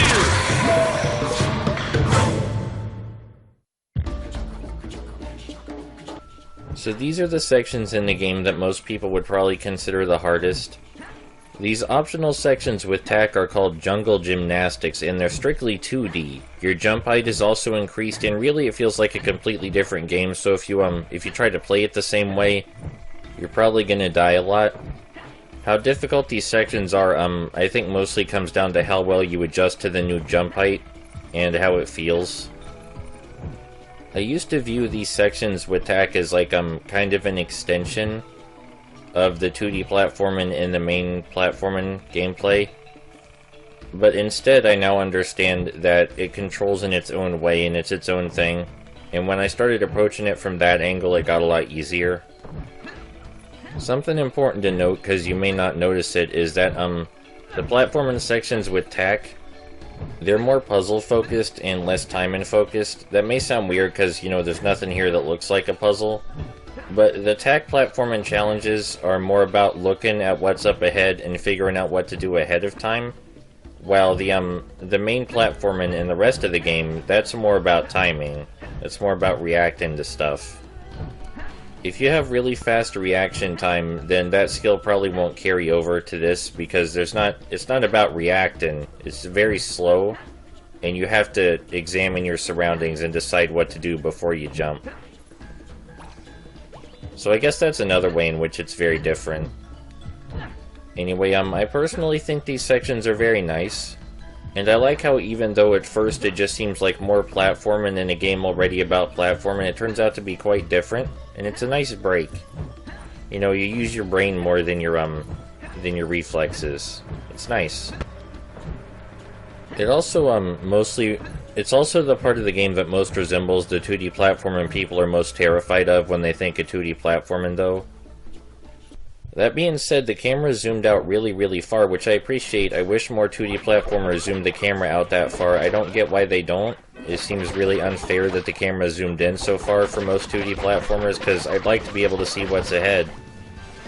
Anyway, we're in the master model chamber now, and just like before, we just have to destroy all the enemies, and then a button will appear so we can free the master model of Otis. Otis isn't in 3D, so he's not a playable character. But that's okay, because it's not like the Nicktoons have their own unique abilities or anything, they just have their own lines.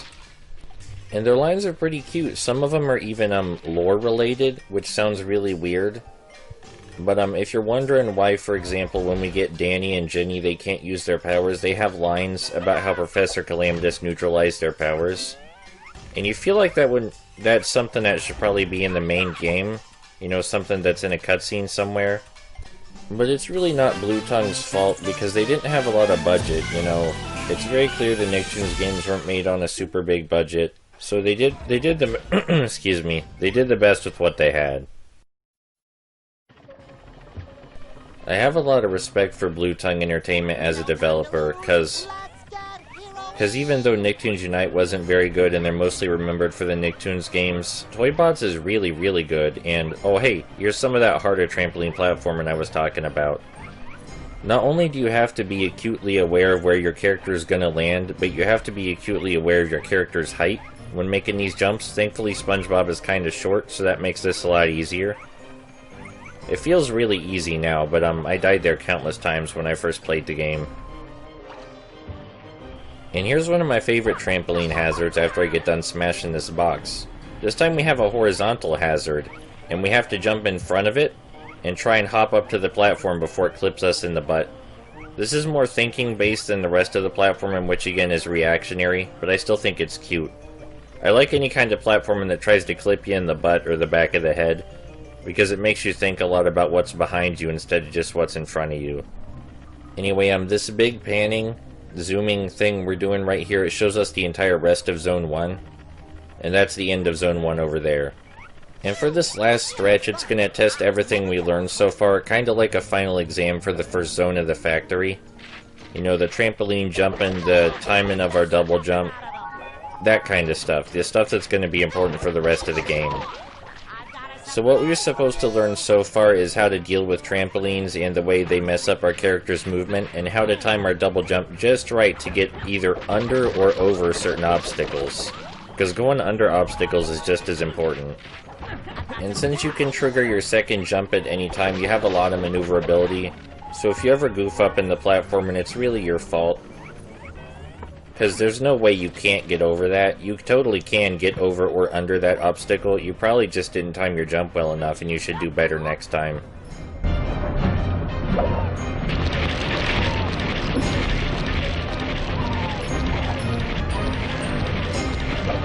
So, you see, it's the energy from the ghost zone that will power my evil toys. And that is why I will be named the biggest genius. Not before I name you the worst boss in history. Ah, hello intruders. I am Chadbot. Professor Calamitous is hardworking and underappreciated helpbot. He makes me work too hard here, and as for that mustache... Chadbot, I'm not big on the lip caterpillar either. Do you think you could help us contact our friend, Danny Phantom? Jimmy Neutron, you're a boy genius! Danny knows everything about ghost energy. With his help, we can stop the professor and save the toys from becoming evil. What do you think, Mr. Chadbot? Can you help us? Help you?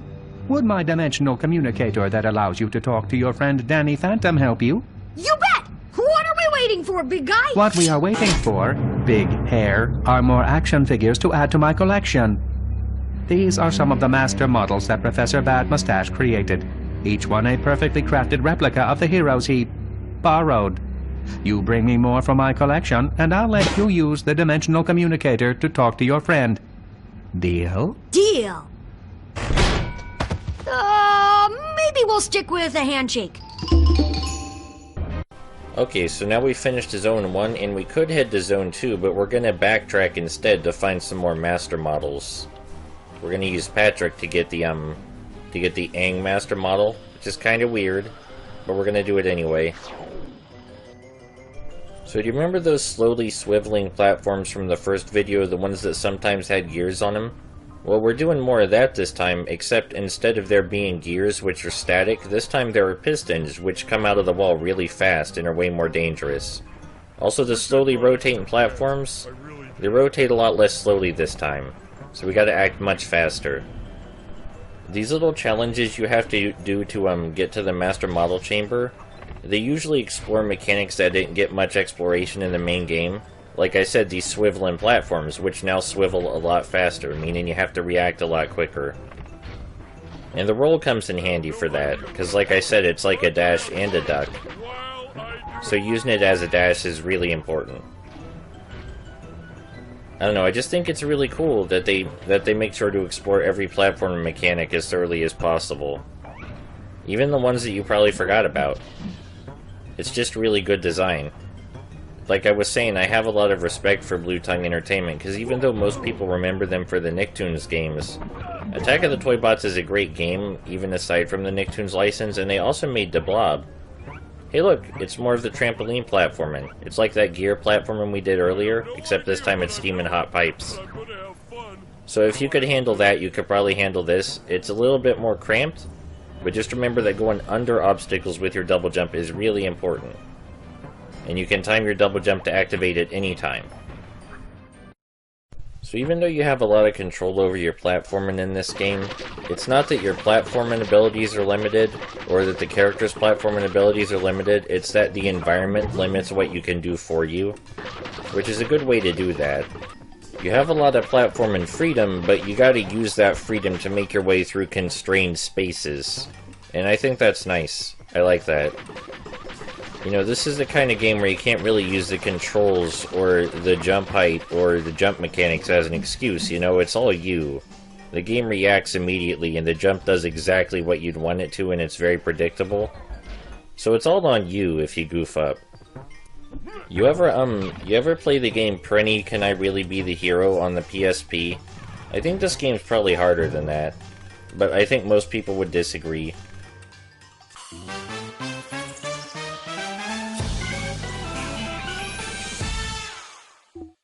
Because most people have a lot of problems when their platforming mechanics are limited like they are in Prenny. Like, your platforming mechanics are very deliberately limited in Prinny. You have a very rigid jump arc, and your double jump works in a very specific fashion. It's very robotic.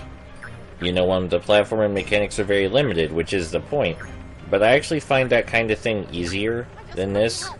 Because when the platforming mechanics are limited, I already know what I can and can't expect to happen when I press the buttons. But when the platforming mechanics are as loose and fluid as they are in Attack of the Toybots, the environment can be as crazy as it wants. Technically, nothing's off limits. Because if the game reacts immediately to what I do, and I can change my jump height, and I can control my double jump at any time in the air, then the environment is allowed to do whatever it wants, because it doesn't have to worry about platforming constraints. You know, what's physically possible is very open in this kind of game. In Prinny and games like it, because of the limited platforming movement, there's only so many kinds of jumps you can do, and only so many ways you can... Good news! You have rescued 100 fairies, but there are still more to be found. Do you see this cardboard thermometer? It goes up to 500. You have only found 20%. When you have rescued all 500, I will reward you. What are you waiting for? Get out there and find the rest! That's why I think this more free kind of platforming is more difficult than the more rigid kind of platforming. Because I know what to expect more with rigid platforming. That's about it. Okay, so we're in the Master Model Chamber again, and this is the last Master Model Chamber we're doing in this video, and then in the next video we're going to move on to the second factory zone. Lots of toy box in this Master Model Chamber, which I think I already said I think are the enemies with the most health. A lot of hits they take.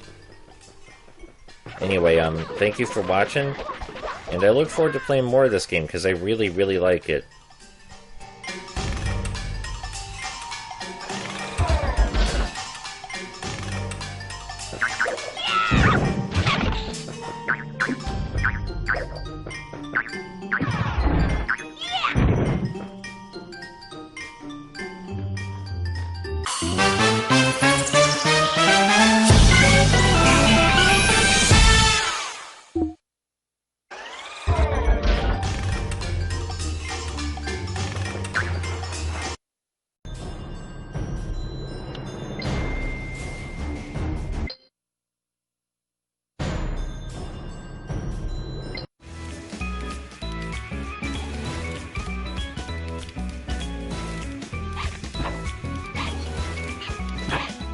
Hello, welcome back, and now we're in Zone 2 of the Toy Factory, and this part of Zone 2 is vaguely car-themed.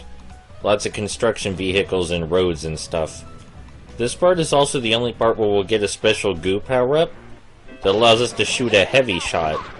A heavy, slow shot that deals more damage. And I don't know what this is for, because it never reappears. Maybe they meant to use it in more situations, but just kind of forgot. Because this is the only place you can get this goo shot. And I don't know if it's any better or worse than the regular goo shot, but the regular goo shot works just fine. You know, just tapping square to spam it works okay. I don't know how quickly the big goo shot, heavier goo shot I should say, breaks the fairy glass. I never found that out. Since this part of the zone is toy themed, we're going to be doing a lot of riding on packaged toy cars. This is the easiest ride. It takes us over to some trampolines, and we can use the trampolines to skip the rest of the dangerous stuff. The rest of the platforming in this zone won't be so lenient. I like all the tires and little gas stations and stuff. I think it really adds to the atmosphere. It's super cute. Oh, by the way, speaking of stuff that won't appear again, the heavy goo weapon isn't the only thing that won't appear again. This car we're going to jump onto that'll take us in a big loop-de-loop, this never happens again. This is the only time we ride a car like this. We never have to do this again in the whole game. I fell down, but we respawned up here, so it's okay. Yeah, for some reason you never have to do that again, not even in the extra sections. It's a little weird. I remember this part of the level really well, because I really, really like it. It's kind of hard to talk about, though, because all you do is dodge left and right real quick. If you touch any of the colored paint, or whatever that is, you die instantly. I think it's to paint the cars and stuff, probably. But I really like this section, and I like sections like this in other 3D platformers and 2D platformers. And I don't know why, I just think they're super fun. It's a really simple idea, it doesn't have a lot to do with platforming or anything like that. But I just always think it's fun to dodge things like that real quick, left to right. We're not in a point yet where the game's slides will have hazards, but we'll get there eventually, don't worry. So I stick around in this area and shoot goo at all the toy cars and the bunnies and stuff and all the enemies, but you don't gotta do that. You can just walk straight to the next area. I did this because I was under the impression this was one of the mandatory combat sections, but it's not. So I guess I probably should just checked. So now after I check back, because I think I missed fairy glass, but I didn't. Yeah, there's no fairies back here. Now we're going to jump across some more packaged plastic cars, but we're not going to be doing it for very long. The idea behind this platforming section is simply to hop back and forth between the cars. Like, you hop to the back row to avoid the sign in the front row, you hop to the front row to avoid the sign in the back row. But we're not going to do that for very long, because up here is a special area that only Stimpy can enter. And you remember how I said I like dodging stuff left to right? Well, there's something I like even more than that, and it's dodging stuff while climbing. While the climby thing is moving. Is there a word for this, where you're climbing on something, but the thing you're climbing on is moving, and there are hazards, and you have to avoid them while climbing? Because this is probably my favorite platforming hazard. And it's not even really a platforming hazard, but I really, really like these. I'm almost always great at them. So we're here at another master model chamber after completely destroying that optional platform segment, which is a good thing. It's one of the few things I'm really good at in general in life. But this master model chamber has Doofus Beaver in it, and I don't remember anything about that show. I know there were beavers in it, and one of them was blonde. That's it. That's all I remember. You know, I was wondering what I was going to talk about during the Master Model Chambers, and I was thinking, oh, I'll just talk about the cartoons and how I feel about them. But I can't remember this one. I can't remember this one for the life of me. I remember most of them, just not this one. Was it good?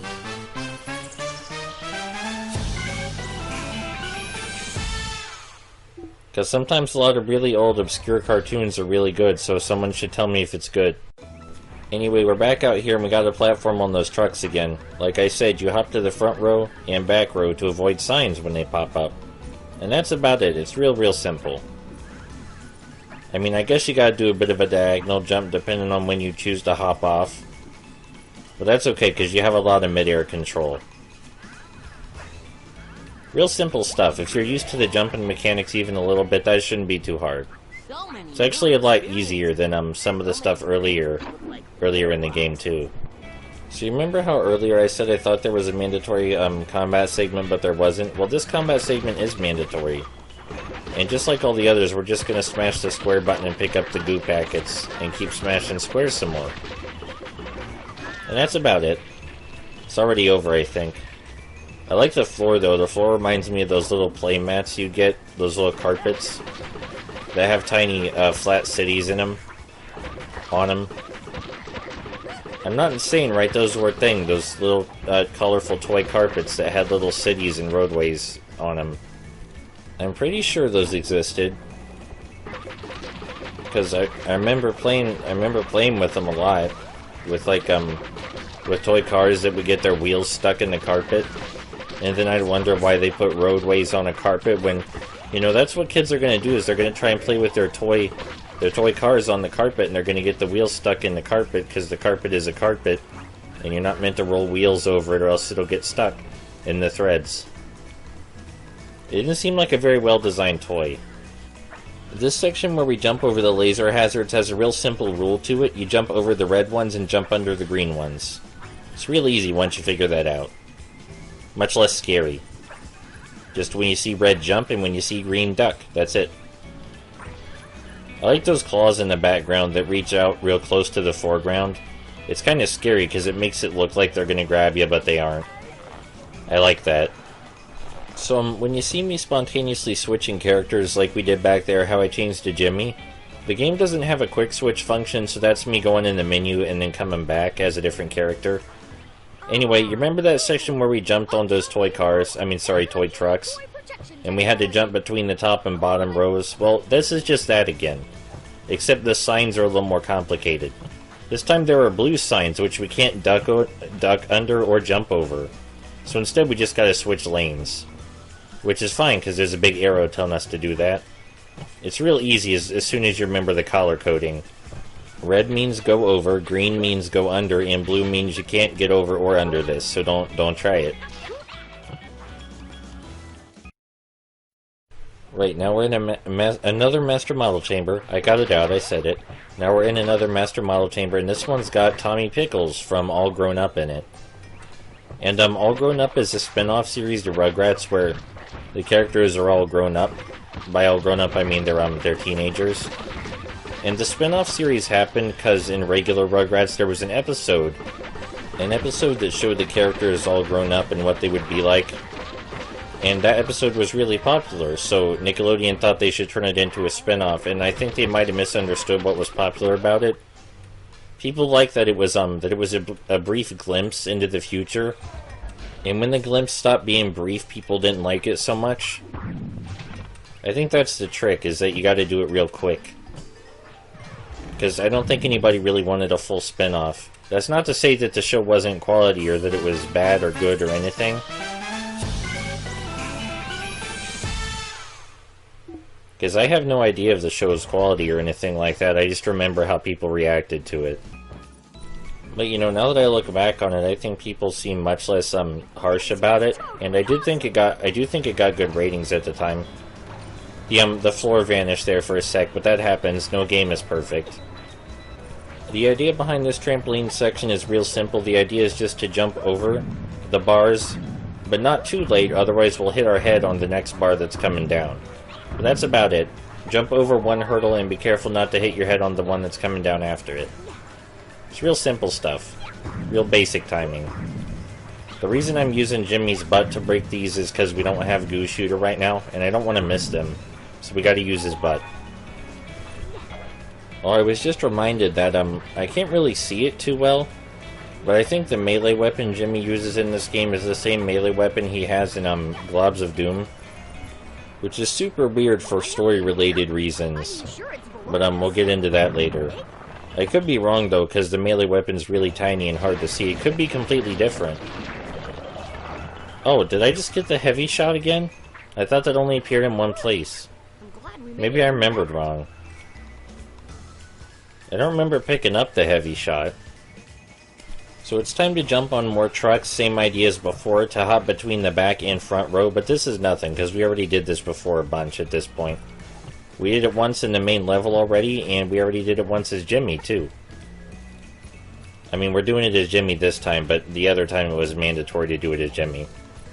It's nothing too scary, it's just everything we've seen so far all smashed together. Red means jump over, green means duck under, and blue means get away. That's it. It's all simple. I like the way this game does that, though. They introduce an idea, and then expand on it slowly as the level continues, like this. We already saw this idea before, kinda, but now it's even more complicated. Now we don't have to just worry about bumping our heads on the one that's coming down. We have to worry about getting clipped in the butt by the one that's coming up. The timing's actually pretty much exactly the same. The trick is not getting psyched out by the extra hurdle. Now, do you remember that section really early at the beginning of the level where we hopped on plastic cars? And it wasn't trucks, it was just a single line of plastic cars and it was 2D? Well, we're doing that again. This time there are no trampolines to save us, though. It's not that tricky, you only have to single jump, but you want to jump at the very end of the car. So that way you get the maximum amount of distance possible. As for the trampolini bits, they're real easy, especially compared to the trampolini bits in the first zone. This next platforming section probably seems really scary, unless you've seen it in other platformers, which I have. We're riding these moving platforms that give out under us at a certain time, so we gotta hop to the other moving platform before that happens. I don't really think it's that bad after you figure it out. The hardest part is jumping over the hurdles, not jumping between the platforms. That's the tricky stuff. And up ahead after we stop sliding is a hazard I've also seen in a bunch of other 3D and 2D platformers. This is one that used to always get me when I was little. Like, without fail every time. You jump on a platform that moves up, and it moves up towards spikes, but oh no, you gotta jump to get to the next platform, but if you jump too high, you'll jump into the spikes and hurt yourself. That always used to get me as a kid, because I'd wait too long to jump, and jump right up into the spikes. This is a classic platforming hazard. I don't know if it appears as much as some of the others in this game, but I remember it a lot from when I used to play 2D platformers a bunch. I don't play 2D platformers so much now. They're probably a lot less unfair now and probably have a lot less trial and error in them, but you know, bad memories. I've been trying more 2D platformers and I've been happy with it so far. It's hard to shake off the bad memories of the SNES and NES era of 2D platforming. So, this time we're riding an elevator, but the elevator's made out of these platforms that give out from under us. This one's just about memorizing. You're probably gonna fall the first time because you won't know which ones fall, but since I memorized it, I know. There's not a lot of memorizing in this game, but that's one place where it's definitely important. And then again, I think as of my recording commentary, I have the whole game memorized, but that's because I played through it twice, 100%ed it twice in one day. Okay, so it's time for more moving platforms that fall. Only this time, the hurdles come in two varieties, the red ones and green ones. Like I said, the game likes to take previous ideas and throw them together like this, and I'm a big fan. If you're looking for a bit of relief because this section's too hard, then as soon as you reach the trampolines, you can breathe easy. Because you only got to use the trampolines for the rest of this section, you don't got to use the platform down there anymore. Alright, it's time to get SpongeBob for another slide level.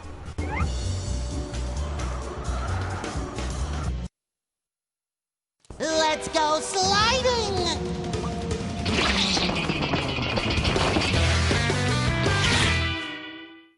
So I don't actually remember a bunch about the second SpongeBob slide level. That's not to say it's bad or anything like that, it's just, I remember the third and first ones really well, because in the first one you gotta get used to the controls and how precise they want you to use your double jump. So it's gonna stick in your mind, because it's when you first realize how hard these sections can be. And the third one does some really, really weird stuff. But, okay, I shouldn't say really, really weird. It just does some slightly weird stuff that'll probably throw most people off. But this second slide section is just more the first, really. So it's the one I remember the least, and I almost always get it on my first go. Unlike the first and third ones, which I goof up a bunch. At the very end of this one, instead of the walls coming from the sides, the walls come from up and down, which I think is a bit easier to time. But it's still a tight squeeze. The whole idea behind this, just like the last one, is to time your double jumps just perfectly.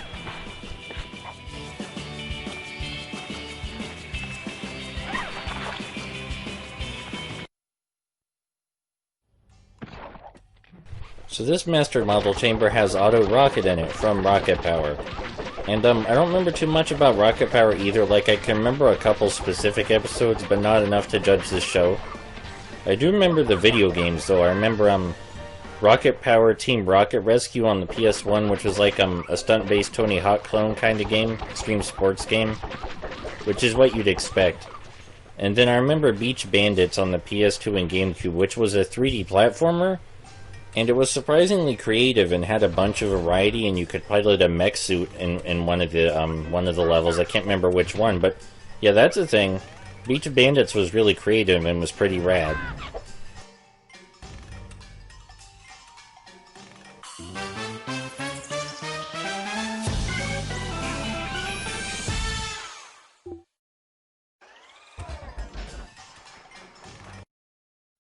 Welcome back to normalcy, or relative normalcy, because we're still playing Attack of the Toybots. But, did you know that talking over, like, 27 minutes of footage is actually surprisingly tiring? It's normally a lot less tiring, because there's cutscenes to break it up, but talking over 27 minutes of straight footage is actually, a little bit tiring. It also reminds me that, that I don't get why people complain about gameplay length so much. Because when you're talking in terms of pure gameplay, even 15 minutes is a long, long time. Great news! You have rescued 200 fairies, but there are still more to be found. Do you see this cardboard thermometer? It goes up to 500. You have only found 40%. When you have rescued all 500, I will reward you. What are you waiting for? Get out there and find the rest. Even really good things like Gun Force are only 12 to 15 minutes long. Anyway, now it's time for those 2D hard pop and hard cop. Let's try this again. It's time for more 2D car hopping, but this time the trucks are here too. Which means we have to wait till the smaller cars come along so that way we can jump under the green hurdles. It's real simple stuff, you just gotta be patient. And then there's just some trampolines, no strings attached here. And I mean that, there's no hazards or anything, just a couple trampolines. And then we're back to more car hopping. Like I said, the zone of the factory is car themed.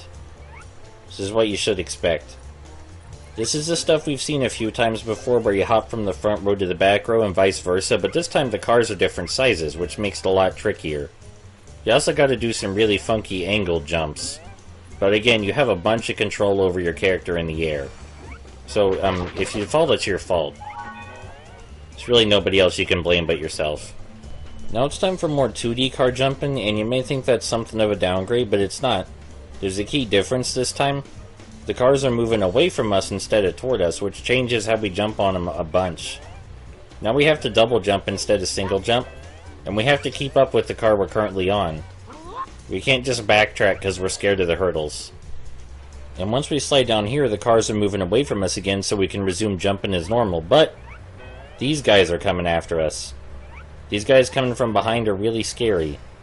In order to evade them, I recommend single jumping across the cars and only jumping when they appear, so that way you can use your double jump to get over them. Like this. If you do that, it should be easier. Not easy, but a bit easier. So for this one, you might be ready for mostly the same thing, but the trick is the hurdles are coming toward us this time instead of up from behind. You might figure this would make it easier, but I actually think it's kinda harder. Because sometimes if you double jump too far ahead, you'll miss the car you're trying to land on. And sometimes you'll double jump too short because you're worried about missing the car. Up next is another one of the exclusive TAC platforming sections, or I should say TAC exclusive. So we're gonna go do that now.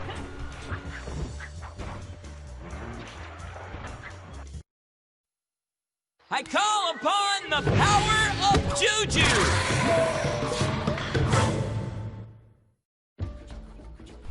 I remember when I was younger, I thought it was really weird that one of the special character gimmicks was more platforming. But I guess the sponge slide's just more platforming too, isn't it? It's just really faster, a lot faster platforming, with a lot more momentum to it. So when you look at it that way, two of the special character gimmicks are platforming related. The third one's not though, but we haven't gotten there yet. So the unfortunate thing about the TAC segments is that there's not a bunch I can say about them after the first one, because well, I already explained the idea behind them. The idea is to examine what's up ahead, and then after you figure out how to tackle it, you do that. It's like really simple, quick puzzles. You just gotta figure out exactly when you should be pressing double jump, and you got it figured out pretty much.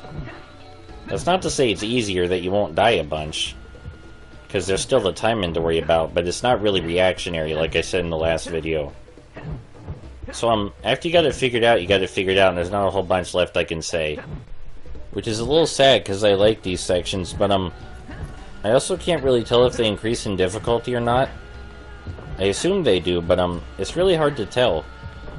I seem to die roughly the same amount of times on all of them, and I seem to get through them with about the same amount of ease each time too. A couple of them have unique hazards that I attribute specifically to that section, but aside from that, there's not a whole bunch. We can talk about how the background looks really weird and funky. It's like a robot jungle kind of thing, with like green rain and weird computer stuff, and like those windows back there are really trippy. I like those windows, and I like the skybox outside. The background just looks really nice. It fits the atmosphere really well. But that's all I got. That's all I got to say about this.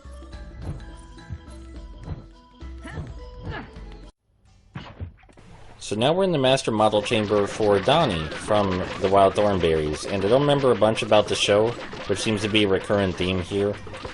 But I do remember they had a crossover movie with Rugrats, and I distinctly remember that Nigel Thornberry is voiced by Tim Curry, who also voices Professor Calamitous, which is my favorite Nicktoons villain.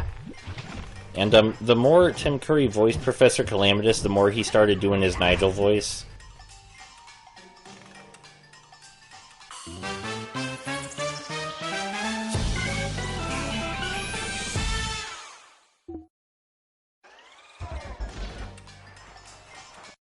Like, you could always tell it was Tim Curry doing the voice for both Nigel and Professor Calamitous. But when Professor Calamitous first appeared, his voice was distinct.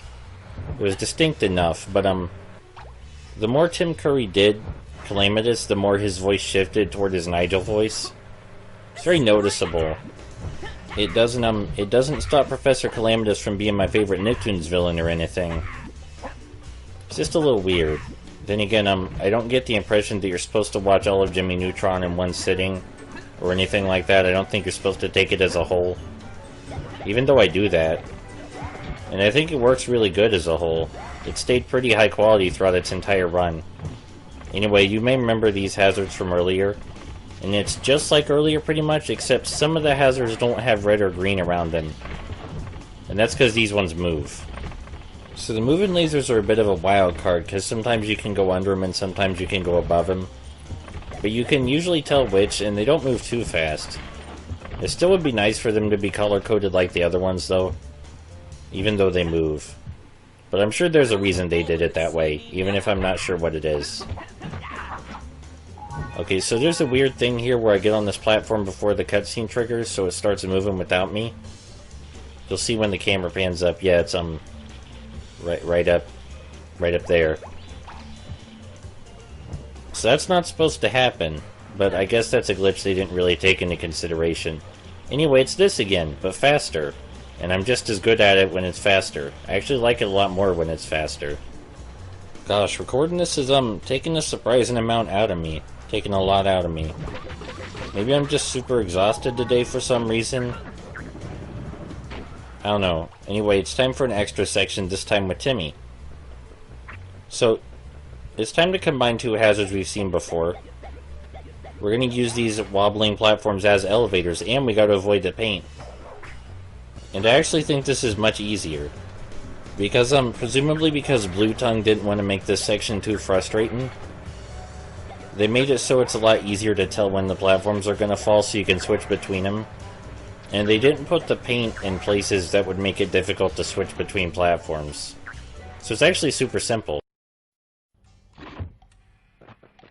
We're in the Master Model Chambers, and this one is for, I think it's Rudy to Booty from Chalk Zone. I'm not gonna say I don't remember anything about Chalk Zone, because I remember the theme song, and that's something, right? That's something. Rudy to Booty's a funny name. You know what, this isn't going as well as I thought it would. I thought this would go a lot better, because I thought I'd remember these shows a lot better. I can talk about Fairly Odd Parents a lot, but we're playing as Timmy. We're not rescuing Timmy anymore. We already have him. We're playing as him right now.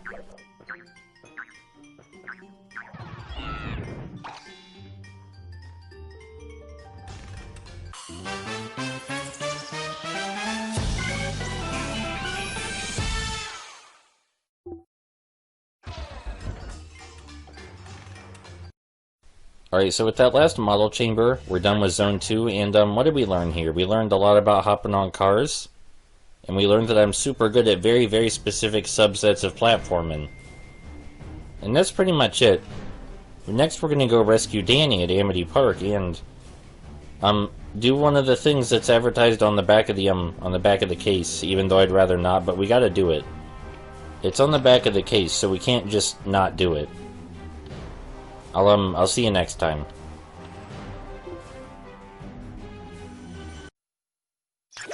What? I said I wasn't at home when Professor Calamitous' invading toy army took over my house to use the energy coming from the ghost portal. And now it's surrounded by big tin robots that look like Sam and me. That's what I thought you said. We have to stop Calamitous stealing any more ghost energy. You and Sam need to meet me at the Amity Park Evil Toy Co. outlet, pronto. What are you gonna do? Don't worry, I have a plan. See you there.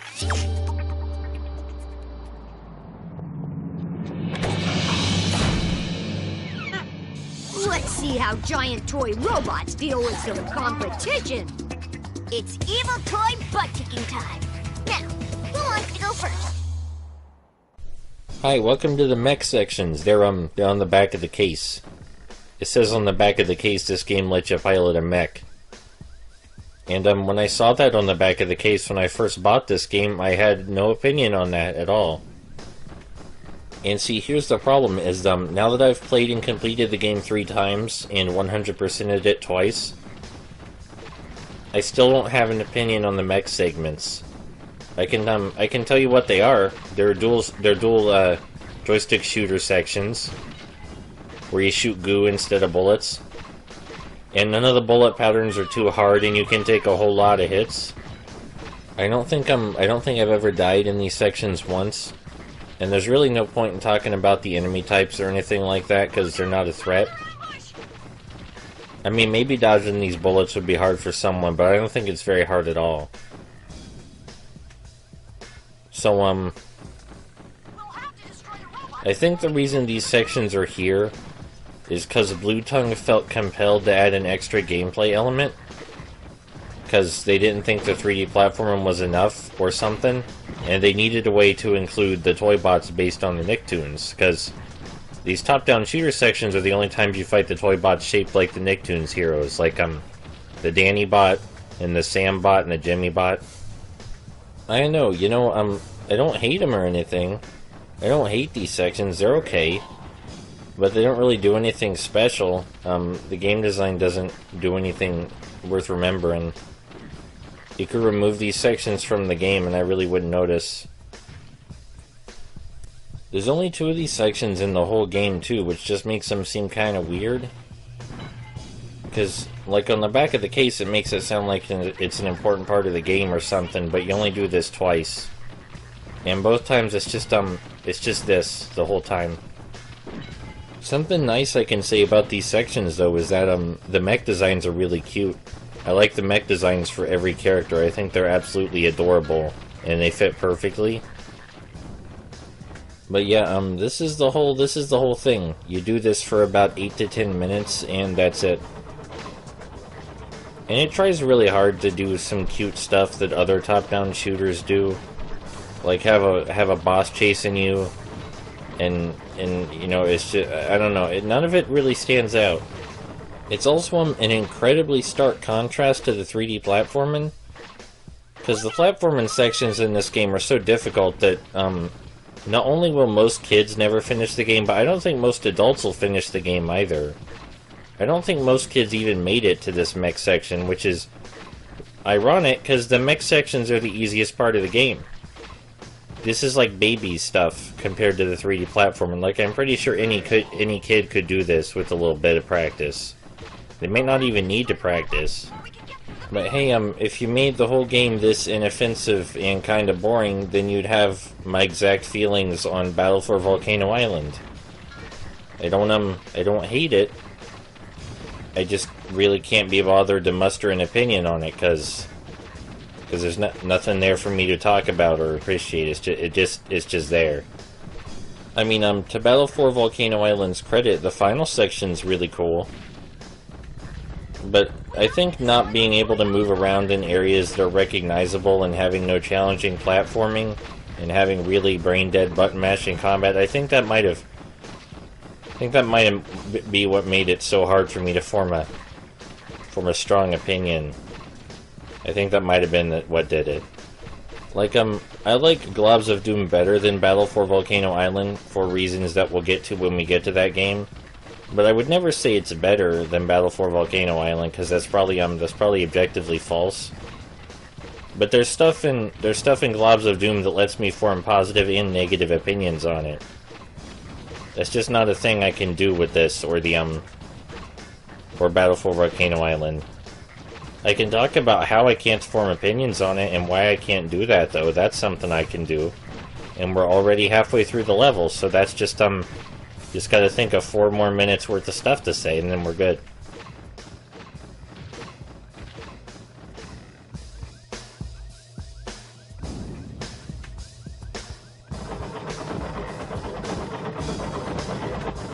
Okay, so after that little cut, it's boss time. We gotta run away from the Jimmy Tank, and then we gotta fight it. And then the level will end. The fight against the Jimmy Tank goes really, really fast. Super fast, so there's not a lot to say. I do want to ask why, though? Why a Jimmy Tank? What does Jimmy's head being on the tank add to the tank? I'm not sure Professor Calamitous thought his playing out super good, because Jimmy's head doesn't really add anything to the tank's tankness, does it? Does it make it more durable or something? Because it's still just a tank, right? Right?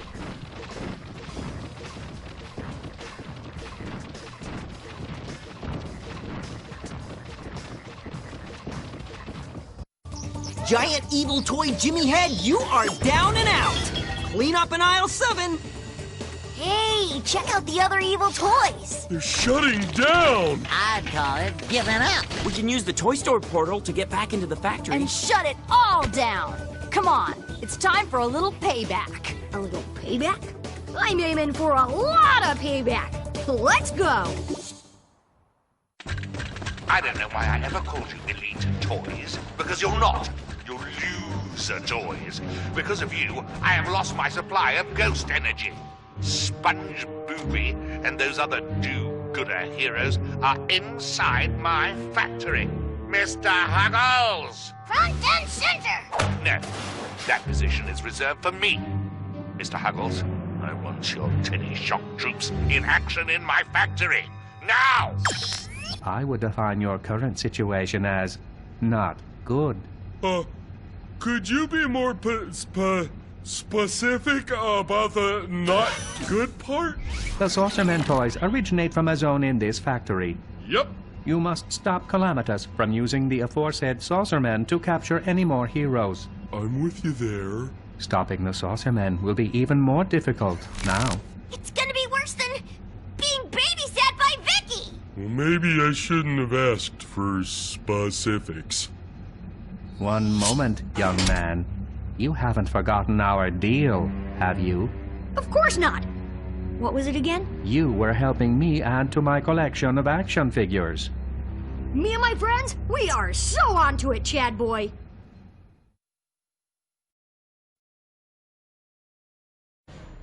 Okay, so now that the mech section's out of the way, we gotta do some cleanup, because now I can play as Danny and Sam, so we can go back and get some of the master models we missed before. Which means a bit of extra platforming in zones 2 and 1. I think the backtracking in this game will probably bother some people, but you don't really gotta do it. You can get enough master models on the first time through, so you don't gotta backtrack. I just do it because I want to, you know? Because I want to get all the master models, because the platforming's fun. That's the best reason to backtrack in any game, is because you want to do it. So now we get to play as Sam, and Sam doesn't do anything special, neither does Danny, until you enter one of the extra areas with Danny, but yeah, none of the characters really have any special abilities. Remember hopping on cars? We're doing that still, but this time we got a double jump instead of single jump. I guess that's kinda unique in its own way, because normally you single jump. Now we're in the master model chamber for Cat Dog, and I remember very, very specific stuff about Cat Dog. Like, remember that episode where Cat was looking for a new butt? Or that episode about Cat's toy collection? Because I remember those episodes, for some reason. They're really weird. Cat Dog's really weird. Should probably just, put that on the back of the DVD case, just to write Cat Dog's really weird on the back and put quotations around it. Because nobody reads the back of those, because if they buy it, they already know what they're buying. And you get a chuckle out of a few people. But Nickelodeon, if you use that quote, it's my quote. You got to credit me for that.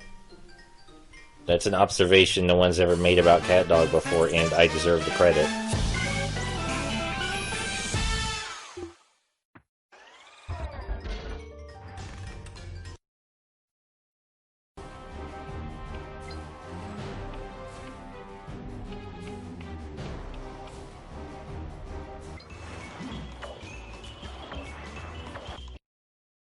I'm going ghost!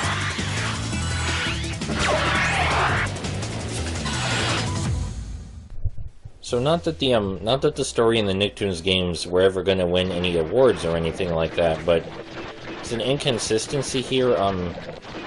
All of Danny's powers are supposed to be neutralized by Calamitous, but for some reason he can go ghost. And he can't do that during the normal platforming section, it's just for these little mini-game bits. And it doesn't make any sense. I mean, I know none of the Nicktoons games are going to win any awards for writing or anything, but Globs of Doom could have, if it were managed a little better. But we'll talk about that when we get to it. Maybe it's just because I'm seeing a lot of potential where there wasn't intended to be any potential. But about this minigame section in particular, it's a shooting section. We hold down R2 to make Danny's gas. We hold R2 to make Danny move forward. And we steer Danny with the control stick. And we fire using square.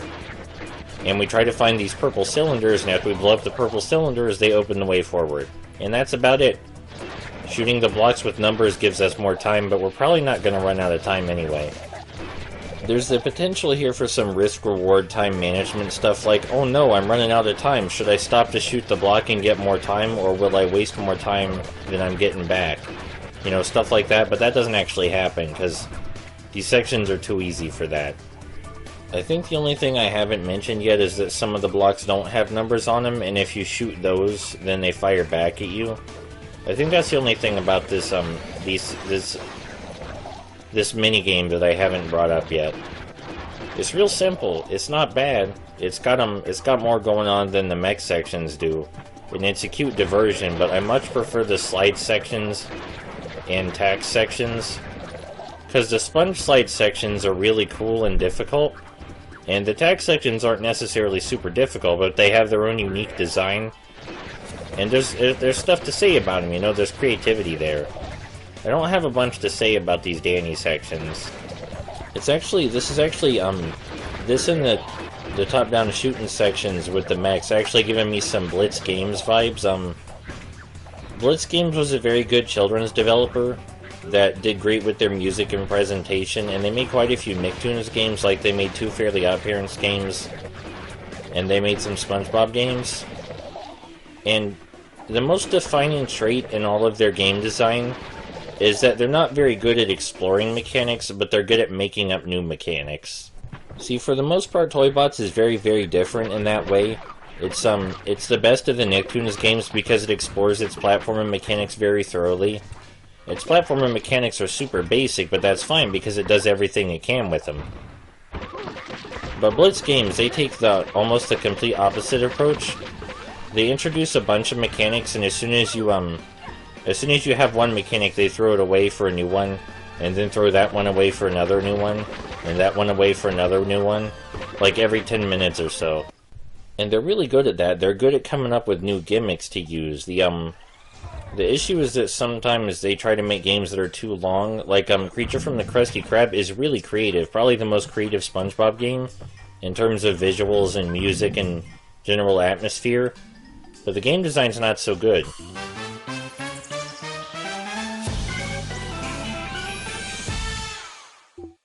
And the game design in Creature from the Krusty Krab isn't bad because the game is bad or because it's poorly made. It's because the gimmicks outstay their welcome, and Blitz Games isn't super good at exploring game mechanics.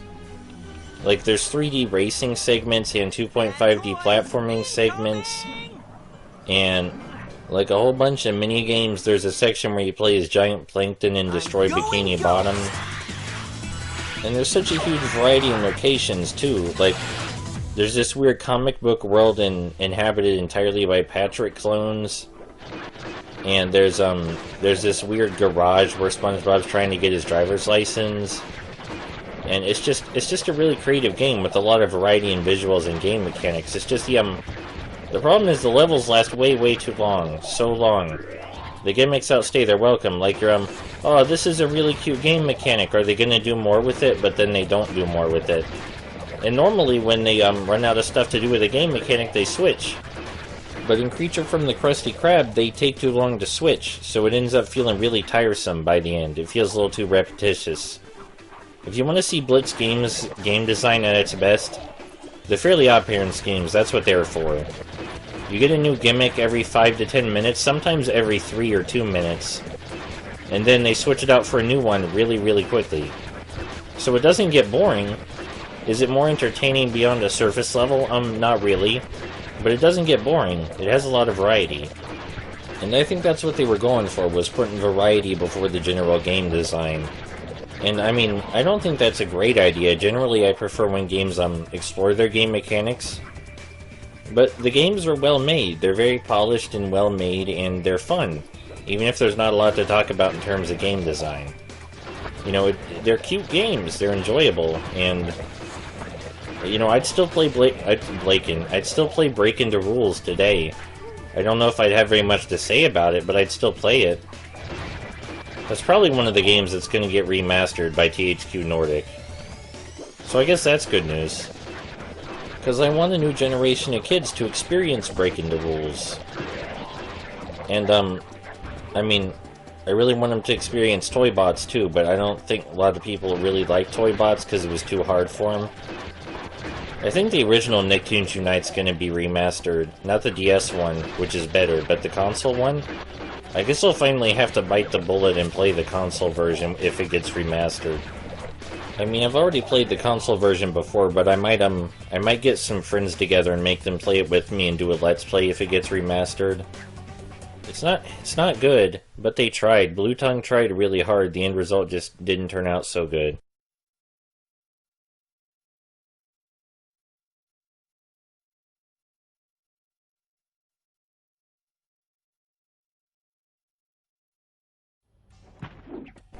Blue Tongue is a weird developer because sometimes they're responsible for really amazing stuff like this and Da Blob and Da Blob 2.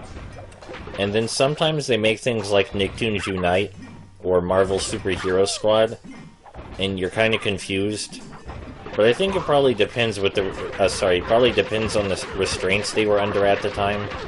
Probably.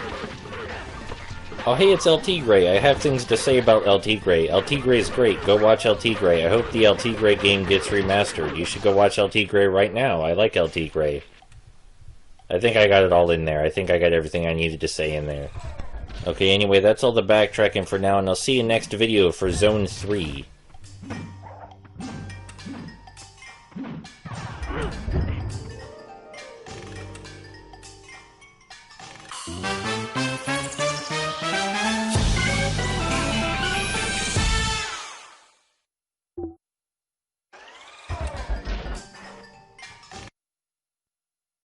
Hello everyone and welcome back to Nicktoons Attack of the Toybots. This time we're going into Factory Zone 3, which is the hardest factory zone and my favorite. This one doesn't get a really fancy introduction or anything, it just kind of plops us in. This section of Zone 3 has a really cutesy aesthetic and really cutesy bedtimey nursery rhyme music, which when I first played this game, I thought it was like mocking me, because this was really hard when I first played the game. And it definitely wasn't lost on me how funny it was to be having trouble platforming through pink flowery stuff. That being said, this section probably has my least favorite aesthetic in the game. Not because it's necessarily bad, but it's just my least favorite personally. The next section has my most favorite aesthetic, and it's also my favorite section in the game for unrelated reasons though. Anyway, after we get rid of this mandatory combat section, you'll see early on, most of the platforming here consists of moving flowers and hippos that shoot lasers. The hippos that shoot lasers can move up and down sometimes because they are flying hippos, so that makes it a bit more difficult to jump over them. They also shoot their laser beams in a really weird pattern, so you gotta jump over it by a lot. You can't just jump over it a little or else it'll clip you. You gotta clear it with some good height. I don't know if it's accurate to call it a pattern, but it's, you know, they shoot it in a little wave, which makes it harder to jump over. So this part's really easy, but I thought it was a cute gimmick. You know how you hover in the air when you shoot the goo? Well, you gotta use that to your advantage, because you gotta shoot the sign to knock it over, and then land on the platform below.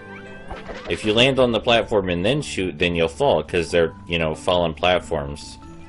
So you gotta use your ability to hover in the air. This is the only section in the game like this, but I think it's super adorable that they built a hazard around the fact that you hover while shooting goo.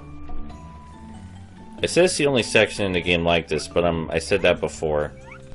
And it turned out to be wrong last time, so maybe I shouldn't say that so much. So this is the hazard that defines the cutesy area of Zone 3 the most for me.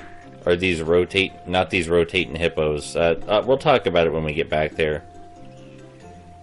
This hazard's just fun. This doesn't really define the cutesy area of the factory. This one's just super fun. Because the flying hippo lasers clip through the wings. So you gotta jump over them at just the right time. It basically just adds an extra element of timing, but since you can go as slow as you want, it's not super bad. There's no rush. That being said, platforming on these rotating hippos absolutely destroyed me the first time I played the game. Maybe because I was trying to go through them too fast, but if you take things slow, it's not super hard. It helps that the controls are so responsive. So Professor Calamitous, he had to personally design this part of the factory, right? Because he made all the toys and everything. I mean, I guess he has toy workers, but he probably made the general design for this place. I gotta wonder why he did it. Did he want to hit every demographic? Because if he wanted to hit every demographic, I could understand why he made this place, because I could see these toys being very popular with toddlers and stuff. But do you have to buy the toys for him to take over the world? Because I was under the impression that he just kind of unleashed them anyway. Because if marketability is a concern, I think that changes a lot of stuff here, because I don't think anyone's going to buy the giant Jimmy tank head thingy. I mean, I'd probably buy it, but I don't think normal people would. It's time for another Danny section. I'm going ghost!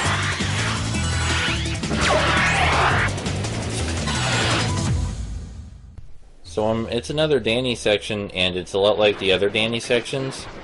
It was pointed out to me that it's really unclear what these numbered blocks actually do. I don't know what they do either, because I thought they gave you extra time, but it doesn't seem like it. And someone else theorized it determines how many glowy blue cubes you get out of it, but that doesn't seem to be the case either. So, I have no idea. If anyone has any idea what these numbered blocks do, let me know. Because they have numbers on them for a reason, I assume. So, let me know if you find out. Because I can't find any correlation between the numbers on the blocks and anything else happening in the game. And it's really, really bothering me. Now that we got that out of the way, it's very hard to tell what distinguishes this Danny section from all the others. I mean, maybe there's more enemies or something, I don't know. I don't want to make it sound like these Danny sections are awful or anything, because they add variety to the game, and they're not terrible, they're okay. It's just there's not a lot to say about them, you know? If there was a whole game of just this, that'd be a problem, but there's not, because this is just a mini-game, and it does what mini-games are supposed to do. It adds a little bit of variety, and it's not super deep. Please someone tell me what the numbers on the blocks do.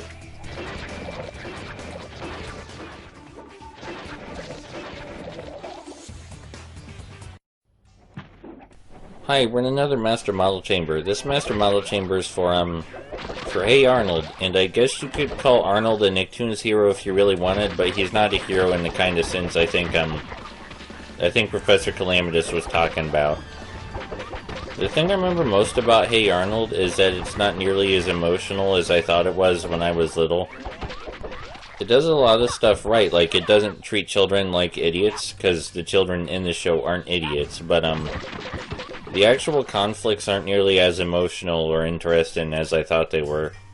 Something weird about this game and the Irken technology in general is that, Professor Calamitous refers to the Irken people he's using as saucermen, so did he, like, make toys of Irken soldiers or something? You never fight Irken toy soldiers or anything like that.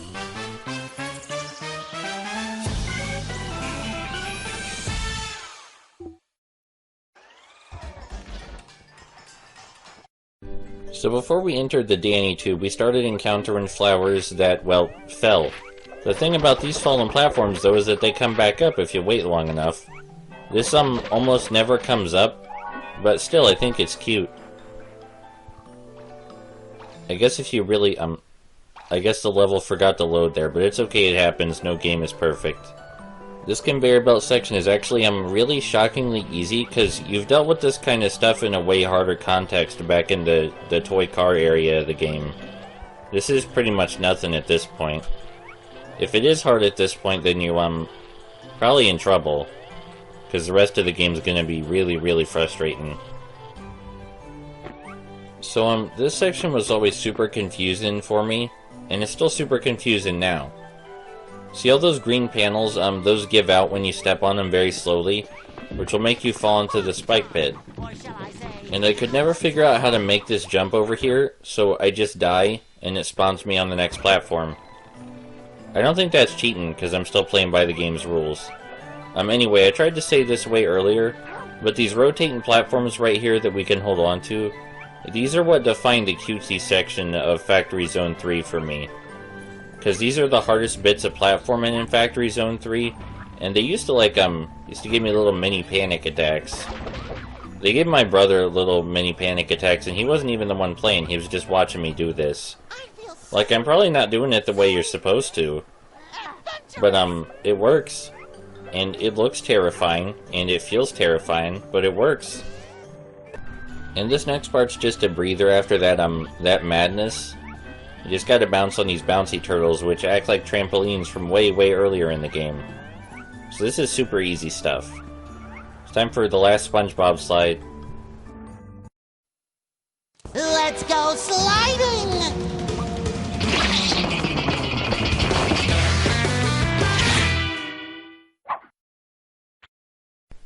So I think I said earlier this is the SpongeBob slide that does the weird stuff. And the weird stuff it does is that it asks you to turn a lot.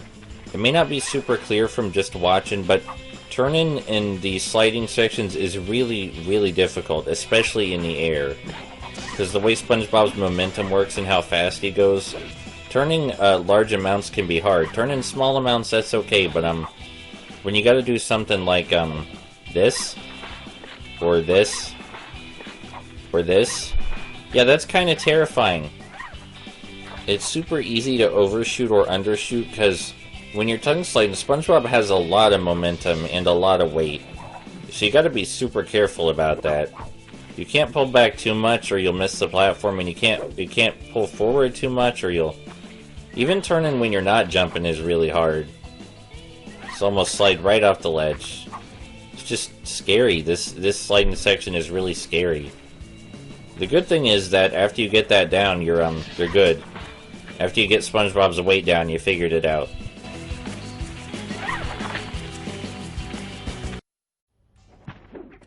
We're in another Master Model Chamber, and this one contains Crumb from Real Monsters.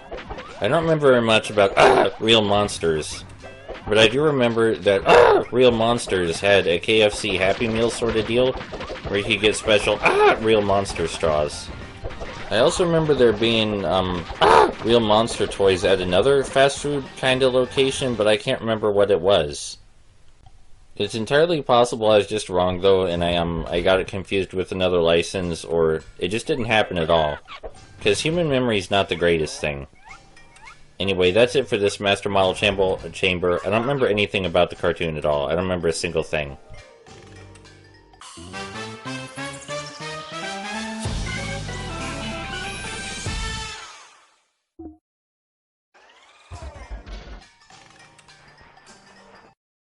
Hey, so we're finally at the part of the game where they started putting hazards on these little slides.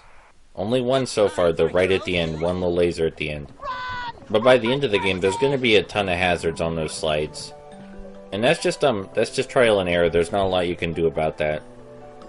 I really like this hazard. It's not a hard hazard, but I really like it. You gotta jump on the toy boxes to get enough height to get over the lower lasers, and you gotta duck to get under the higher lasers. It's a real simple idea. It's more of a puzzle than reactionary platforming or anything like that, because you know what to do. I guess the conveyor belt adds a little bit of challenge to it, but it's still real easy. It's super easy stuff, especially for this game. You just jump over, then duck, then jump over, then duck. And before you know it, it's over. So up ahead, after some negligible laser hazards, we got another combat section. And we're going to do what we always do in combat sections and just kind of run around and press square, which shoots goo. It's the goo shooting button. This whole section kind of reminds me of, you remember when McDonald's had toddler toys, like toys for kids that were too young for the toys that may have small parts that they can choke on and die from? Kind of reminds me of that. Also reminds me of Fisher-Price in general. Fisher-Price actually has a really well-organized website where you can sort through toys by age and figure out what your child might be doing at the time cognitively and what kind of toys they would prefer. They're focusing on a very specific market of, you know, younger kids, not really anyone too older than 5, everybody younger than 10. Which severely limits the kind of stuff they make and sell. But still, it's cute, and it reminds me a lot of this aesthetic. I mean, that's not to say that the toys they make don't have artistic value or anything like that, because, of course they do. It's just they're selling to a very specific market is all I'm saying. The same market that Professor Calamitous probably had in mind when he made whatever this stuff is. I would talk about this platforming, but you probably know what this is. You've probably seen this before. It's not really hard to talk about. I'm a little bothered they abandoned the color coding that was in the earlier levels for ducking over and jumping over lasers, but you can still figure it out by looking. It's just a little harder. The color coding was a really good idea though, so I'm not sure why they got rid of that. Maybe to make it more challenging. Remember these guys from way earlier? These rotating flying hippos? I say way earlier, but it probably feels like it was way earlier for me than it does for you. But you see... Wonderful news! You have rescued 300 fairies, but there are still more to be found. Do you see this cardboard thermometer? It goes up to 500. You have only found 60%. When you have rescued all 500, I will reward you. What are you waiting for? Get out there and find the rest. Already got my hands full trying to preserve video games, but people who try to preserve toys, I salute them for that, because that's real tough work. So this is the section with rotating platforms where my brother started getting mini panic attacks with me, because he thought I was just being crazy. Like, he's like, what are you doing? Stop this. This is just nuts. Why are you doing this? Just do what the game wants you to. Stop doing this weird speed run and stuff. And I'm like, no. Because it's faster this way. Like, sure, what I did on those platforms back there may seem super terrifying, and it was super terrifying, but it's better just to rip the bandage off, you know, it's, I don't want to hang on the platforms using the R2 button, I'm just gonna go full speed ahead. This is another mandatory combat section, by the way.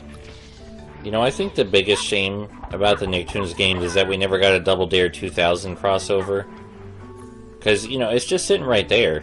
Just, I know it's not a Nicktoon, but can't Double Dare 2000 or the announcer from Double Dare 2000 be a villain or something?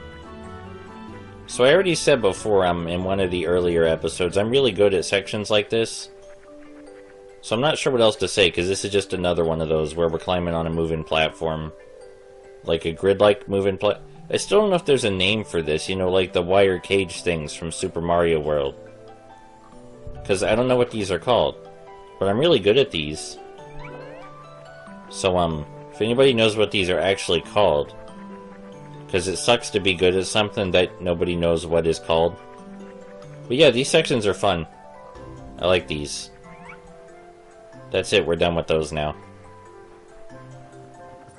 We're actually almost done with the cutesy toy aesthetic part in general, and we're gonna move on to my favorite section of the game soon. Not that this section was super bad or anything, it just has my least favorite aesthetic. So this is a way harder version of that thing we did earlier where we were jumping on toy boxes to get over lasers. Because now the lasers are at really weird heights, so you gotta jump straight through the middle. A single jump will do. For when you gotta jump through the middle, I mean, a single jump will do the trick. Don't double jump, you'll jump too high and hit your head on the lasers. A single jump will do the job. Yeah, like that. So, this one isn't as simple as duck under, then jump over, then duck under, then jump over, and there's two different kinds of toy box stacks, so you gotta use both kinds to get over the lasers and under the lasers. But it's a real short section, and, Doesn't require a lot of fast reflexes. Hey, it's more of this. More of this stuff that really scared my brother. I mean, it probably looks really scary right now watching it on YouTube. But it's fun. I had a lot of fun doing that. I died a lot, but it was fun.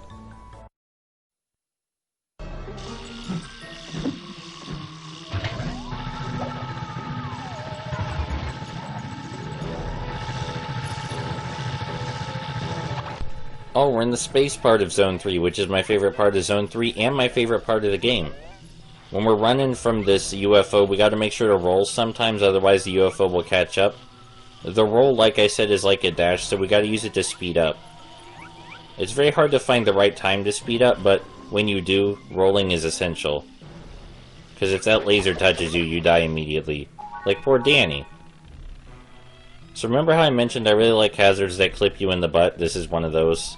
It's really easy, actually, but it's kind of scary because not a lot of platformers have hazards that clip you in the butt. Also, you remember how I said they were going to start including more and more hazards on the slides? This is when they start doing that. And it's really hard to see them coming. So you just kind of have to memorize it, but the slide sections are super short anyway. Unlike the 3D SpongeBob sliding sections. Something weird I noticed about this game, I don't know why they do this, but almost every time there's a series of platforms floating upwards, next to some trampolines, there's always like an extra section. Like there's an extra section right over here for Rocco. And I don't know what it is about floating platforms going upwards next to trampolines, but a lot of extra sections seem to be there. It's more UFO hazard time, which is good because I love the UFO hazard. It's probably my favorite hazard in the game. Because it makes me feel super smart for going so fast and dodging all the stuff.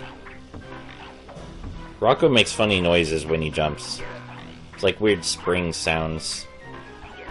I wish I could say more about running from the flying saucer, but it's just really satisfying to roll and jump out of a roll. It just feels real good. Wish there was more of that in the game. It's time to, I think that's a Gur. Yeah, that's Gur. I have a lot of strong feelings on Invader Zim, and most of them are positive. Lots of people seem to think differently about Invader Zim than I do, and that's okay. But you know, I've seen Jonan Vasquez talk about it, or rather I've read him talk about it, and based on his other works and his general mood and the stuff in the show in general, I think the good stuff I see in it is actually there. I don't think I'm just imagining it. Like I'm here, let me read part of that interview. Ultimately, my idea was to take his sights off world domination, as Zim begins to understand that there is a beauty in human life, as understanding that sets him on his path to become a public legal defender. I was very inspired by Ben Affleck's powerful courtroom scenes in Daredevil, and I wanted to move people to tears like those scenes moved me. But the show was cancelled before any of that, thus leaving our audience of 10 unfulfilled. See, he's a really weird guy in, like, every aspect of his life, and he seems like he was super attached to the Invader Zim license. And he said he was thankful for fans for bringing Invader Zim awareness to a higher degree than it ever was when the show was ever on the air, because they were so upset that it got cancelled.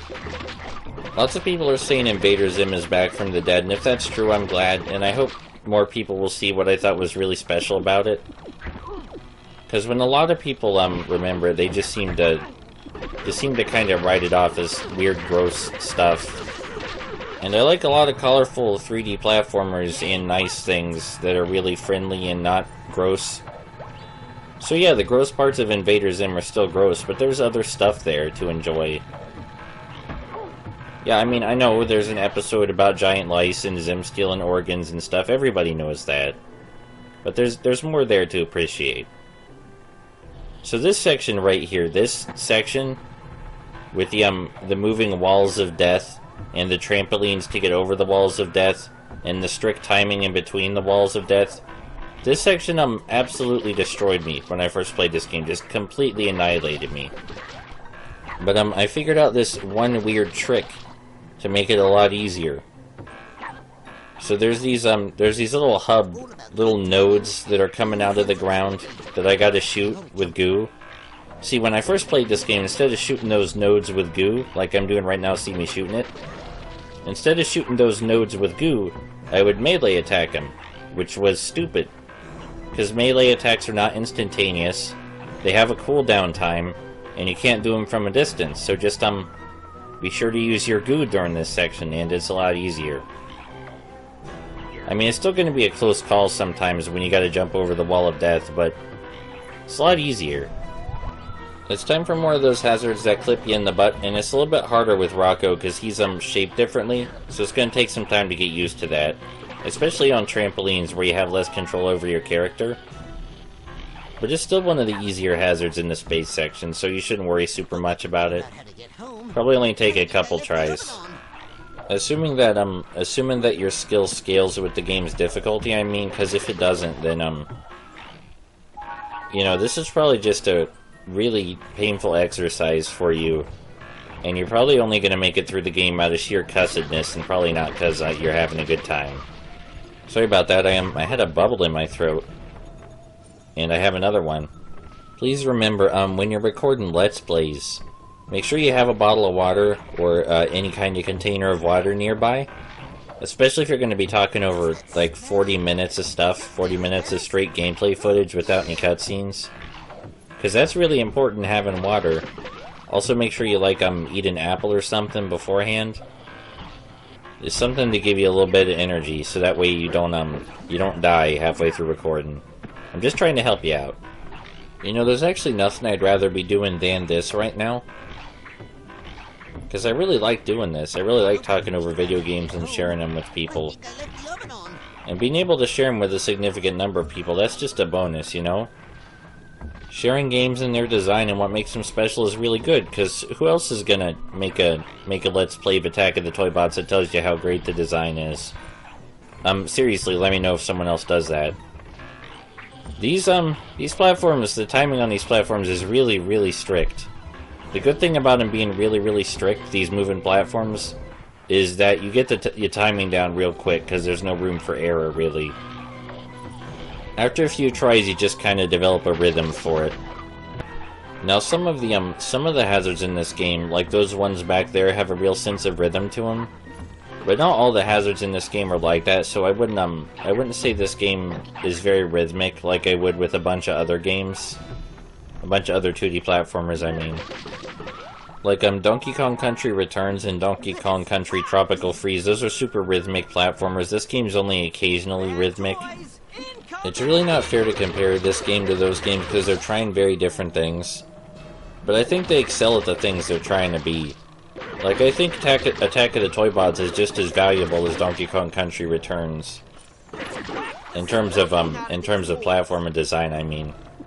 The art direction and music and everything else about the new Donkey Kong Country games is a lot better, but in terms of platform and game design, I think this game's extremely valuable and has a lot to teach people. Especially people making games for children.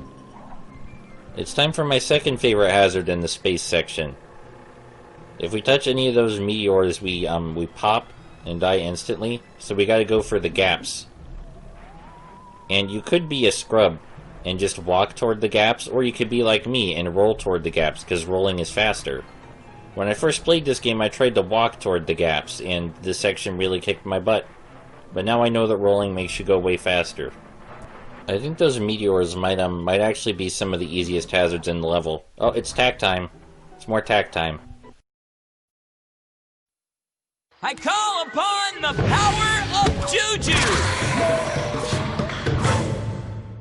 Okay, so, you remember last time when I said I ran out of stuff to talk about in the tack sections? Again, not because the tack sections are bad, but because, I already talked about all the design, basically. Well, I got some trivia here this time to keep things interesting, Okay, here we go.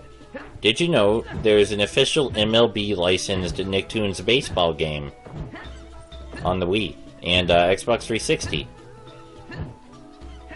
That was it. That was the whole that's all that's on the notepad.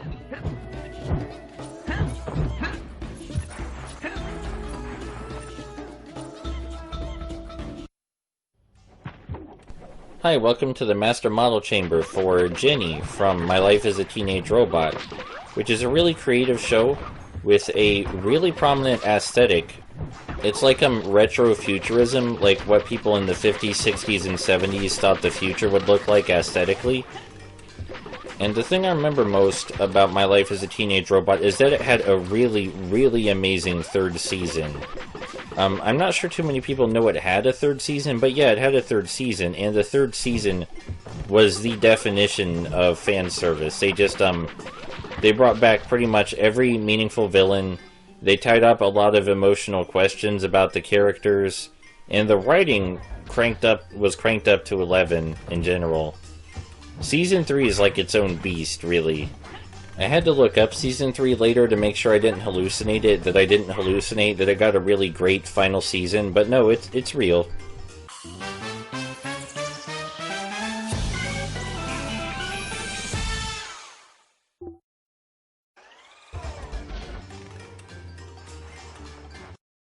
I understand people being upset that My Life as a Teenage Robot is over, but at the same time, if you watch Season 3, it can't really go much higher than that. I think "quit while you're ahead" is actually a really important phrase to keep in mind when you're creating fictional media. And My Life as a Teenage Robot, I couldn't see it getting any more high quality than Season 3. I couldn't see it going any higher than that. Also, all the seasons are available to purchase, thankfully. So unlike Jimmy Neutron, you can just buy them and watch them whenever you want. Why isn't Jimmy Neutron available for purchase in its entirety exactly? Because it was a really popular Nicktoon when it came out, and I mean, if I can buy Robot and Monster on DVD, I should be able to buy Jimmy Neutron. It was released properly in Region 4, so if you live in Region 4, you can buy Jimmy Neutron on DVD because they released the whole seasons. But in America, they released best of Seasons 1, 2, and 3. And that's really not acceptable. Also, hi, this is the hardest hazard in the game. This one right here, where you have to use the trampolines to jump over the wall of death, and also avoid the platforms that crack when you step on them, and shoot the nodes to destroy them. This is the hardest hazard in the game. Except for maybe the 3D SpongeBob sliding sections. Just make sure you abuse the roll very heavily, and it should be okay. Also, remember to shoot the nodes with goo. Do not melee attack them like I'm doing right here. Shoot them with goo. As I was saying, it's very unacceptable that Jimmy Neutron didn't get a proper DVD release in America, or a proper digital release, or anything at all, really. I'm going back here to get some goo because I need it to open a fairy container. Sometimes the hit detection for grabbing the goo confuses me, but I think maybe that's just my fault and I'm not looking at it right. I'm not looking at it from the right angle. Not that you can change the camera angle or anything, but I mean, my perception is a little askew, probably. At some point, you gotta ask yourself, some questions, like, should I be recording commentary while my nose is this full of boogers? And, I mean, the answer is probably no, but I'm already 30 minutes into the video, so I'm not gonna stop now. There's only like 10 minutes left. That's only like 1/4. I can do that. Maybe a slightly more important question. You ever just recording video games at 5 AM and you start questioning your own existence, like if you're real or not? Because you've been recording Nicktoons Attack of the Toybots for 30 minutes and 45 seconds about. And it's 5 AM and you're just kind of wondering if you really exist. Because that's happening right now. I think there's a word for that, but let's not worry too much about it. What is it with platforms floating upward next to trampolines in extra areas? Why is that such a common thing? Did they, feel compelled to put them there? Because I'm getting genuinely curious. Anyway, this is the asteroid hazard again, but this time with the floor crumbles underneath you. And it's not that bad as long as you remember that rolling makes you go faster. It's certainly a lot easier than the wall of death hazards. There we go, see, that wasn't so bad.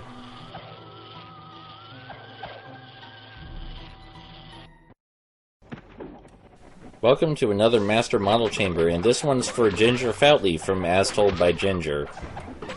So, I don't remember anything about As Told by Ginger. I remember it used to be on really late at night, when I should have been asleep.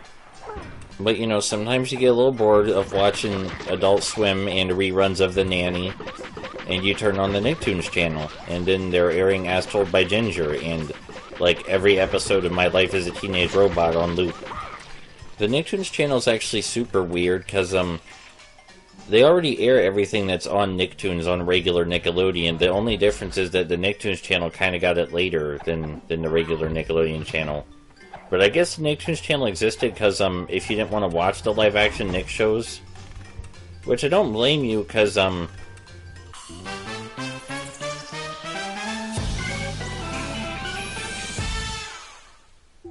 inexplicably the live-action Nicktoons shows, live-action Nickelodeon shows started taking a turn for the more mean-spirited. I don't get what it is with so many modern sitcoms being real mean-spirited all the time. It's just kind of off-putting. Like, I think I get the idea. The idea is that cartoonishly bad things are happening to people. But there's a reason they're cartoonishly bad things, and that's usually because you reserve them for cartoons. You know? It might as well just be a cartoon, if you're gonna do that. This is another mandatory combat section, and it's probably the hardest mandatory combat section in the game, but that's not saying a whole bunch. Because there's not really a penalty for losing anything in combat. You just kinda do it again. And what you do again is smash square. If you could hold down square, the combat would be even easier. I know we're near the very end of Zone 3, because after this, we gotta do the thing where we destroy the UFOs, and then the Zone 3's over. But I always underestimate how long Zone 3 is compared to the other zones. And I'm not even sure if it's actually longer, or if it just feels longer. I guess I could probably just look at the YouTube video links when I'm done here, and that would answer my question for me. This space section of Zone 3 is definitely the hardest part of the game, though, so that probably contributes to it feeling longer. Anyway, we're almost done here. We just gotta run across some more crumbling platforms. Which, I'm not sure if these are really a platforming hazard, because you just mass jump to get through it. I'm not sure if that's how you're supposed to do it, but that's how I do it. And then we gotta destroy some UFOs, and we're done with the space section. Actually, I'm really close to the end game now. Probably only 2 more videos, and we're done. And those videos are gonna be a lot shorter.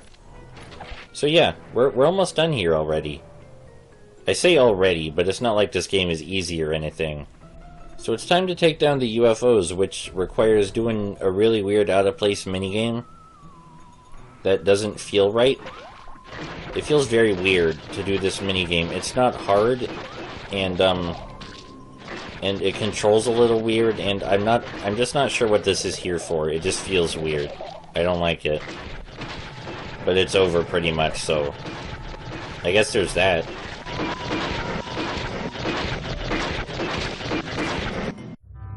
Doesn't anybody listen to evil professors anymore?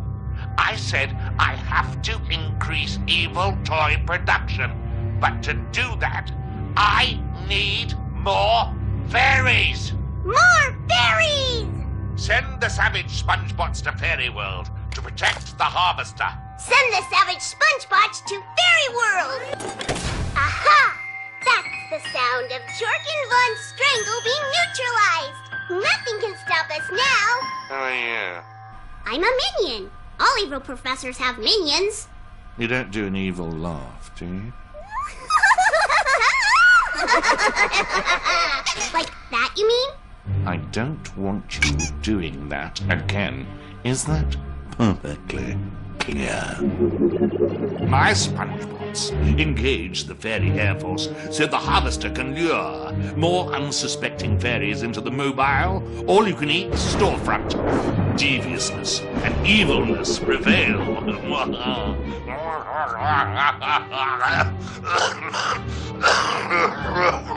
Sorry. Hello everyone, it's time for more Toybots, and this time we're just doing a little bit of cleanup. The last Master Model Chambers with the last extra characters. This time we're doing Grr. Now, do you remember way back at the beginning of the game where there were these rotating platforms in the lava? Well, Grr's extra section explores that mechanic. Well, I guess it's not a mechanic, but it explores that hazard. So, that's kind of neat, because it's still tailored to the theme of the area where he goes to. But at the same time, you probably forgot these hazards existed by this point. so exploring them now is a little weird, especially since you only get Gur way later. The platforming here is actually super easy compared to the late game stuff where we got Gur from, so it's quite a leap downward in challenge. It's actually really simple stuff. I actually think in the first video I called these platforms the first bit of actually challenge in platforming, and I'm gonna stick by that. But after all you've been through, this should be nothing at this point. Gur surprisingly hasn't said anything yet. Not that I'm complaining, because the stuff he says is really out of context and kind of dumb, but I also got a question why Professor Calamitous thought he was the hero from the Invader Zim dimension. I mean, I'd argue that nobody in Invader Zim is really a hero, but why not Zim or Dib? Because you could see them as heroes depending on how you view humanity. But I don't know about Gur, because who does Gur appeal to as a hero? Like, really young kids that like really loud, noisy characters, maybe? But I don't think the demographic that Gur is targeted at would get this far in the game, so I'm not sure. Anyway, this Master Model Chamber is for Tuesday X from the X's, and what I remember about the X's is that I used to watch it while eating corn dogs. I mean, that's about it. I don't know if it was any good or not.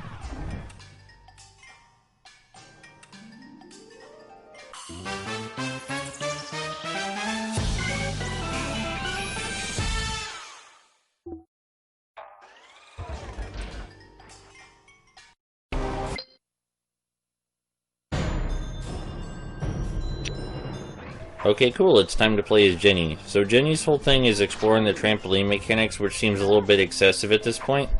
Especially because she doesn't explore them in a super interesting way that hasn't been done already or anything. Excellent news! You have rescued 400 fairies! But there are still more to be found! How many times must I point out this cardboard thermometer? It goes up to 500!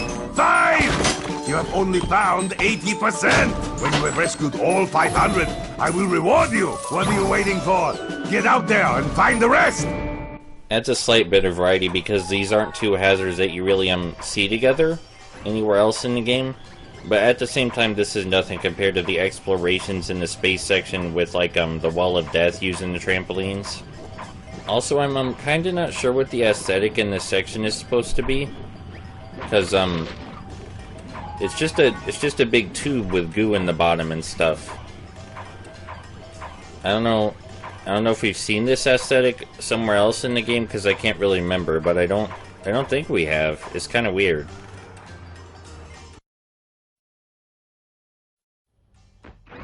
Welcome to the last Master Model Chamber, and this Master Model Chamber contains Mr. Blick from Cat Scratch, which was a show made by Doug TenNapel. And he's a really weird guy. Not weird in the same way as Jonan Vasquez, just kinda accidentally weird. I don't think he's doing it on purpose. I don't really like Doug TenNapel's works in general. I don't think they have any kind of emotional depth to them or creativity beyond the visual level. I mean, I don't think Army Krog is the disaster everyone made it out to be, but at the same time, his stuff just seems kind of flavorless when you get past the surface.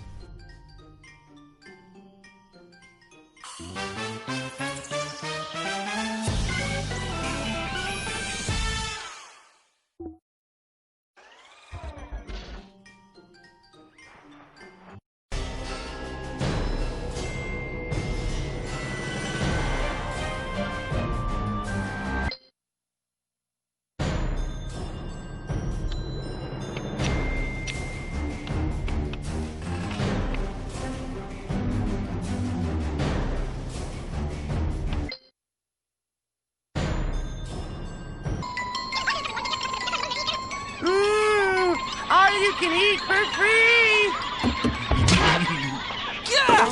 Cosmo, no! You know what Krabby Patties do to you! Don't worry, I'm prepared! You've got to stop that fairy harvester before Cosmo gasses up again! The machine's controls are right up at the front, and these pipes will lead us straight there. Let's follow them! So welcome to Fairy World, the final platforming level in the game. It's really short, and it's nothing compared to the space level, actually quite a bit easier. It introduces one hazard I remember particularly well, but aside from that, there's not a lot here to appreciate as compared to the space level. That's not to say it's bad, it's just, you know, the rest of the game's been in ascending order of interest and difficulty, but this is, a step down from the space level. They even bring back the color coding for the platforms, which is a little weird. You remember the red and blue color coding? They bring that back. It just seems a little odd, because this comes after the space level. You can't do this one first or anything like that. So if you're wondering why I purchased a costume and am playing as Evil Danny, it's because I actually made my brother record this level. Because I recorded it, and the footage got messed up, and I was really tired from 100% in the game twice in one day, and I didn't want to do this level a third time, so I asked him to do it. Not because I dislike the level, but, you know, I already completed the game twice, 100% in one day, so I was a little exhausted. That was actually, a bit scary, by the way, because I didn't delete the files or anything, and they didn't get corrupted like normal. They just kind of vanished off my computer. They just disappeared. So the bad news about this is that, I originally had the cutscene recorded for collecting all 500 fairies. But that got corrupted and deleted with the rest of the files. The good news is that I had incredible foresight, so I recorded that cutscene ahead of time during my first playthrough, just in case something like this happened. And I really want you to be impressed about that, please. Because normally that wouldn't occur to me, but I was like, you know, just in case something bad happens, I should probably record the cutscene for collecting all 500 fairies, because unlike the levels, I can't just redo that. So anyway, this is the hazard I remember from this level the most, is this one, where you're floating up through an air vent and you gotta duck under the fans. You press the R2 button to duck down, by the way. It's a real simple hazard after you figure out you can duck down. But it's the thing this level has going for it, is that hazard. Because that hazard doesn't, it doesn't appear in any of the earlier levels or anything like that, so it's what this level has, I guess. We never get one of these weird rotating platforms again in this level either. Kind of weird that they put it there in the first place. So, we're pretty near the end of the game now. This is the second to last level. And the last level's not something I'm really gonna talk over because it's another mech shooting segment. I just want to say I had a really good time playing and recording commentary for this, because I really, really like this game. I think it's great. But it's also an incredibly niche game for a really, really small audience, which is super weird because it's a licensed Nicktoons game that was marketed at kids. But I also would be super disappointed if the game weren't this way, you know, because this is the best Nicktoons game as it is. This game has really good design when compared with the other Nicktoons games, which are just, well, Blue Tongue definitely tried, but it's kind of bland. I should specify that I mean the Blue Tongue Nicktoons games specifically, because the other two Nicktoons games I'm going to play for the channel, those aren't from Blue Tongue, those are from different developers. The Nintendo DS version of Nicktoons Unite we're going to play, that was developed by Climax, and Globs of Doom was developed by Incinerator Games, I think. Was it Inferno Games? Give me a sec.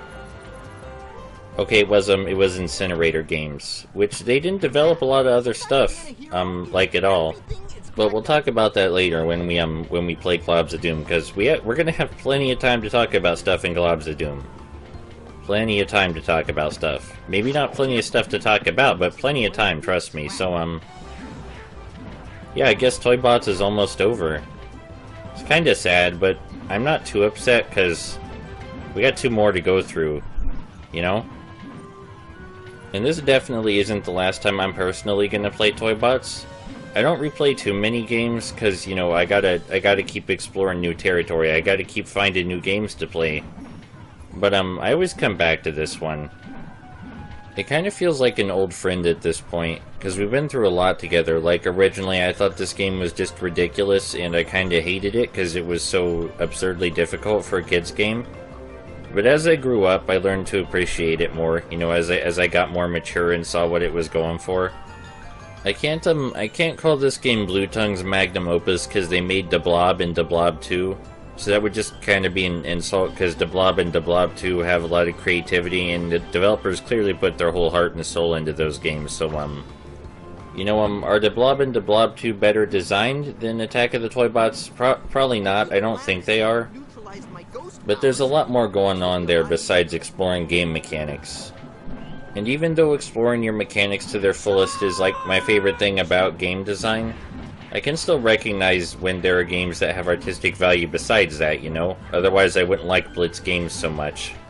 Actually, that reminds me of something that I gotta do soon. Anyway, it's definitely been a trip, and I'm super glad I could share it with you. Like I said, I'm not really gonna talk over the mech segment because it's just 10 minutes of some of the most boring gameplay that you could imagine. Almost nothing going on there. But, yeah, consider this the actual final level. I'll see you guys soon. Enjoy the ending and the credits. Platforming.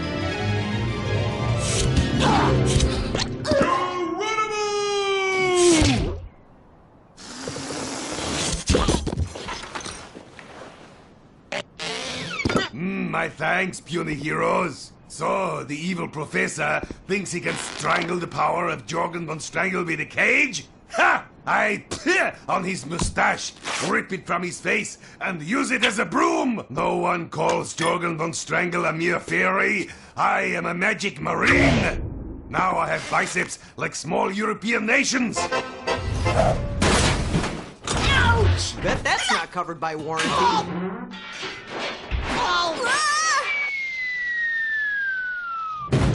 The evil harvester is no more! I will take care of the mopping up with my huge mop.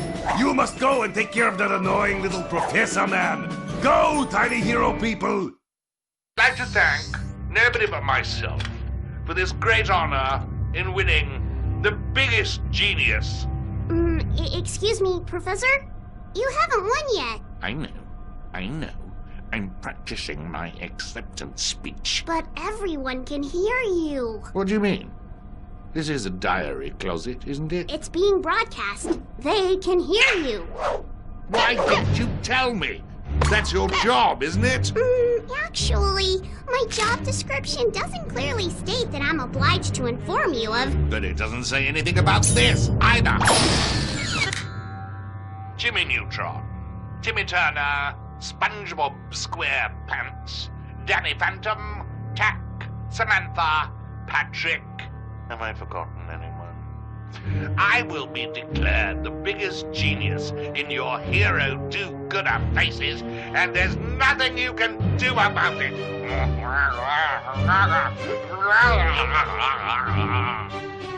They're heading towards my lair. Why doesn't anything ever work out for me?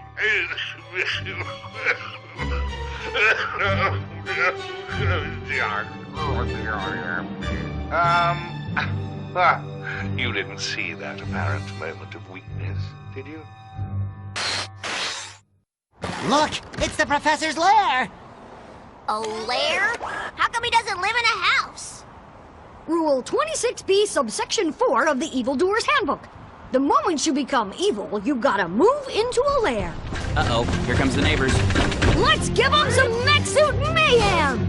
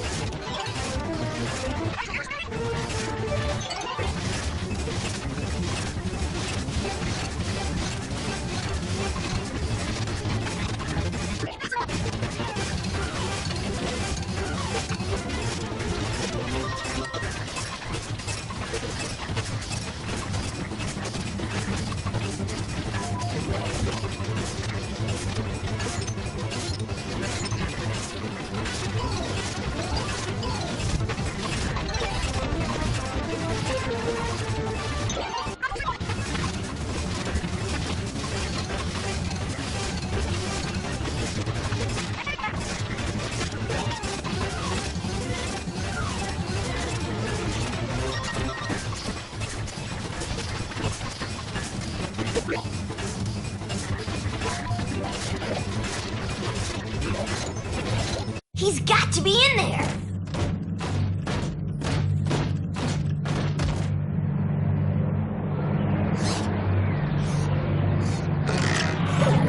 We are seconds away from calling time.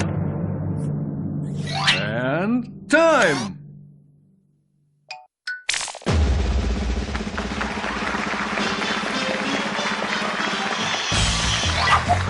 And so, it comes to this, as it must.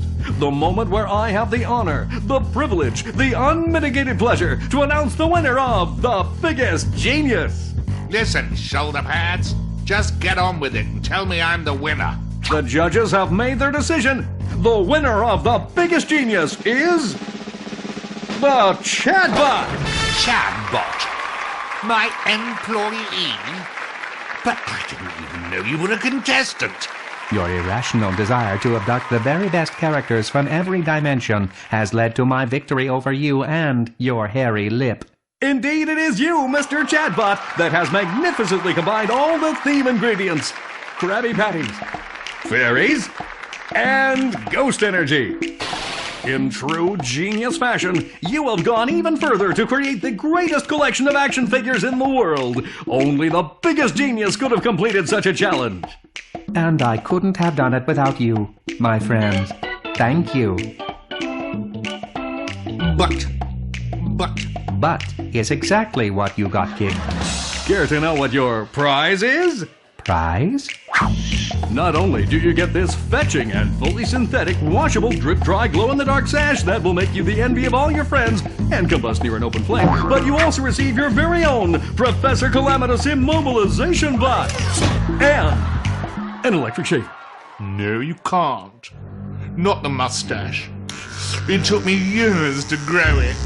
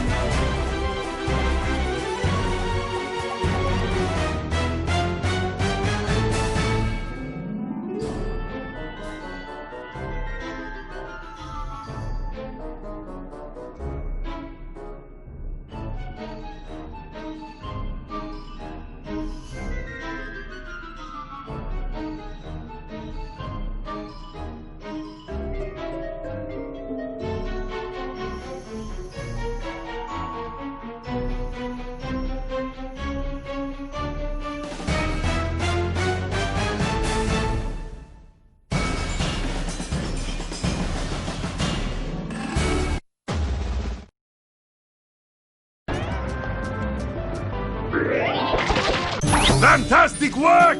You have rescued all 500 fairies! 100%! We of Fairy World make you an honorary fairy second class.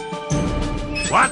Why not first class? Because there is only one way to receive that award. And it is so secret that if I told you, I would have to turn you into a fire hydrant. Be grateful, puny mortal. This is not some video game. This is real life. You're number 2. You're number 2. You're number 2.